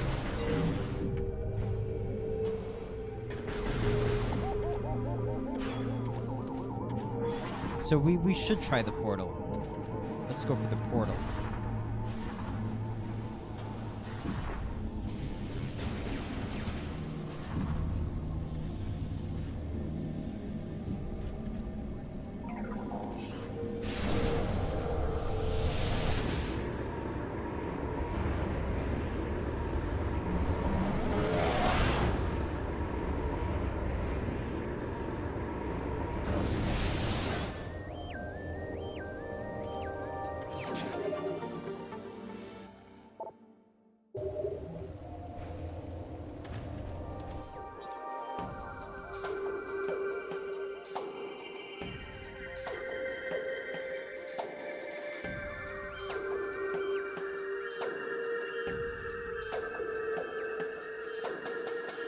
Okay, so now this is a little confusing. Like, where would I go from here? Like, what's the obvious path?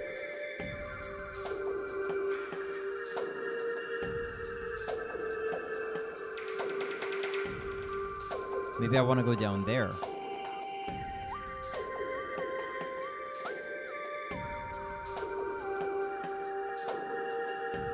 Oh, maybe I'll go to the right here. Maybe there's a translation door that I can pass over there. I'll check. So I'll check my left first, then maybe we'll go over to the right.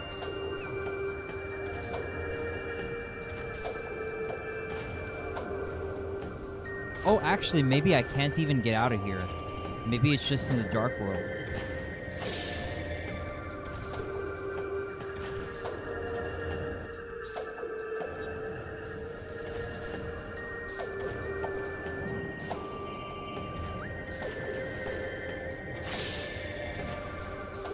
Yeah, it looks like that's just to get the missile expansion.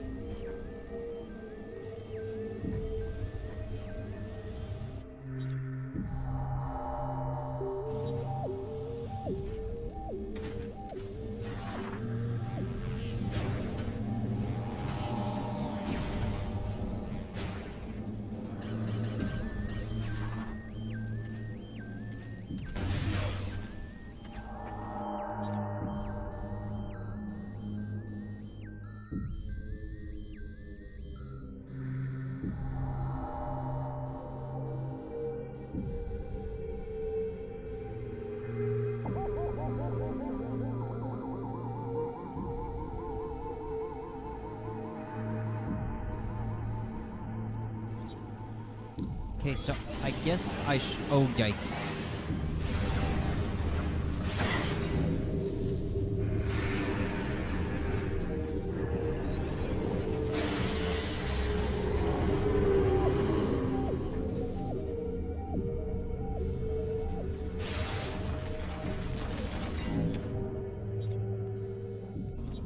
So can I reach that somehow? Maybe not. Okay, so how do I get back here?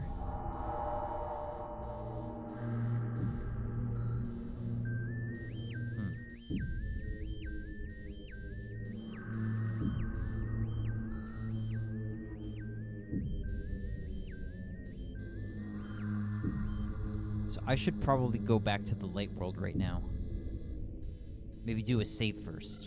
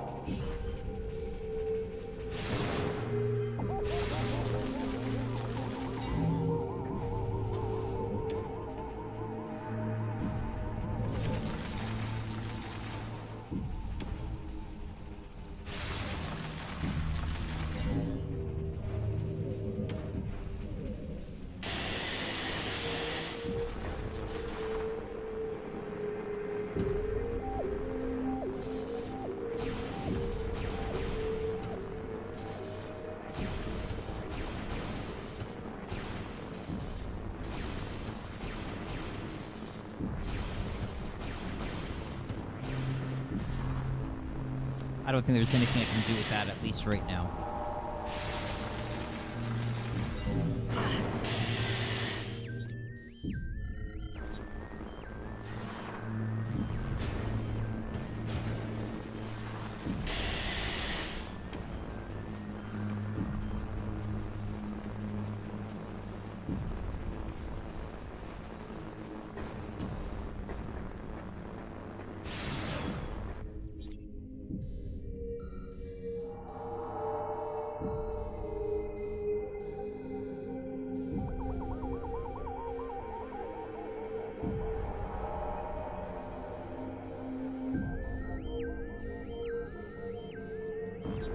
So I probably have to go back to the light right now.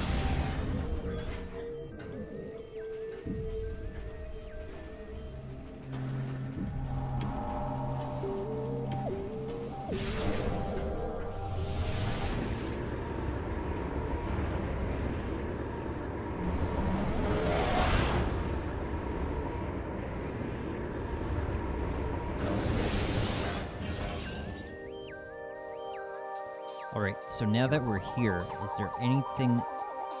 The thing I'm thinking to access is maybe go down there. Maybe I want to check if I can open up that translation door. What else? Those are the two things I would check. So let's go here to the Great Bridge first, and then we'll go check maybe the underground transport.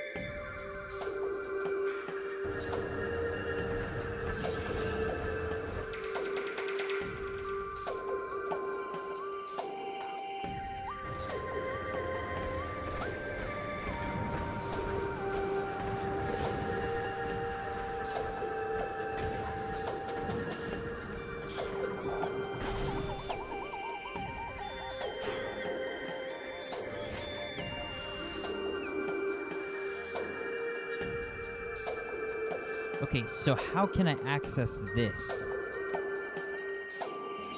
Oh, yeah, maybe it's with the grapple beam. Maybe there's not much to do other than try to grapple that thing.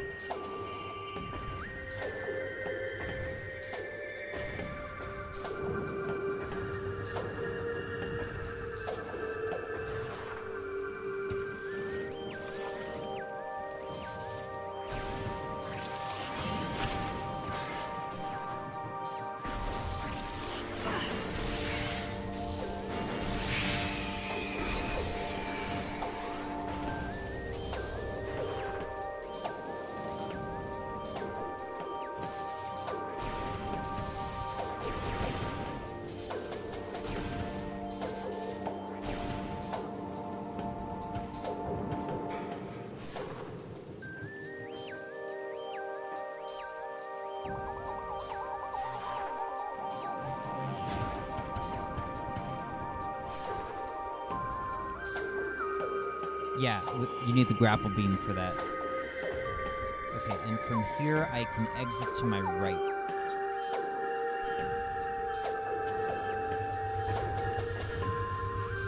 Ah, yes, okay.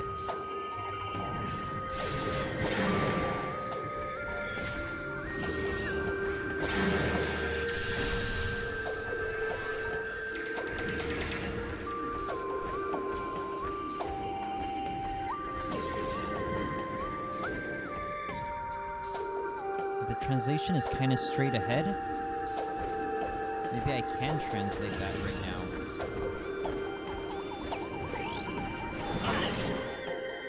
Yes. Through vigilance and strength we create peace.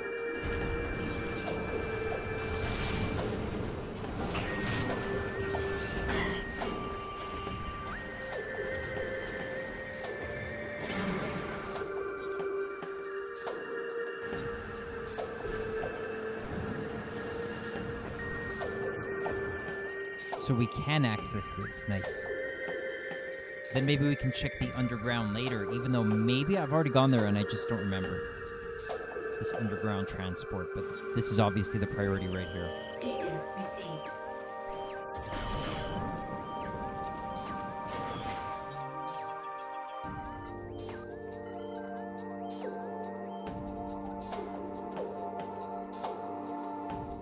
Okay.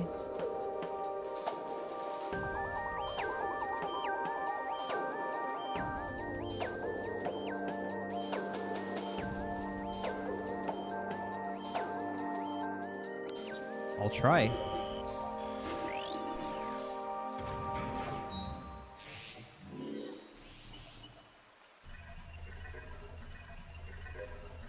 Oh, this is just a map, so not so important.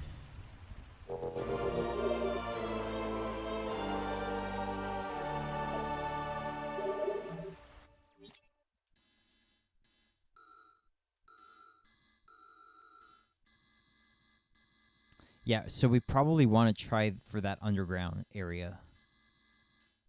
Alright, let's do it.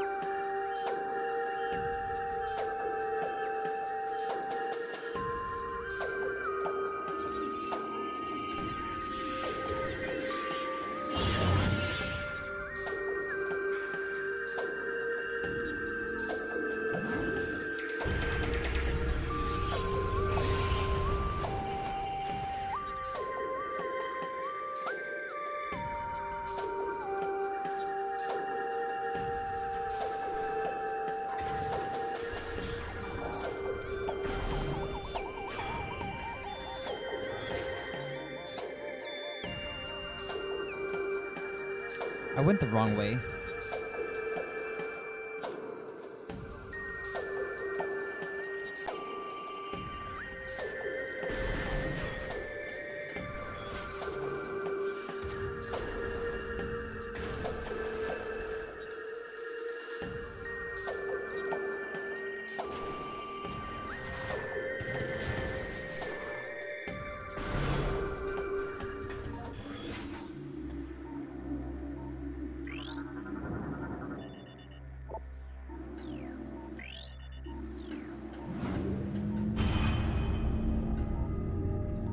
New grounds to be covered.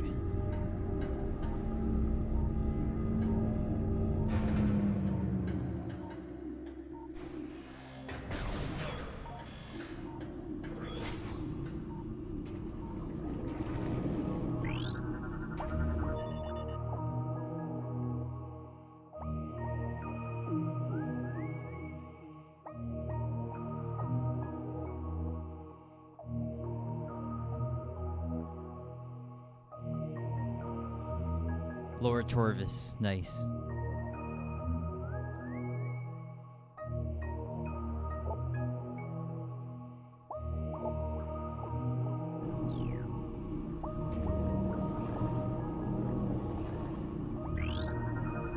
Recording to logbook.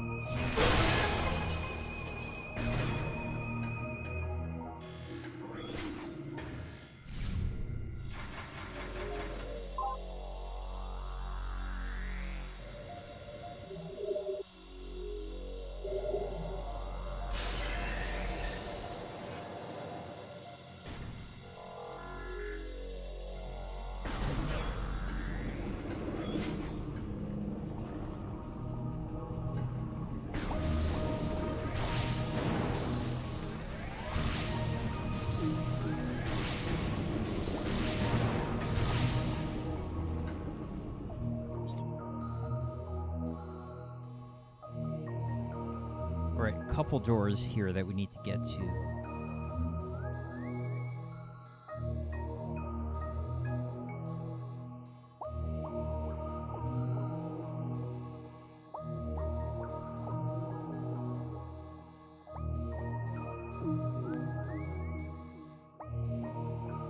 Wow, looks complex, man.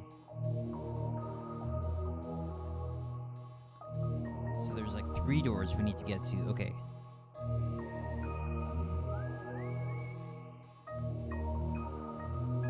Okay, so it looks like we want to go to the bottom first, maybe.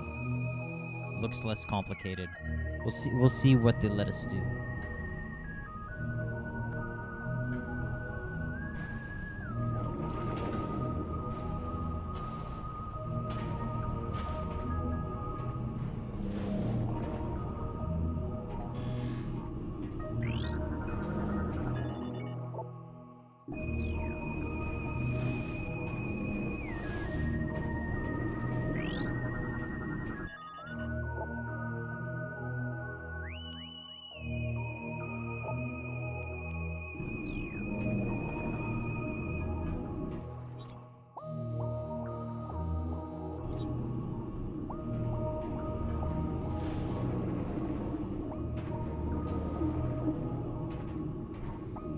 Okay, so we can't reach that as things are right now, so we need to go from underneath, I think.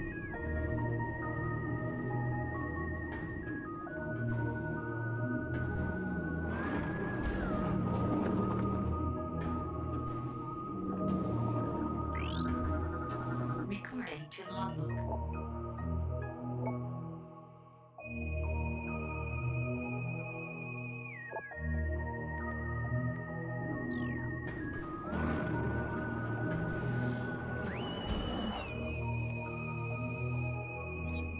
Let's see, so we want to try to find this door that's near the bottom.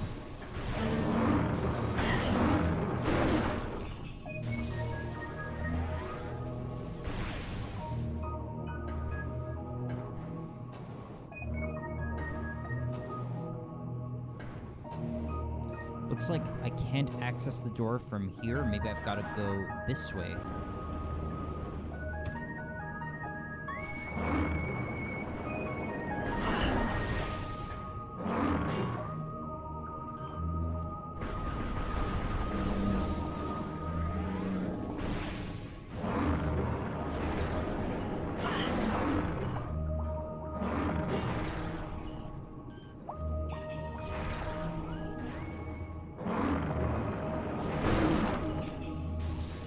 Got him?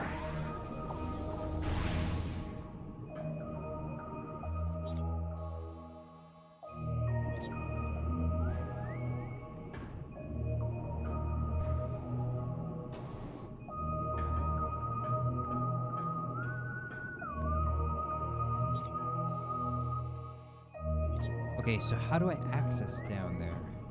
If I do this, it'll probably shoot me back up.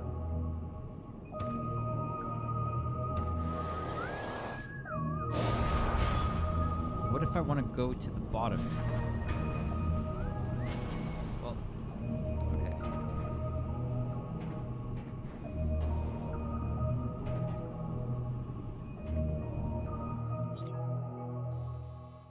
Okay, so I'm facing that door down there right now. But how do I get there?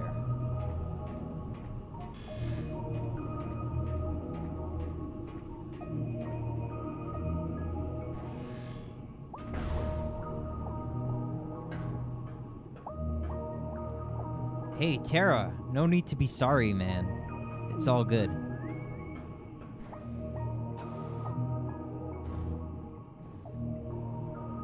Pretty sure I could figure out the game, you know, with my own logic. It might just take me a little longer. Have to go run some errand in a bit. Yeah, no problem, man. Really.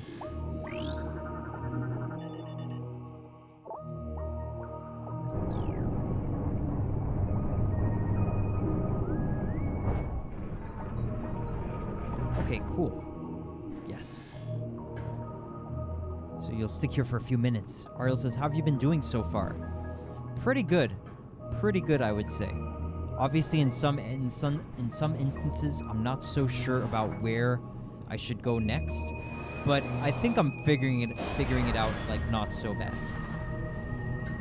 I think I'm where I need to be right now. I did just get a hint about some Luminoth weapon back at the main temple in the main overworld area, but I'm pretty sure we would only go there like probably later. You're telling me there's anyway. How do I get there? Oh jeez. They're telling me there's some kind of Luminoth weapon over here. But I don't think I should leave Torvis just to go back here, probably. That's probably after Torvis. Oh, Terra says now you have to go get that item. Really, I have to go there? I have to leave Torvis and go there.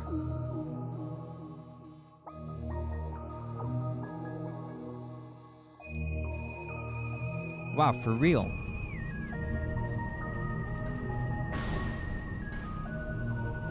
Okay, well, you need that item to open the purple door. Oh my goodness. Wow, so they really just want us to leave Torvis and go back. Alright. It is to be expected in the Prime games, I suppose.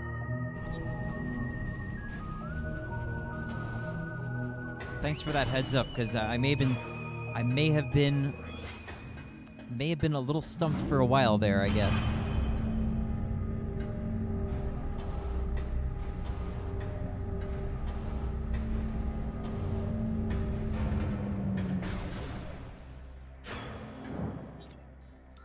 Alright, so let's see. What's the quickest way back?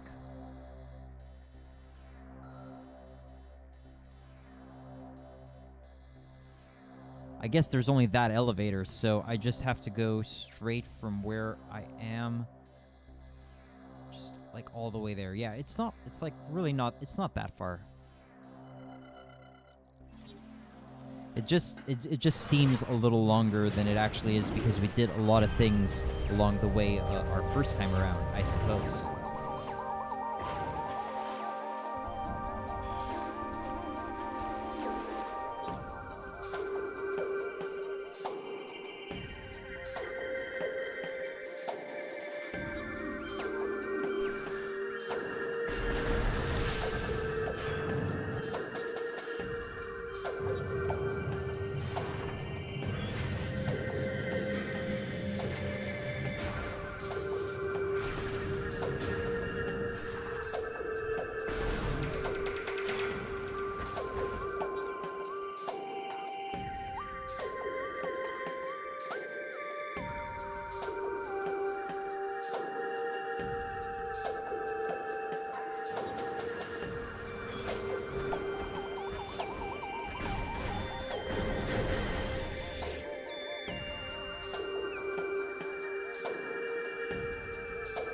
I guess either path doesn't matter.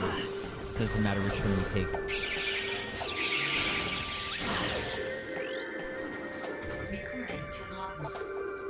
Dark Aether. In time, we created machines to open rifts to our enemy's world.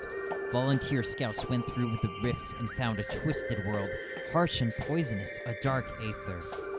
They discovered that this world held the missing half of our planet's energy. They tried also... Oh, jeez, I messed up.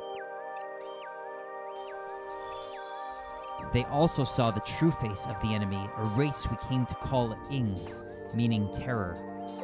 Our scouts could not survive long on the surface of Dark Aether, so venomous was its air. Still, we vowed to return. We prepared for war.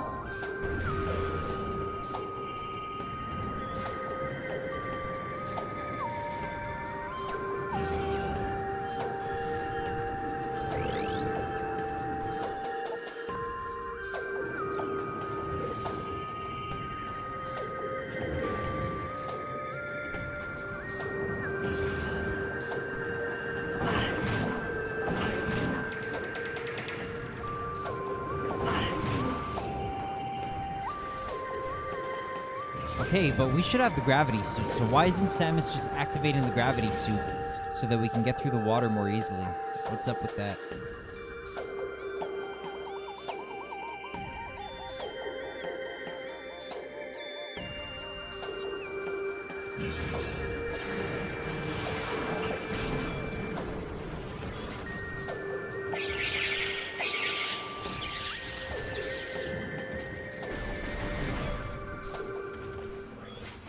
You need another item to move freely in the water. Okay, I see. But she should still technically have the gravity suit from the end of Prime 1.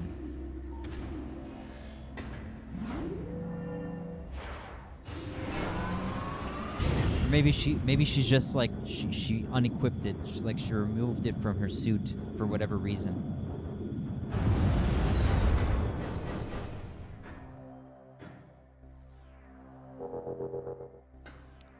No gravity suit in this game, lol.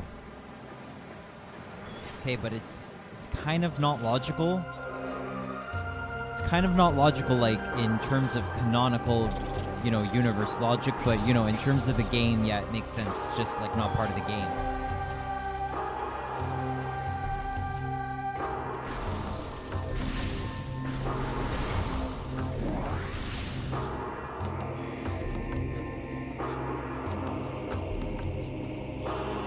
Terra says, in that sense, she should have every item from every game, then.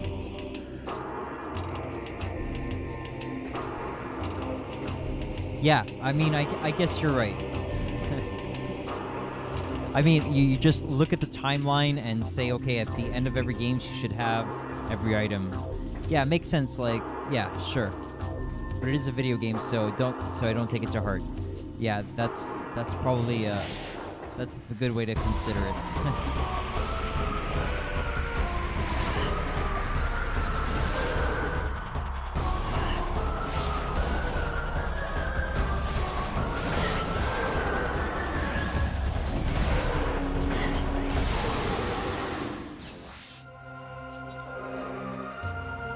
Oh, I can access this now. Nice. But is it worth doing? Maybe not. Because I don't have the yellow, I don't have the power bombs. So it's kind of just going to be a dead end for now. But maybe, like, it's here. I should explore it.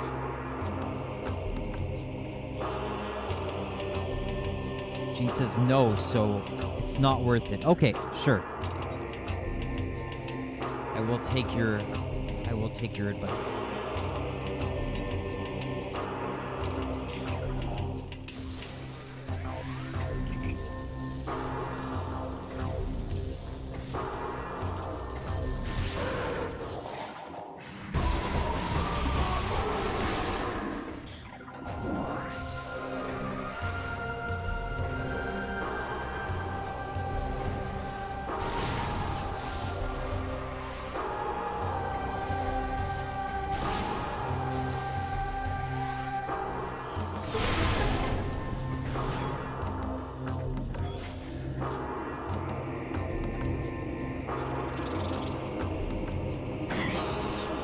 Tara says where you want to go now is to your ship.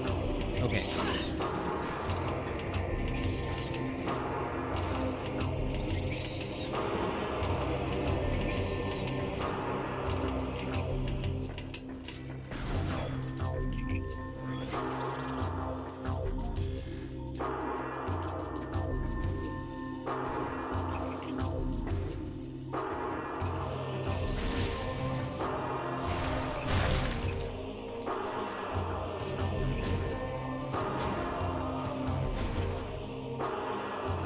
Let's see, there must be something here right now. Ah, yes! Very cool. You want to go to that half pipe.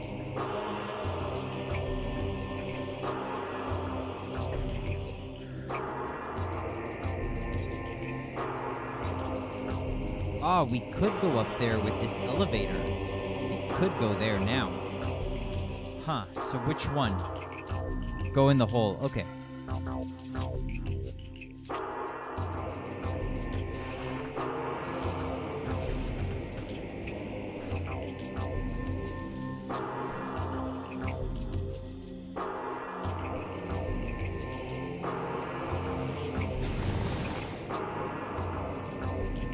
but be prepared to do a puzzle. Nice.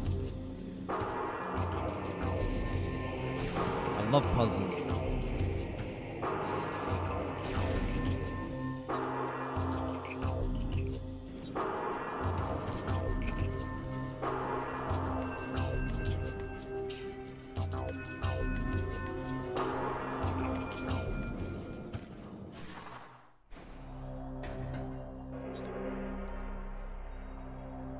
Hall of Honored Dead. Okay, cool.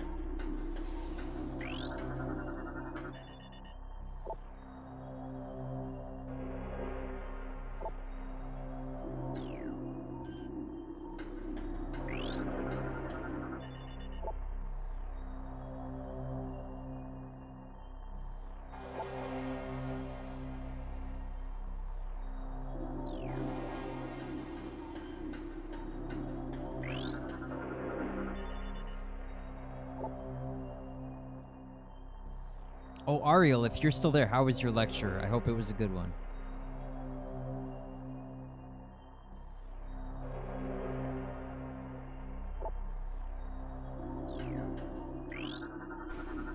It was good. Okay, I'm happy to hear.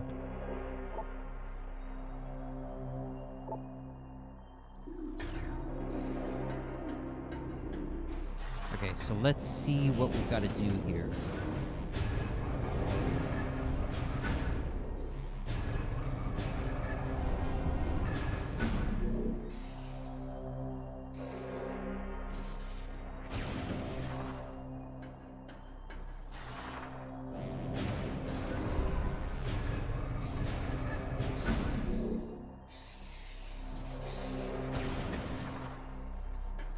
So far it seems like kind of a really easy puzzle, like not even a puzzle maybe, but maybe it gets more complicated.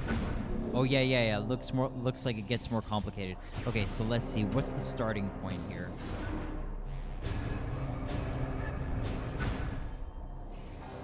Ariel says, what could be asked from a college lecture? It was an iOS programming course. Okay.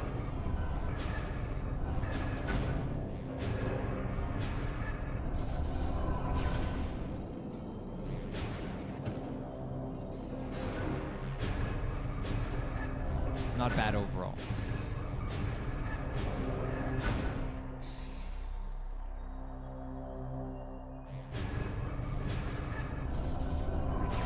Okay, so it is indeed a puzzle.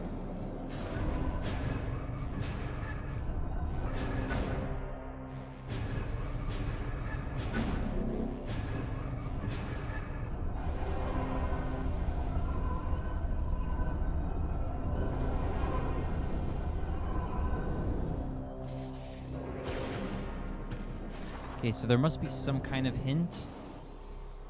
Yeah, it looks like these things. Okay, and what is this? Oh, it's the grapple hook. Okay.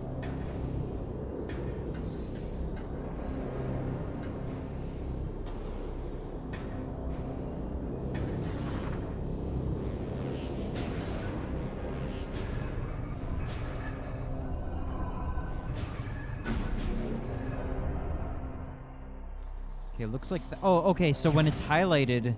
Oh, it's not the grapple beam. What? Really? Huh. Okay. Oh, hey, Nathan.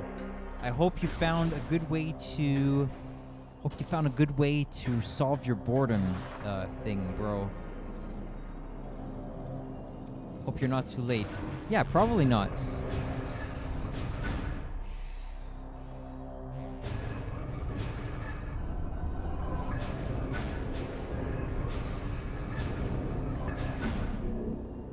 Okay, I see. All right.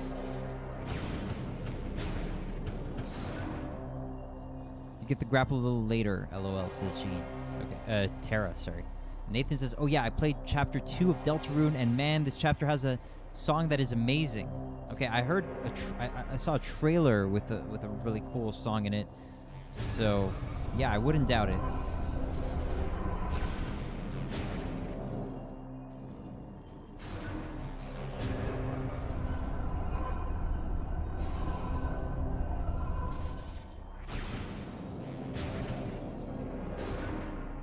I'm gonna have to play Deltarune after I finish with the Mother series and maybe some of the you put in music stuff. Okay, thanks, man. I'm gonna have to check it sometime. I mean, you know, Undertale and Deltarune.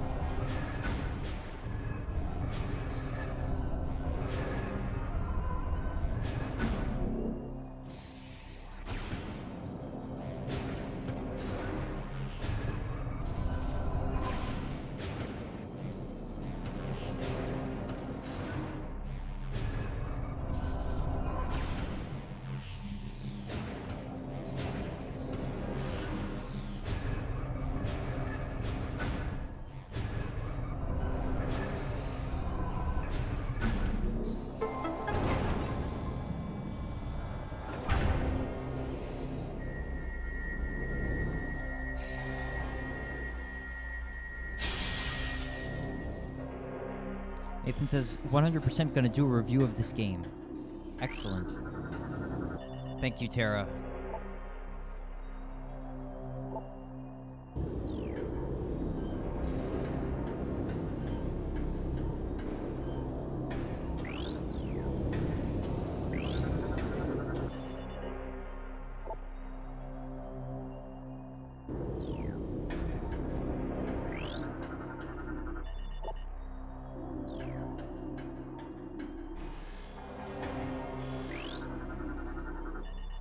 Seeker launcher. Ah, yes. Okay.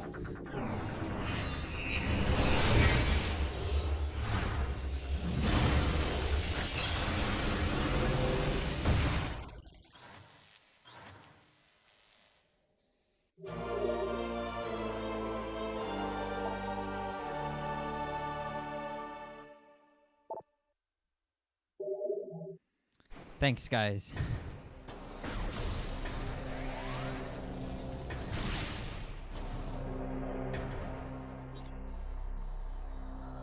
Okay, so do I want to take the portal or not just yet?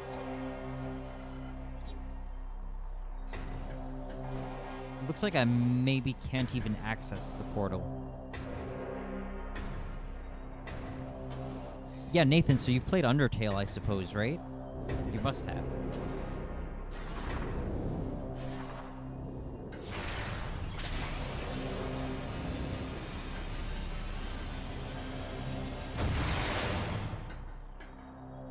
Come on, man. That was kind of not fair.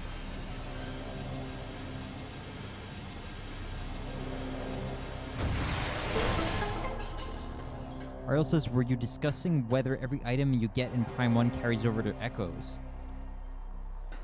Yeah, kind of. Like, why did she not have the gravity suit, basically? Is what I was saying, but makes sense. It's just game logic, you know. You don't have a lot of your old powerful items. Tara says, nope, go back to Torv's vlog.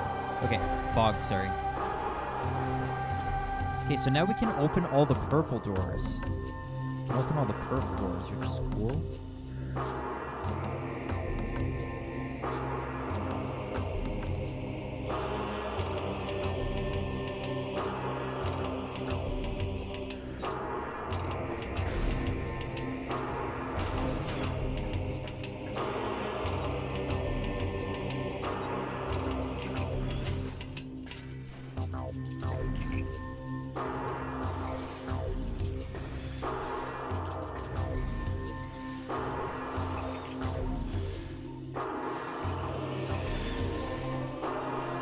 Ariel says, yes, games do that. Just nerf your character down even if the game is a direct sequel with the same character.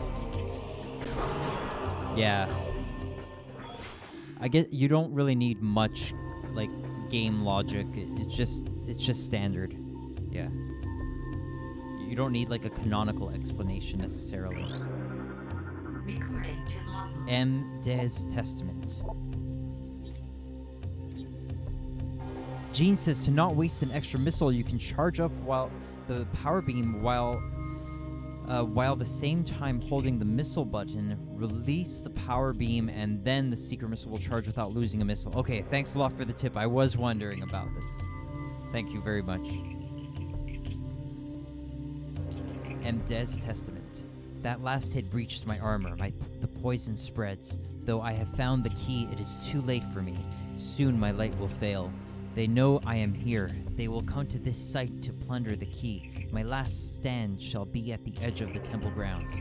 I only hope I have the strength to fight when they arrive.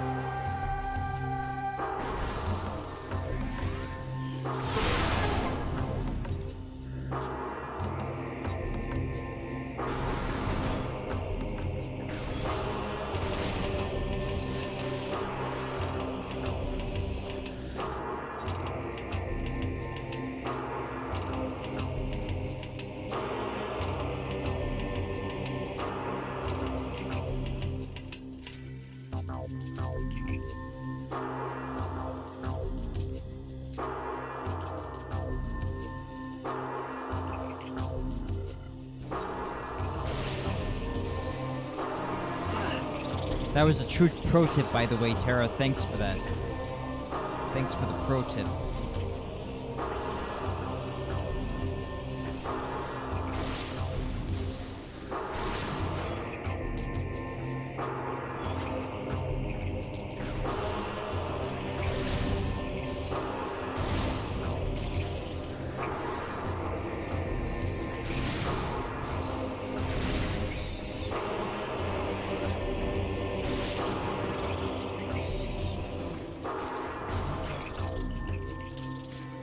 This game's pretty complicated, I would say.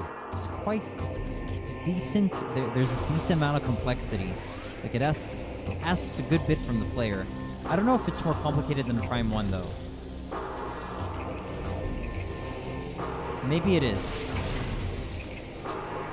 What would you say, Tara? Is this game a little trickier than Prime 1, or are they about on the same level?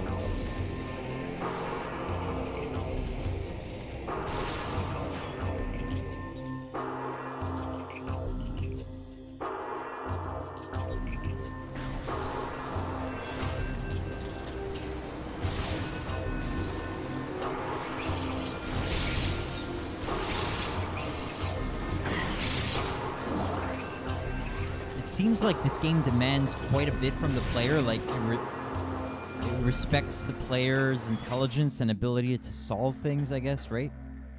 And Tara says Prime 2 is way more difficult than Prime 1. Okay, duly noted.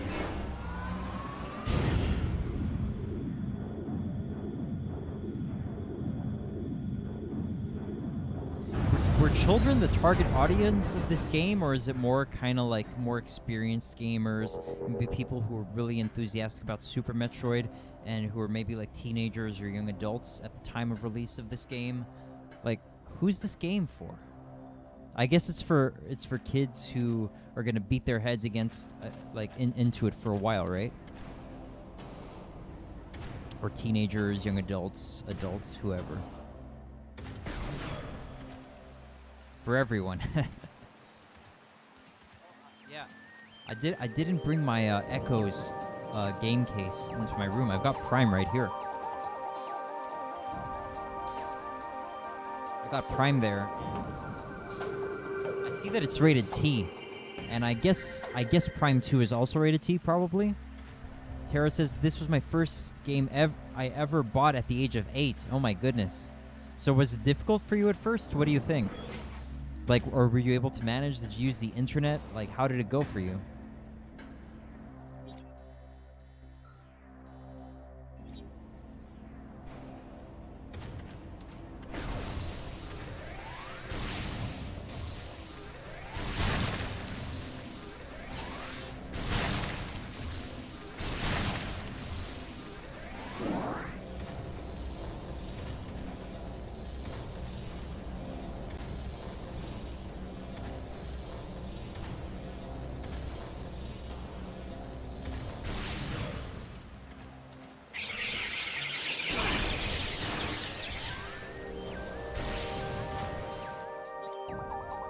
Tara says not to toot my own horns, but I was a pretty intelligent child. Okay, nice, man. Was it kind of scary at that age? It must have been, right? Just gaming in general wasn't hard for you. Nice.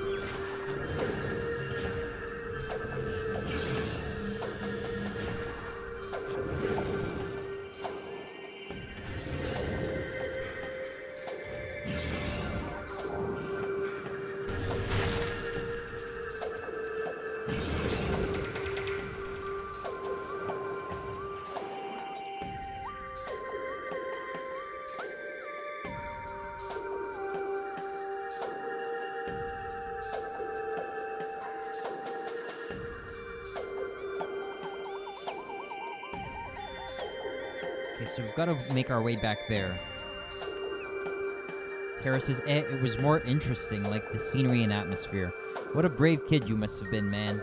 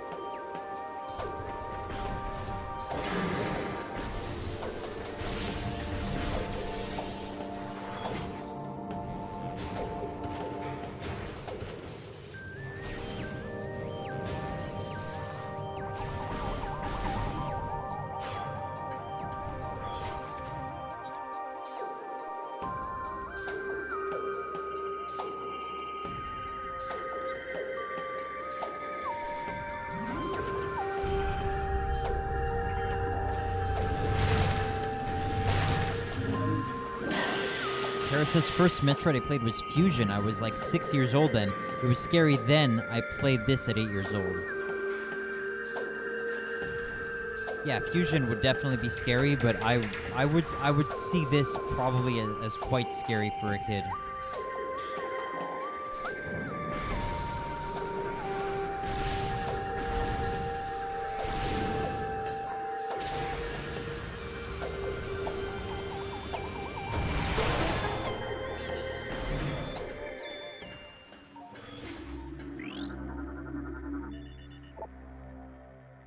Agon wastes to Torvis. Wow. Okay, so I don't want to take this elevator probably right now. It's probably the wrong... It's not the correct place. Or is there something we can get over there?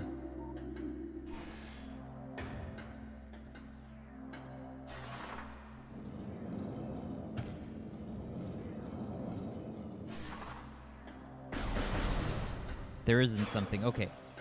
Thank you.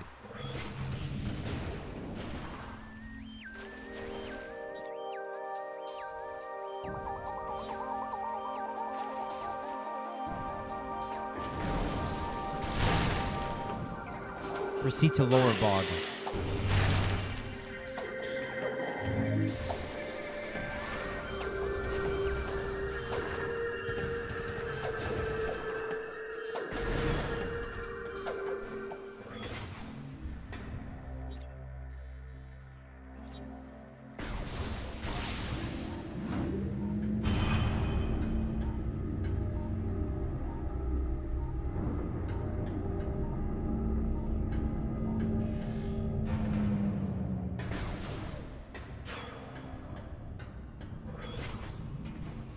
Alright, and we get the awesome lower Brinstar music. I love this.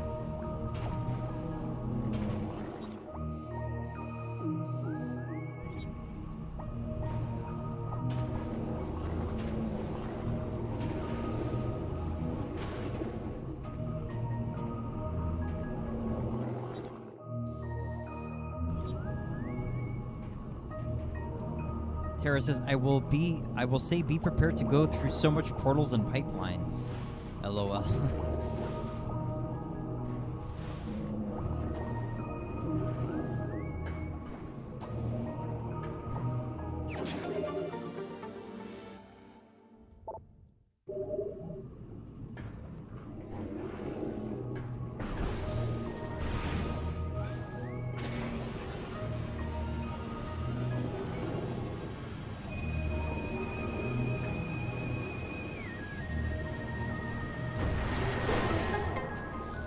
lot of items.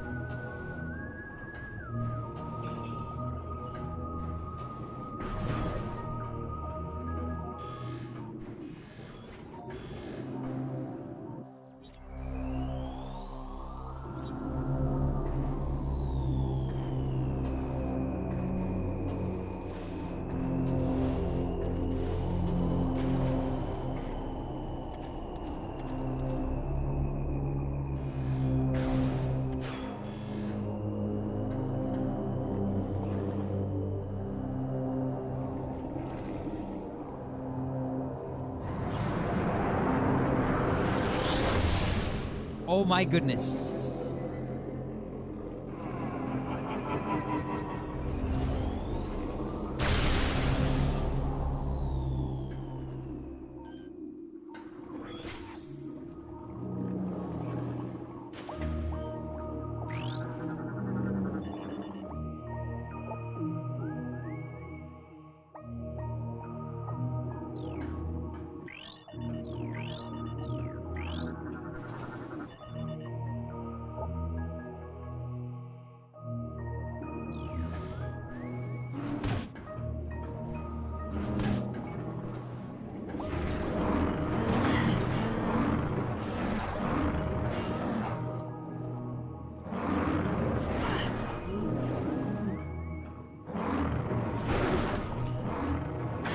Tara says, don't worry about Dark Samus.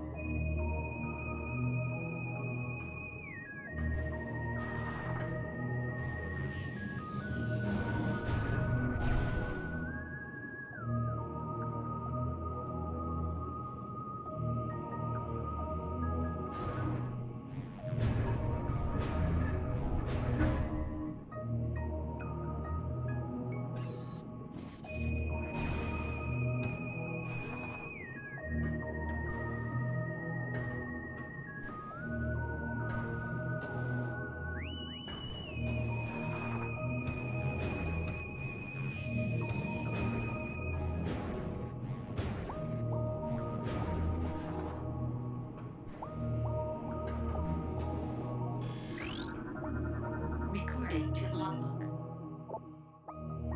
Our war begins. We developed crystals that brought the light of Aether to the Dark World.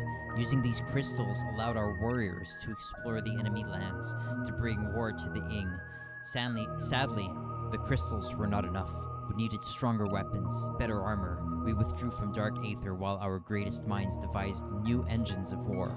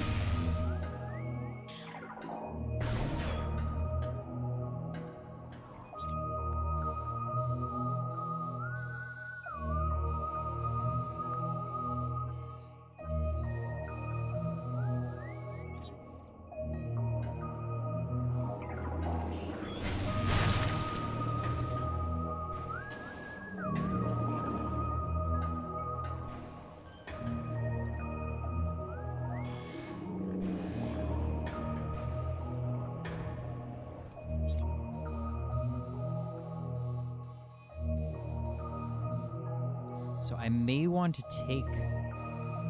I may want to take this. May want to take this dark door.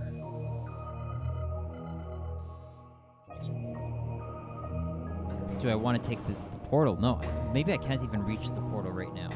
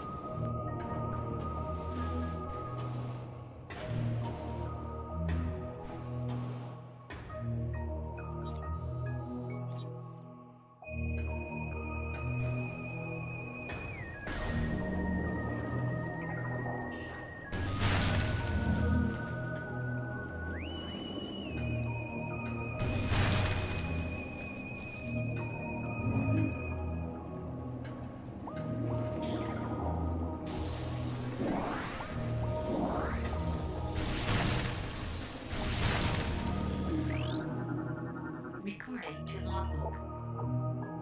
G. Skuz Testament. What craven savages are the Ing, trapped in the catacombs? With no chance of rescue, I fought them to the last. I watched them feed upon their dead. I heard them pressing the lesser of their number into the front ranks, that my blasts would take them. At least their leader stood against me in battle. He was a foe worthy of a Luminoth warrior. Terra says, remember you are trying to unlock the rest of the 2 locks. Okay, got it.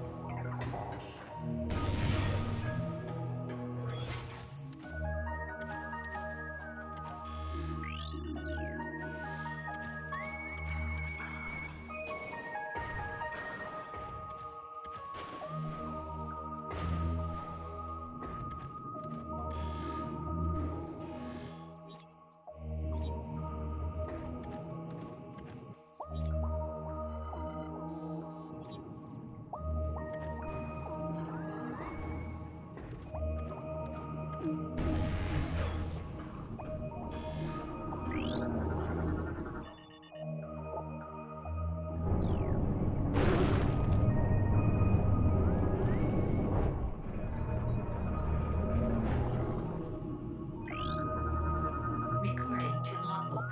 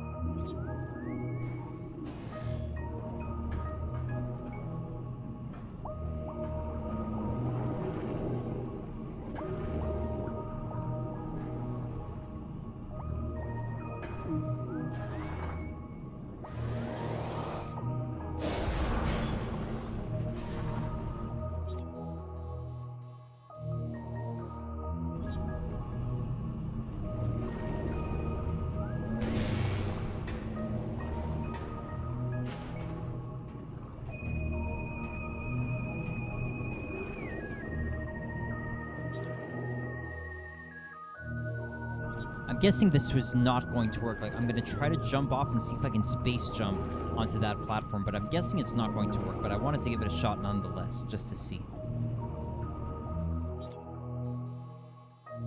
So I've got to make sure I'm as close to the edge as possible. And I'm going to jump off backwards and then try to jump onto the ledge. Looks like it's not going to work. Yeah, it's not gonna work. Okay. Oh my goodness.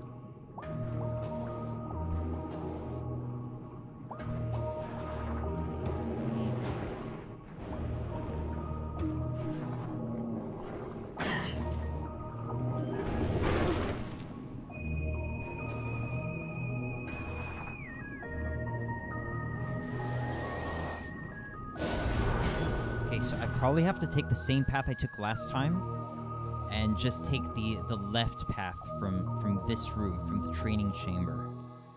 So I've got to go straight ahead from where I'm facing.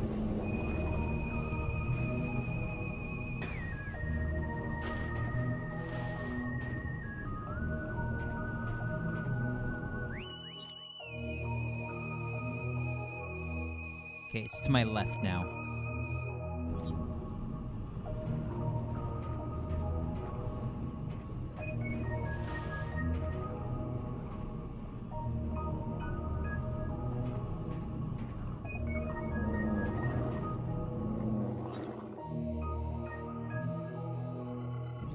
Okay, now it's behind me. It's that one.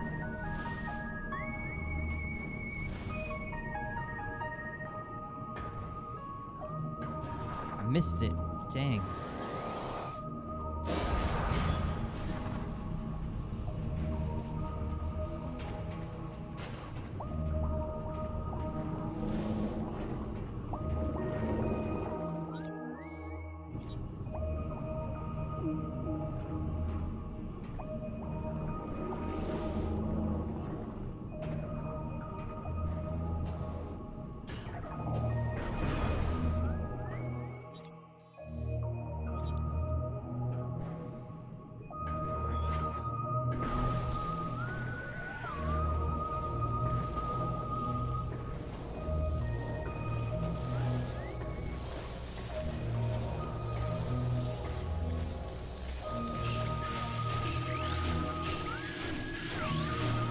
Recording to logbook.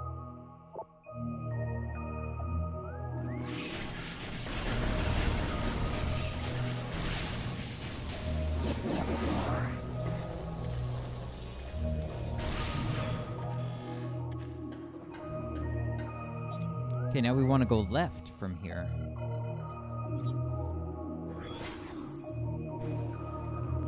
So how do we do that?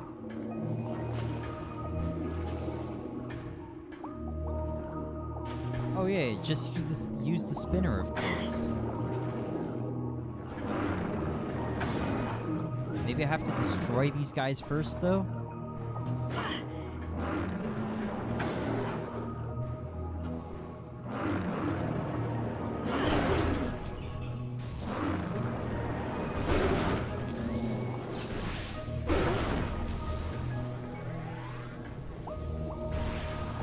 I guess it wasn't necessary.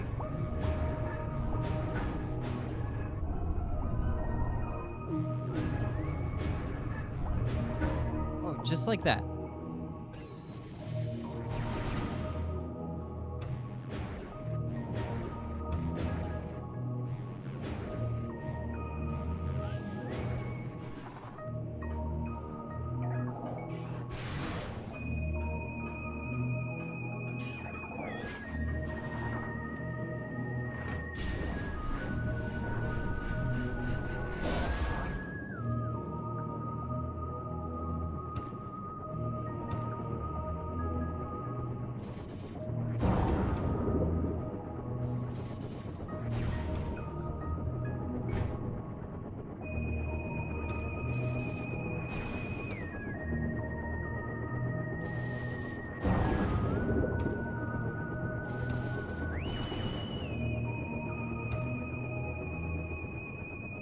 James says, "Oh, it's Nicholas Prime." Yes, sir. Hey, man, I hope you're having a great day. Nice to see you as always.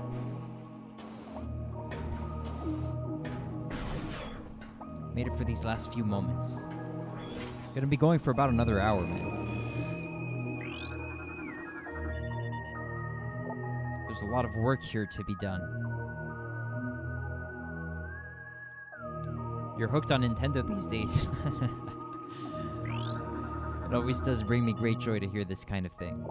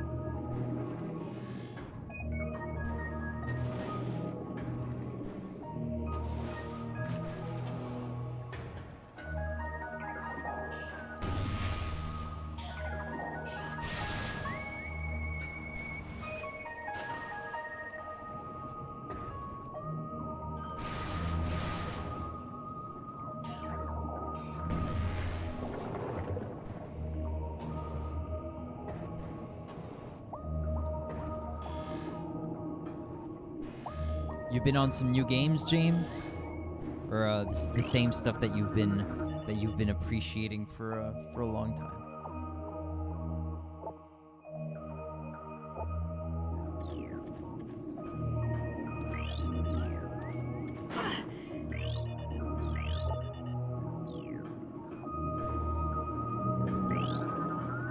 Recording to logbook. The New Terror. In time, the Ing began to possess Luminoth as well as creatures. Friends and family members became the enemy, spilling Luminoth blood across the land. Desperate, we devised shielding to prevent Ing possession. It was effective, but not perfect. Should the shielding fail, all Luminoth were prepared to self-terminate rather than become a weapon for the Ing.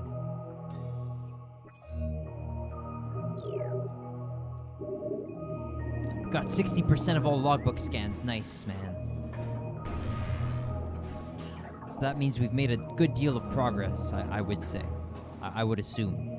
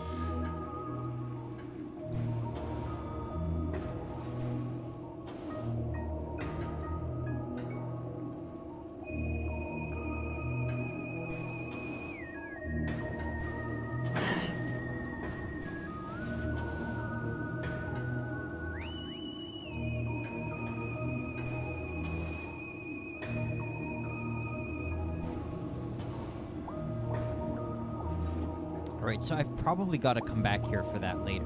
Come back later for that.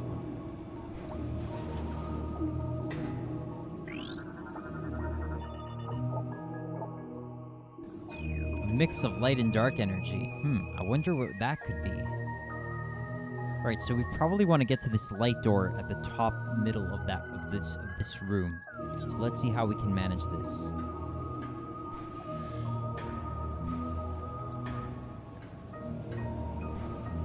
Oh.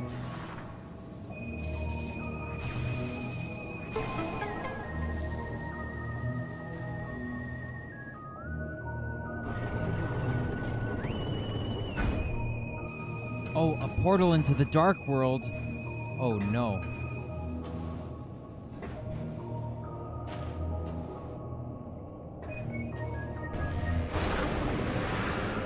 If this makes us underwater, we're instantly dead, but I don't think it's gonna spawn us underwater.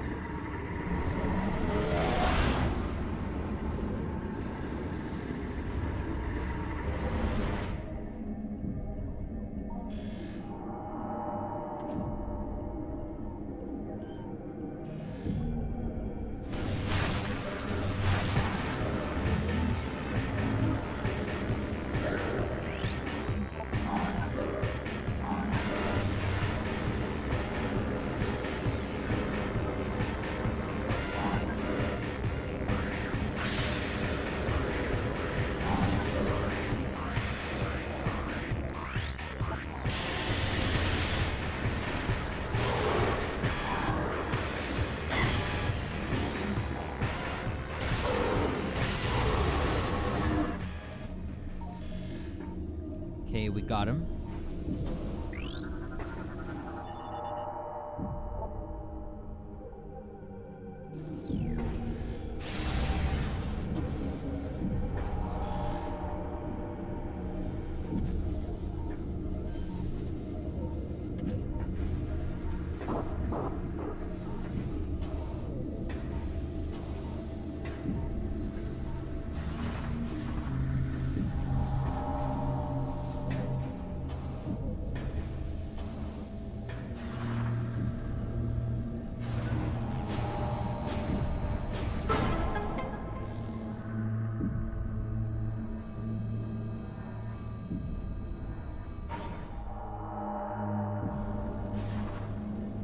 That may be all we have to do here for now. Let's keep having a quick look around.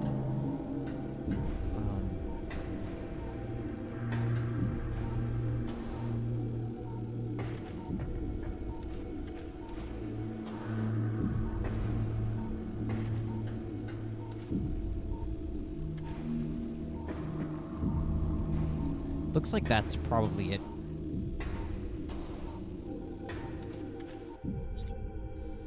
Crypt. This is a crypt. Wow, that's creepy, man. This is where they put some of their dead bodies or something like that? Or it's just a crypt for one particular thing.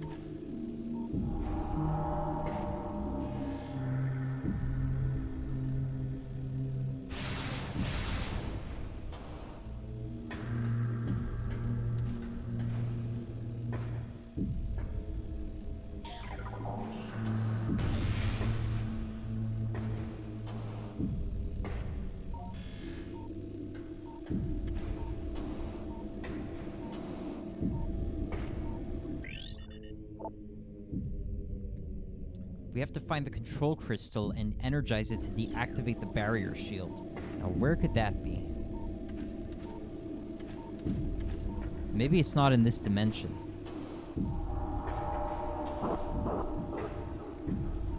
Alright, so we're just going to go back to the light world.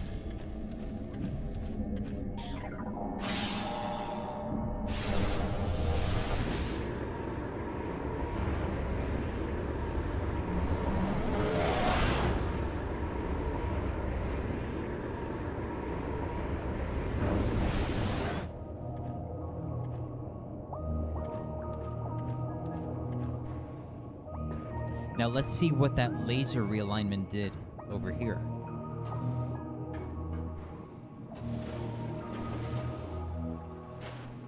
Oh gosh, no.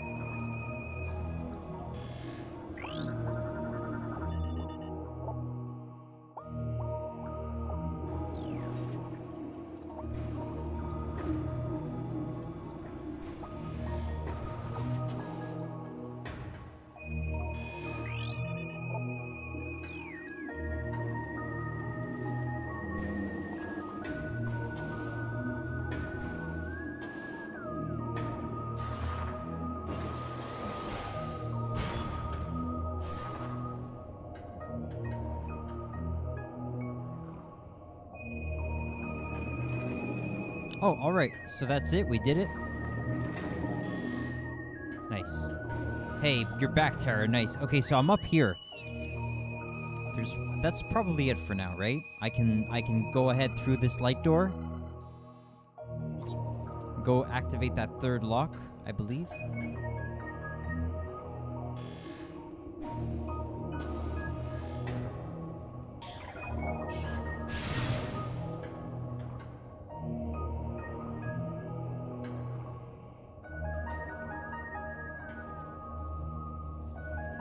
Go to the light door. Okay, good. Thank you.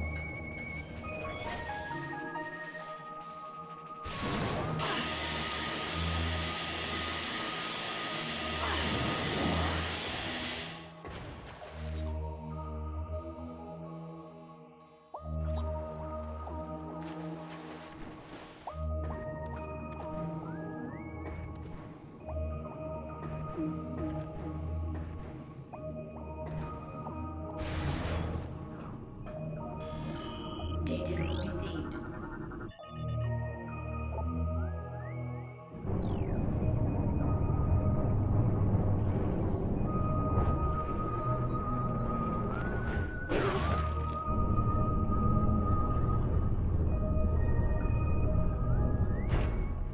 Yes, nice. Yeah, Tara says try to avoid those puffs. They take a lot of damage. Yeah, they do a lot of damage, definitely. Advanced movement system. Recover Luminoff tech. Where could this be now? Okay, it's right near where we are. Nice. Okay, so let's see. Are any nice save rooms nearby? Oh, there's a save room in our very room here. So that's where we got it. That's where we need to go first of all.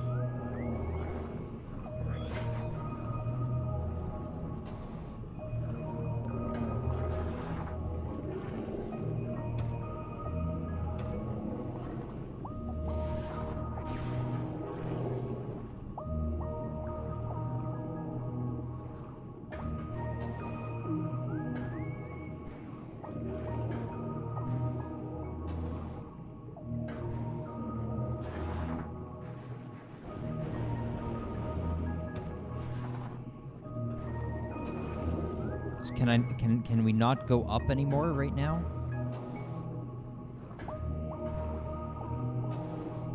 Can't go up anymore, it seems. Why?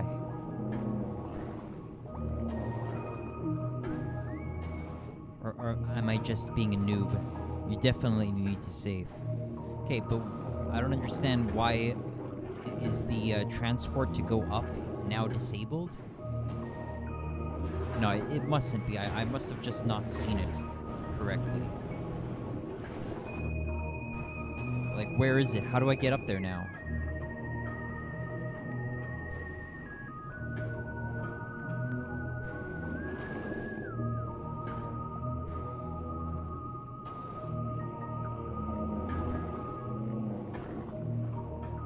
Maybe it's at the bottom here somewhere? How do I get back up is the question. That's the question, man.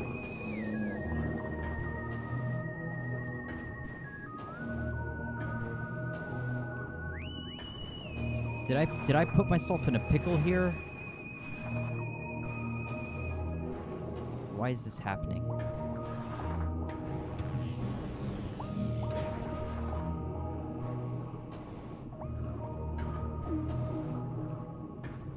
Well, it looks like I can't go back up. I think you can't go back up, unfortunately. Okay, thanks for letting me know, man. That was my sneaking suspicion over there. So let's hope we just don't. Let's hope we just don't die, right? We're just gonna find a good place to farm some energy.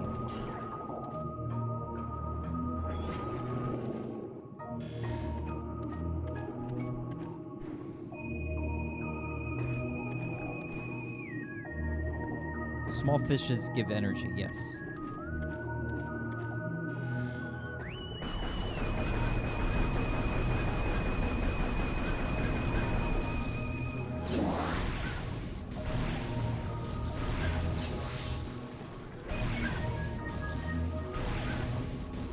Yeah, these guys give a lot of energy.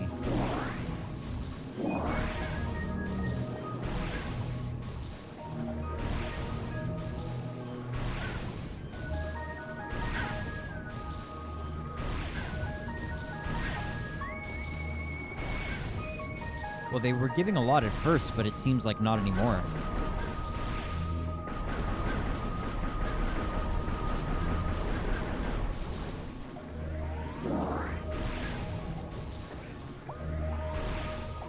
Okay, let's have a look at the map.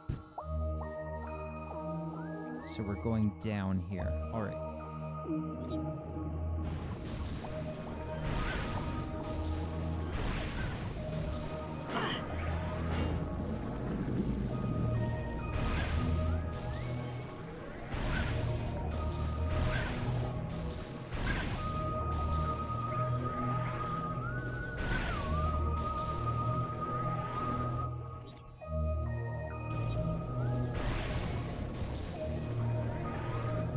Tara says, as usual, you know what to be prepared for. Okay. Thanks, man. It's time for an epic boss battle, I suppose.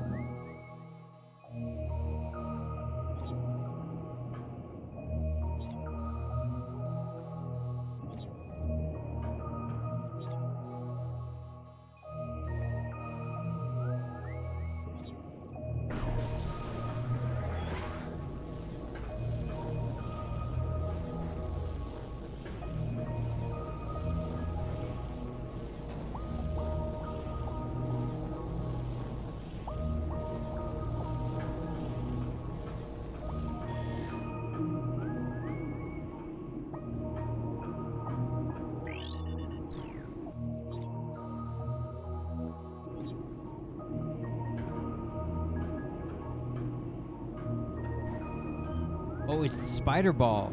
Okay, cool.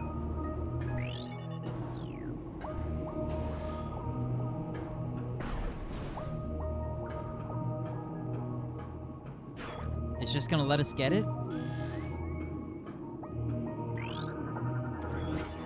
It's just gonna let us... Oh, it's the gravity boost. Okay. Alright.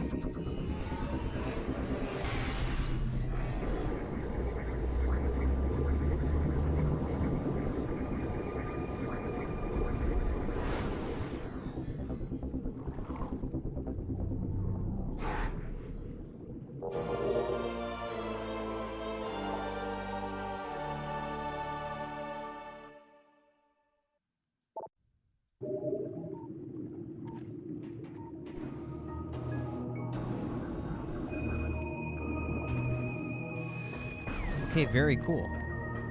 So does this mean we can basically... Oh my goodness, it's gonna be a crazy boss battle.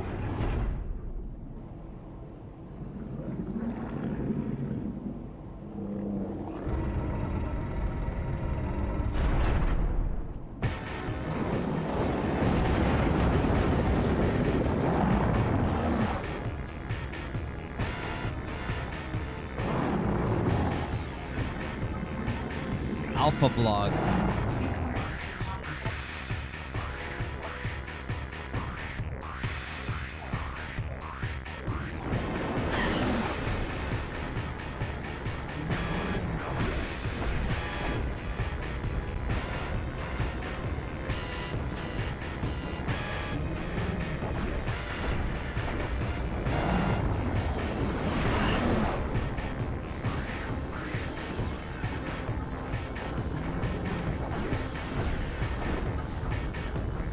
Seems pretty easy. I only have to hit him with like 5 super missiles.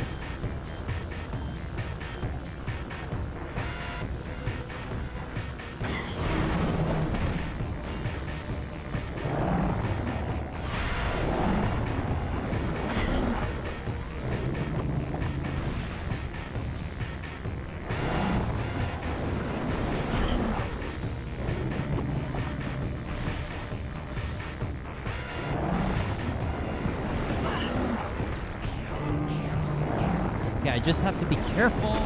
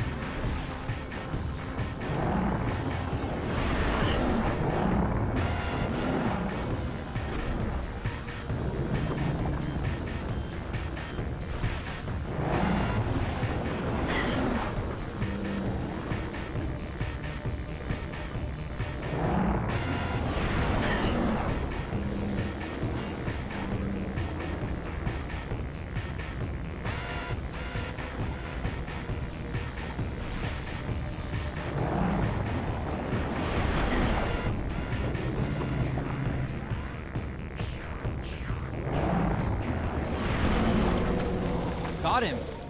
Oh my goodness. Thank heavens for that. That was pretty close. Do we get another cool item for that? Maybe not.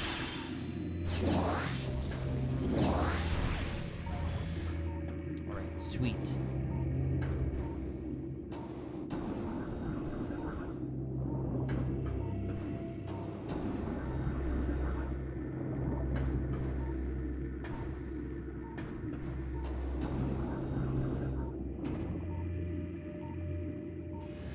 Thanks, Genes of Terra. Alright, is there any cool item around here we can get? Maybe over there? Doesn't look like it.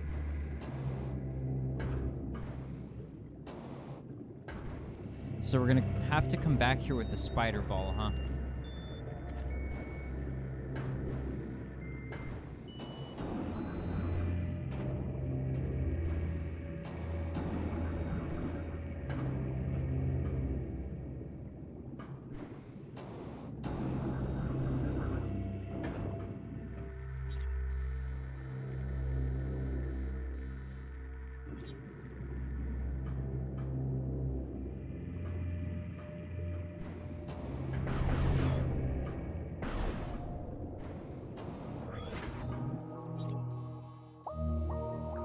Alright, so now I think we just want to get back up. Jean says, instead you will make your way to the room with the portal. Okay, interesting. Nice.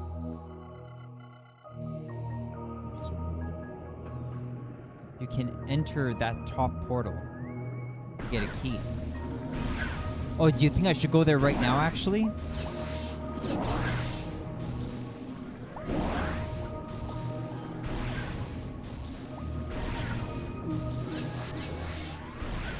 So by the top portal, let me just be clear. Do you mean the one in the main hydro chamber, this one, where we fought that big dude? Or in the room where we are currently, in the hydro dynamo shaft?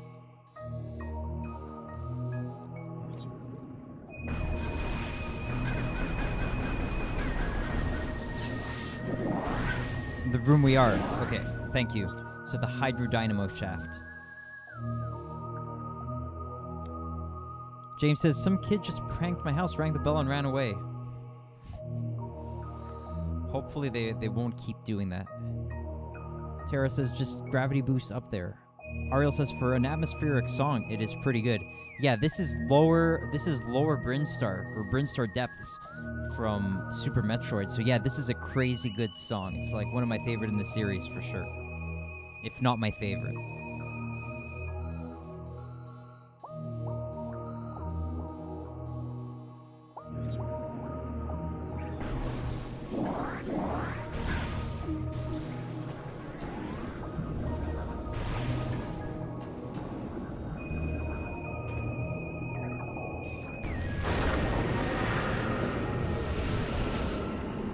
It is also quite an interesting choice that they decided to not just bring the gravity suit to this game, but rather just go with another mechanic for water entirely. Like, that's very respectable.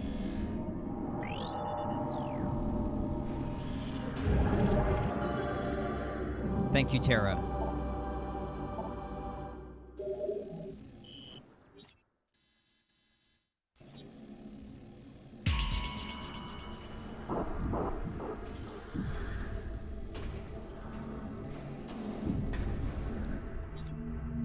So it's not all three just yet. Oh yeah, I remember now. I remember where I was missing the other one. It seemed like it was inaccessible. It was like on a high platform in a certain room in the Dark World. Obviously.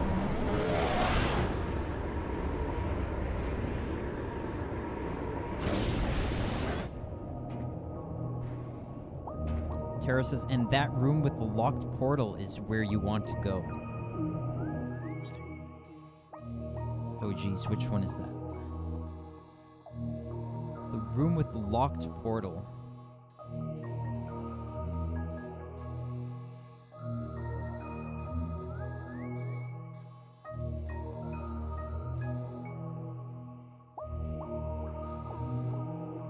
the one with the dark door.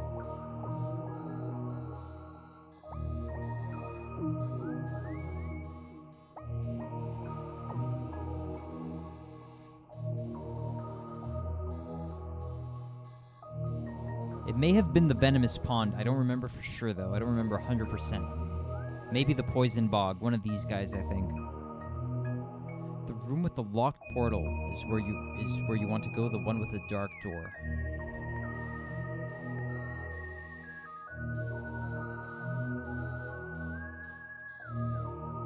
Do you mean the catacombs here? In the light world, the first dark door you went to. Catacombs. Okay. Thank you very much.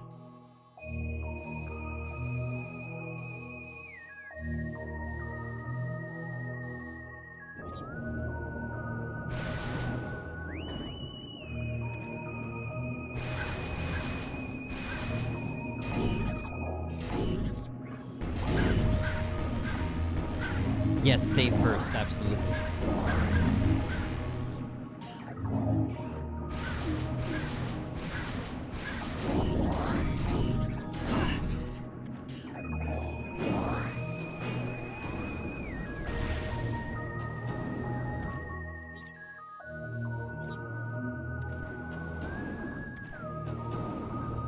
You have something else to prepare for. Nice.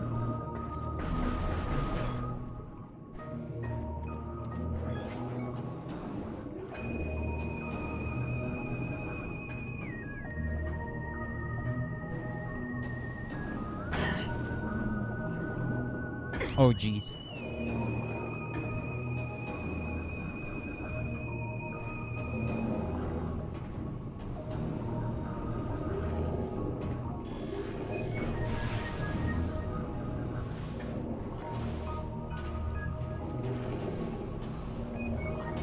So you basically get to almost fly underwater. That's nice.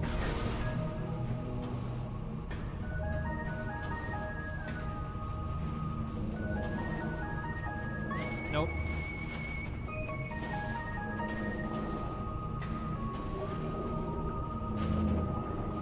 I'm trying to go too fast, but I'm not making the right moves here. Yeah, no.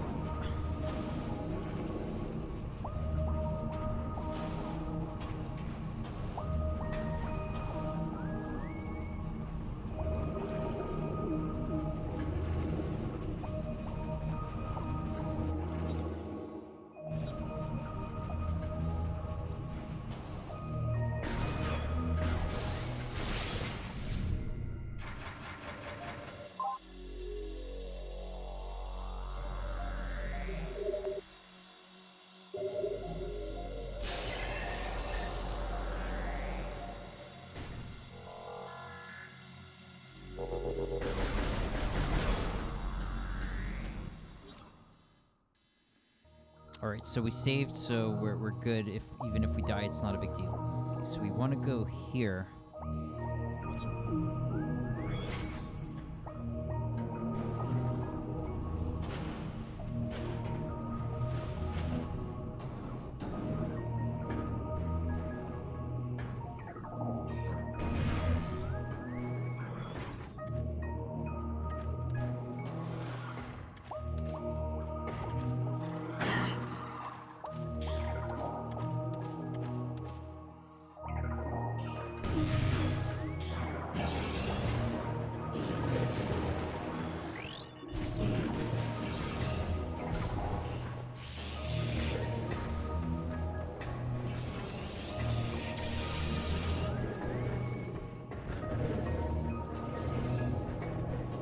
Now go underwater.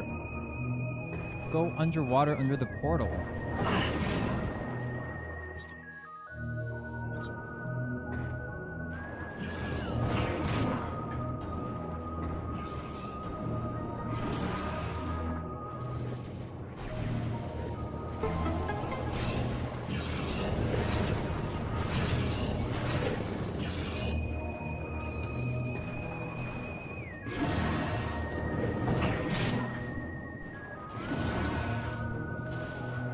Very cool.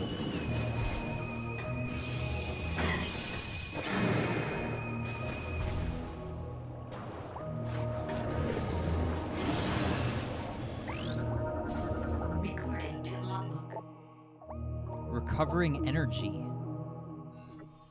We were not prepared to fight a long war. The forces of the enemy outnumbered ours vastly. We sought a way to end the war quickly without extended combat. We decided to build a device to recover our lost planetary energy from dark aether. Without this energy, the dark world would cease to be, and our world would be restored to stability.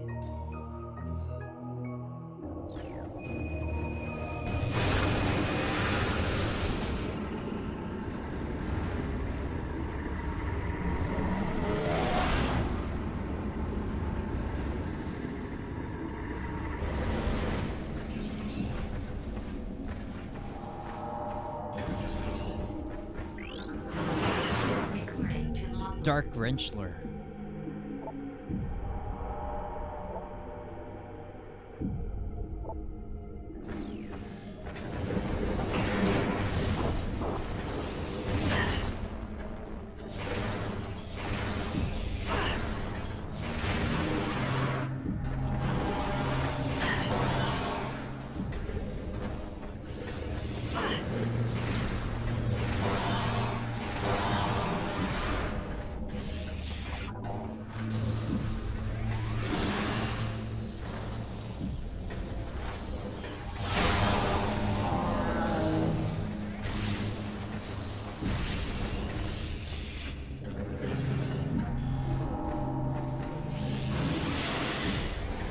I guess I don't really have to bother fighting these guys, or maybe I do.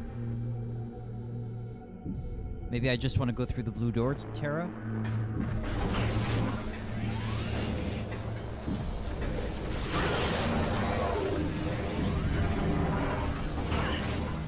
Basically wasting items. Okay, I understand. Thank you. And energy. You're right.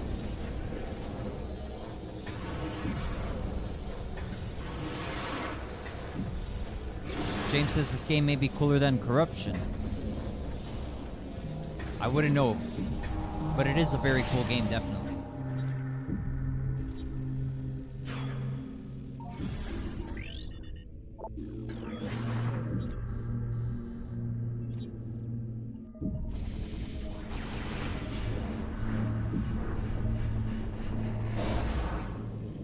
Reserve as much missiles and energy as you can. Oh, yikes.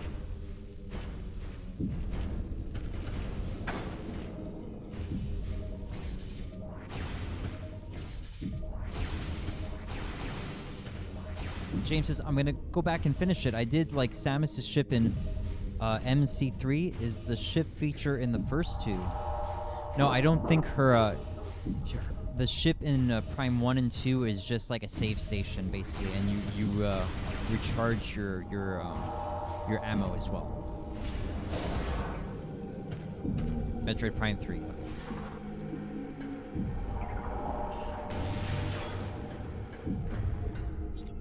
Sacrificial chamber. Wow. Very dark stuff.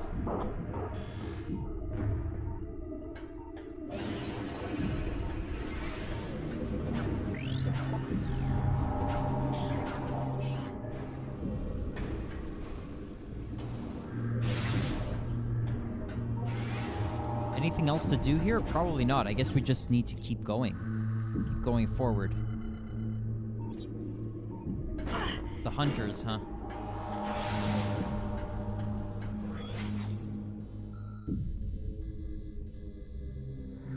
We want to make it back to the crypt, right? Is that where we're going?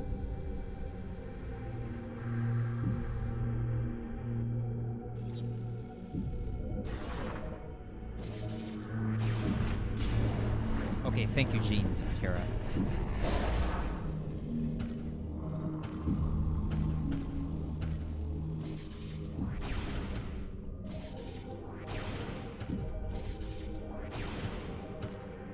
Oh, I hear an item. I would like to get that item.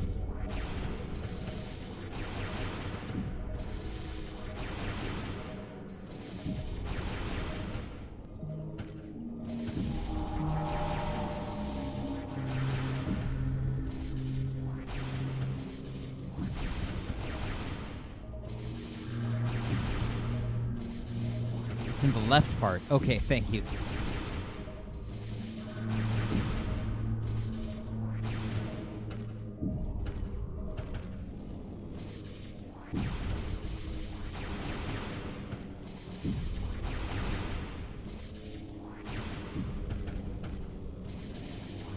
I think I see it.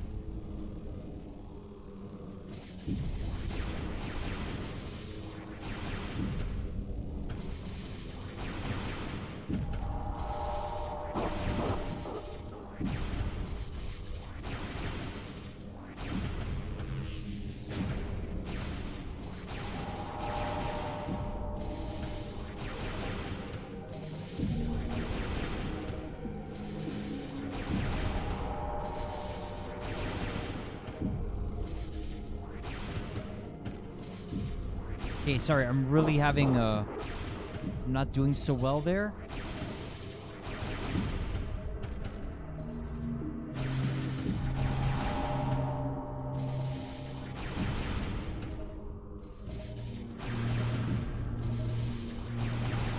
There's a small platform on the right.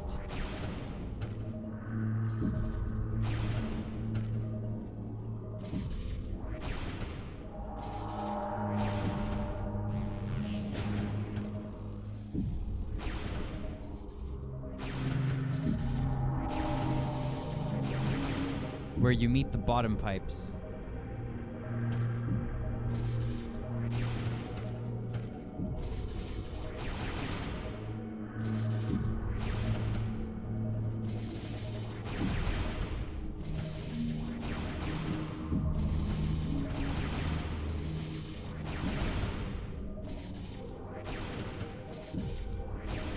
So I have to approach it from the left, right?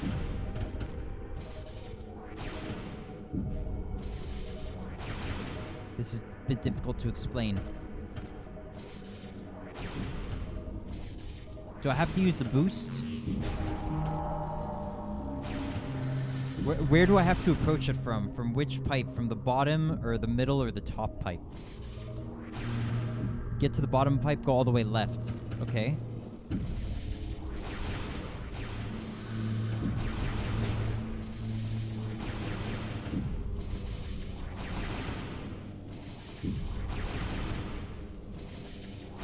I see it. It's right there, but how do I get there?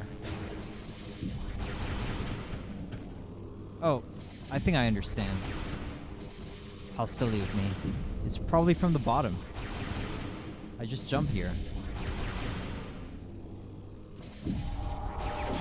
Yeah, easy. Wow. I knew it was there, but I just didn't realize the correct way to approach it.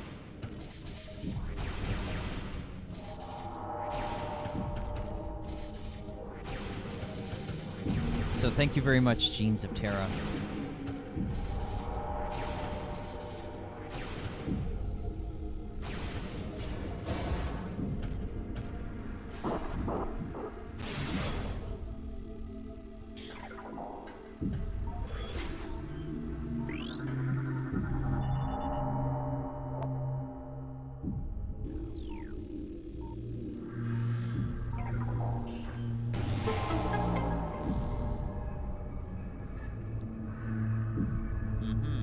Okay.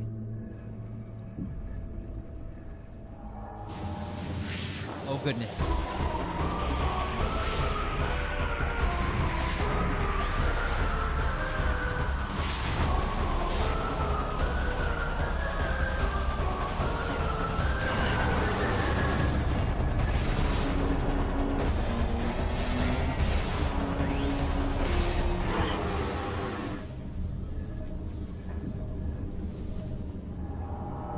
Terra says charge dark beam, then missile. Okay, thank you. I will keep that in mind. I know you told me last time.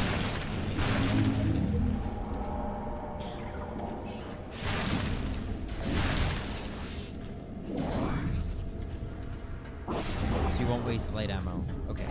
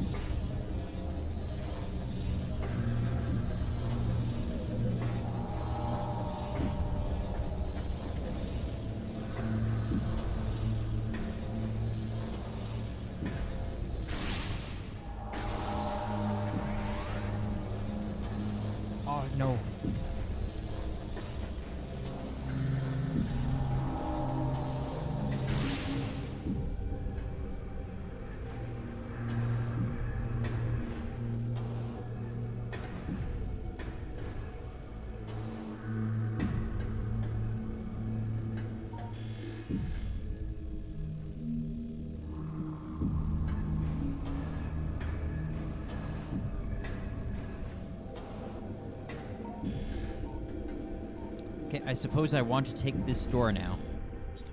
Yes, it's the only way.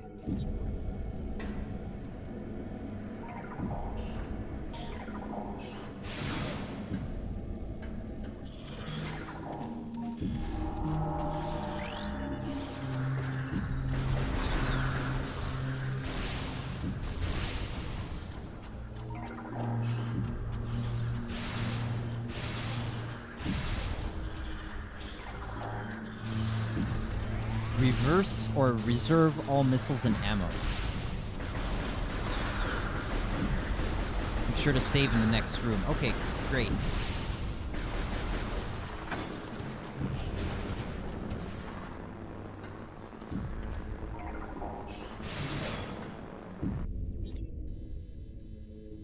Okay, so let's see. I could get to the left blue room first, which is probably the save.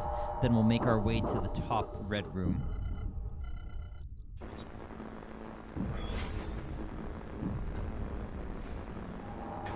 Oh, the red room is the save, okay.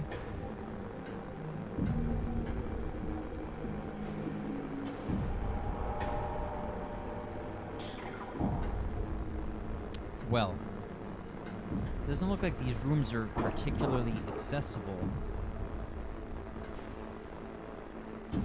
Or are they?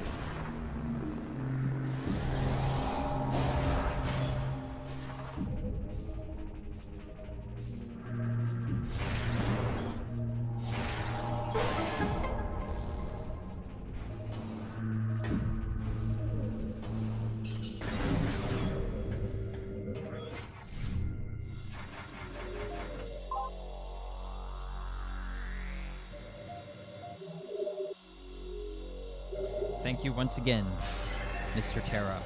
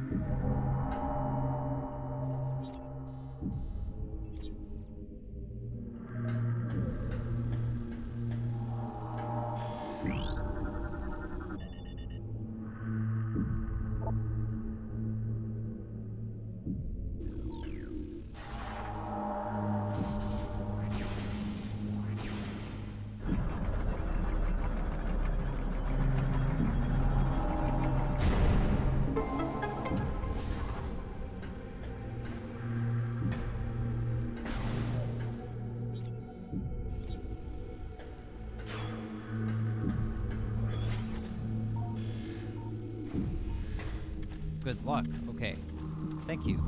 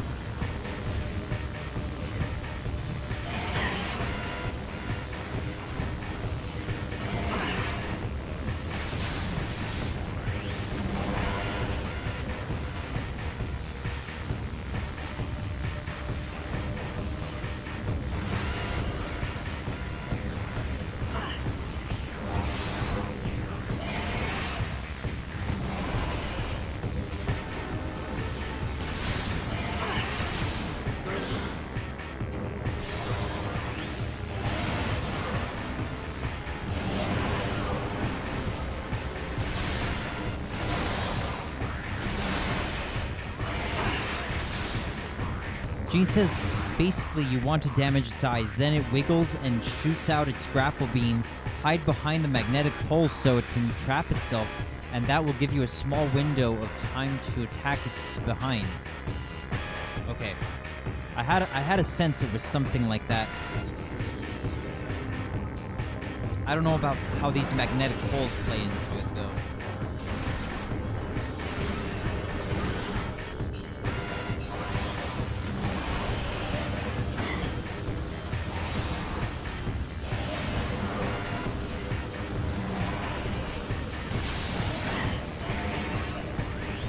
I'm probably going to die on this attempt, it seems. Unfortunately.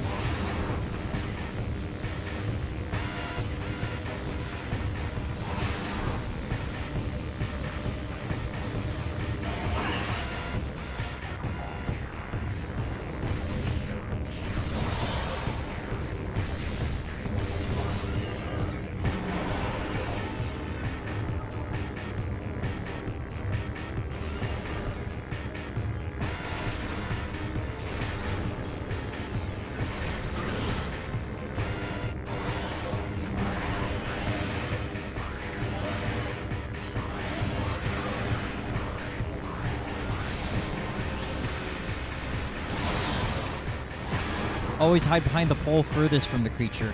Okay, thanks for the tip, man. If we don't win on this one, we'll do it on the next shot, definitely.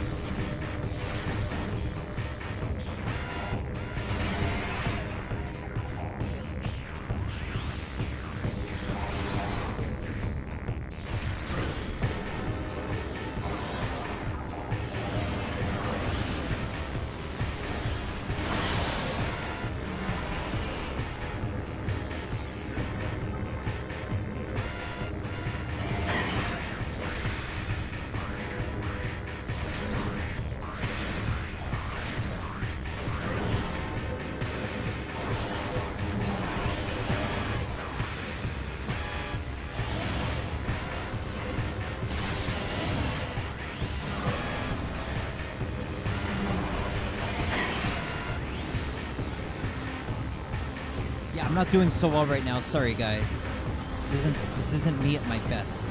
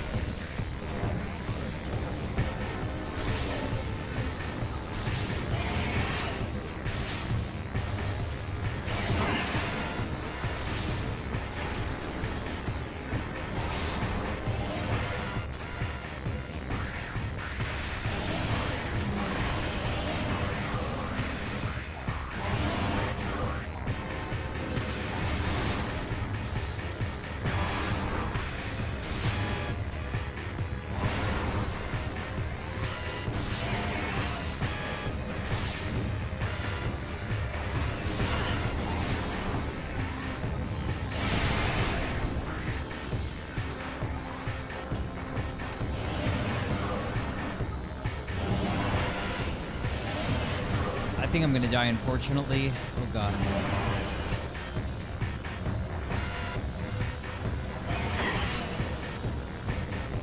God, I'm getting a little stiff in my left wrist. Oh my goodness. Oh man.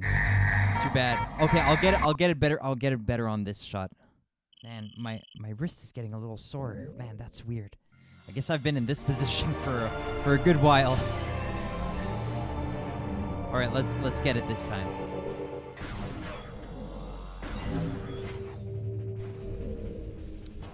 Guess I was a little tense over there. I was a little tense.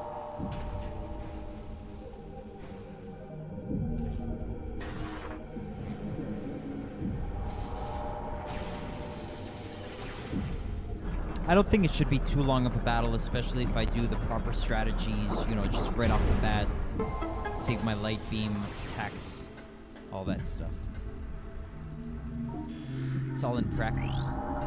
Yeah, it would seem to be that way. Okay, but I do have to conclude very quickly after defeating that thing. So do let me know if there's someone you would like us to raid today.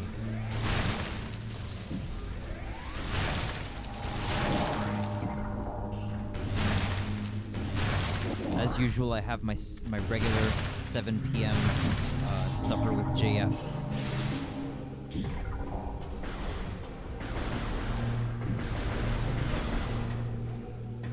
You want to reserve the light ammo for the last part. Okay. So what should I use in the early parts, like super missiles?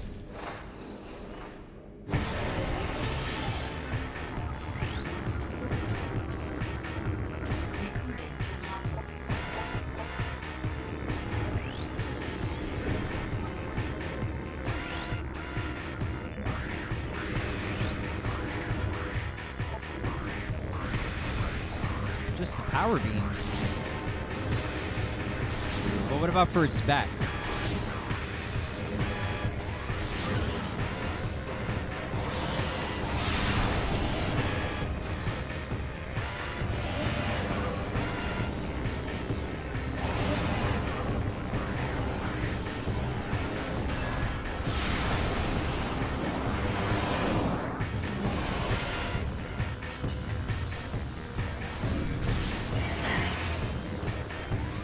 But you have to do the strategy I mentioned first.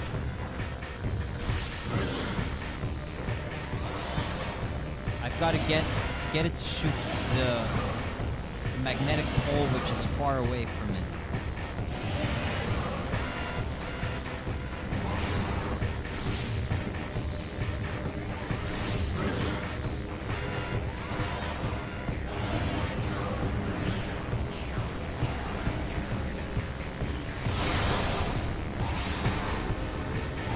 I with regular beam, gets weak, hide behind farthest pole away.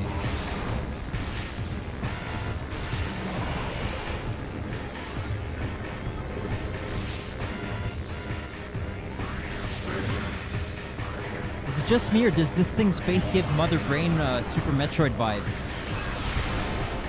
Mother Brain from Super Metroid. When creatures trapped on magnetic pole, quickly shoot it with super missile.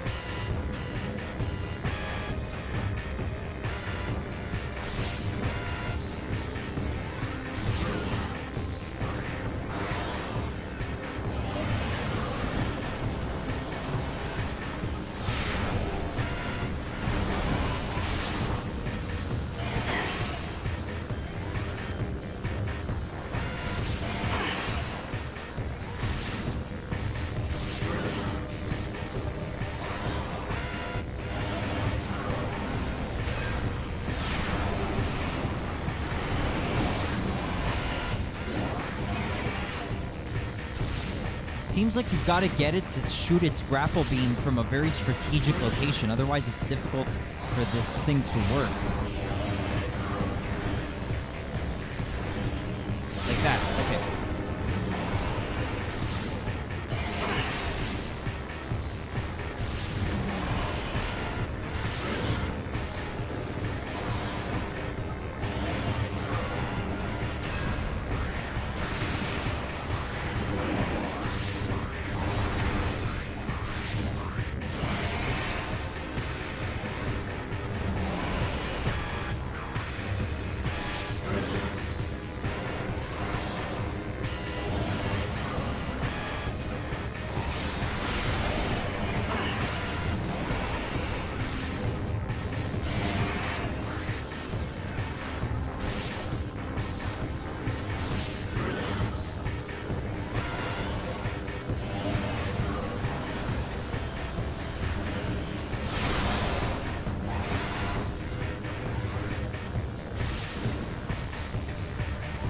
almost at full health. That's surprising.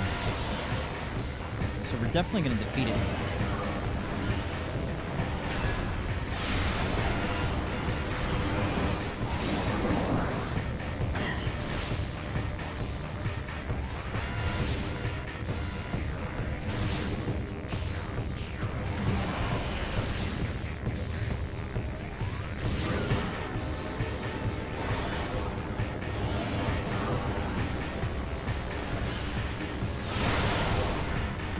I guess it's the final phase.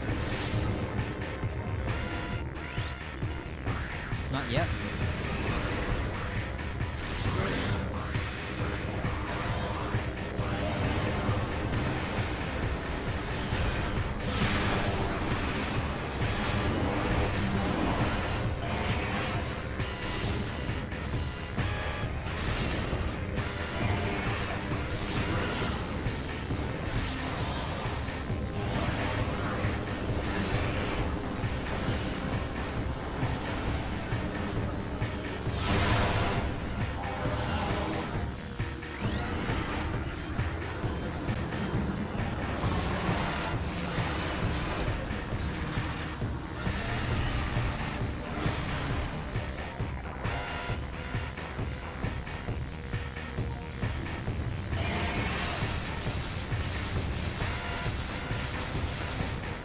Wow, he takes a lot of damage from that. Nice.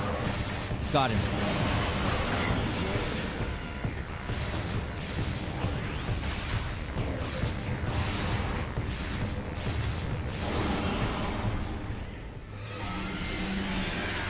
GG, Genes of Terra.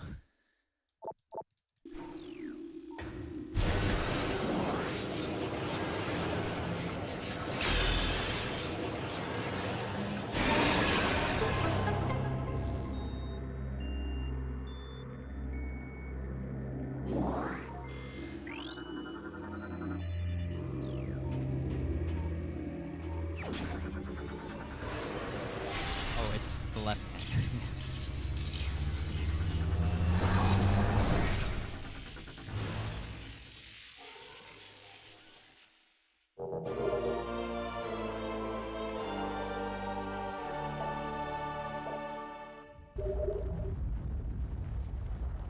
Alright, awesome. So we've got the grapple beam now.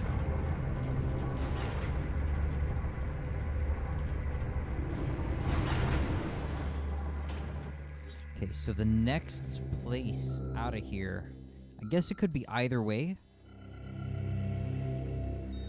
So is there a best path to take? Dark door, light door, or the blue door?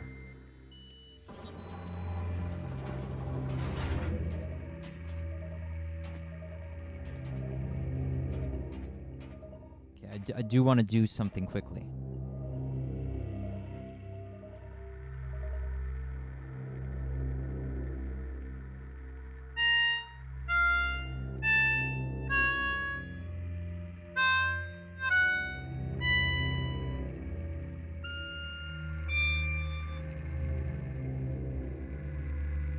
Alright, onward.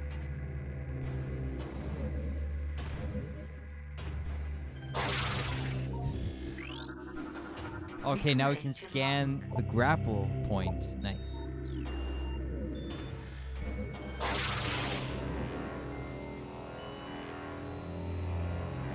Thanks, Terra.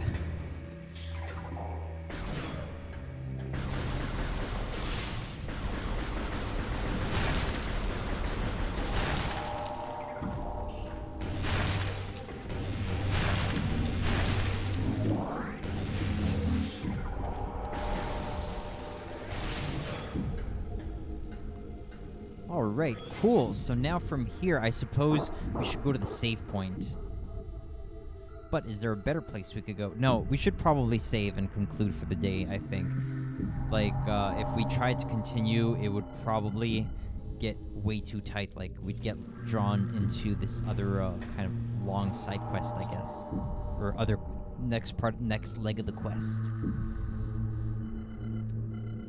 See, so what can I access around here now with the grapple? So that could reach this door. So let's see what's on the left. It might be nothing. Might be nothing. Yeah, this is just nothing.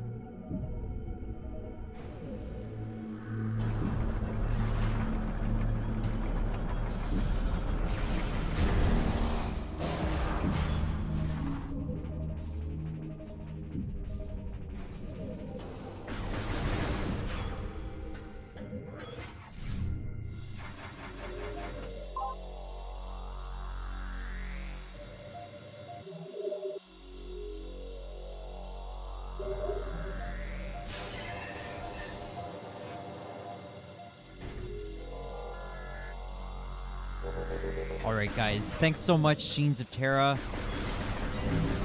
for all your guidance in this kind of complicated game, somewhat complicated game.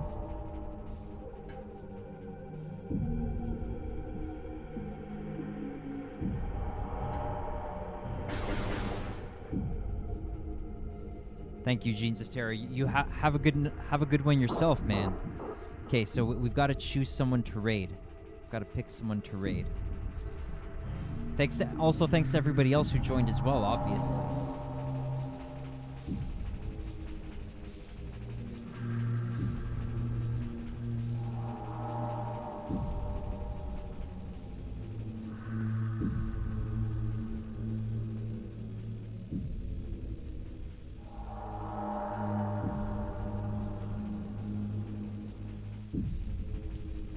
So Hoobaloobaloo is live. You should we go ahead with him, Tara?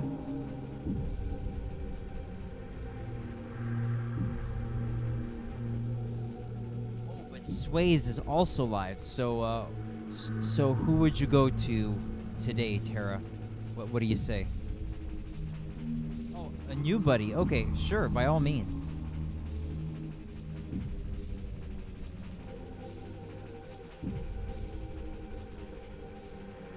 Daniel Hammond. All right.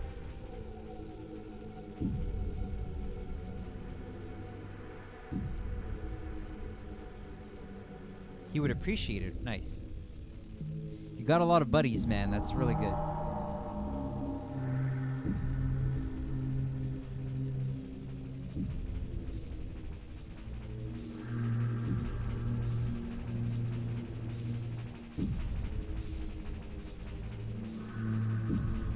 He's doing Valorant now.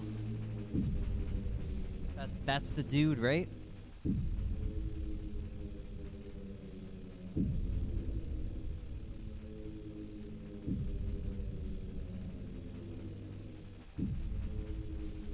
All right, so we're about to raid Daniel Hammond. And I'm gonna stick around for about 10 minutes or so. All right, and then I've got to get going. Okay, but I'll be very happy to meet more of your friends, Tara. Okay, so thanks so much to everybody for joining. Next session will probably be on Friday around 10:30 or 11 or 11:30 or 12 because I'm usually kind of late, but I'll try to be more punctual. I'll try to be ready sooner. Okay, so we're gonna initiate the raid. God bless you and your families. Stay healthy and strong, and I'll see you next time. And keep working hard on your quests, my friends. All right, see you next time.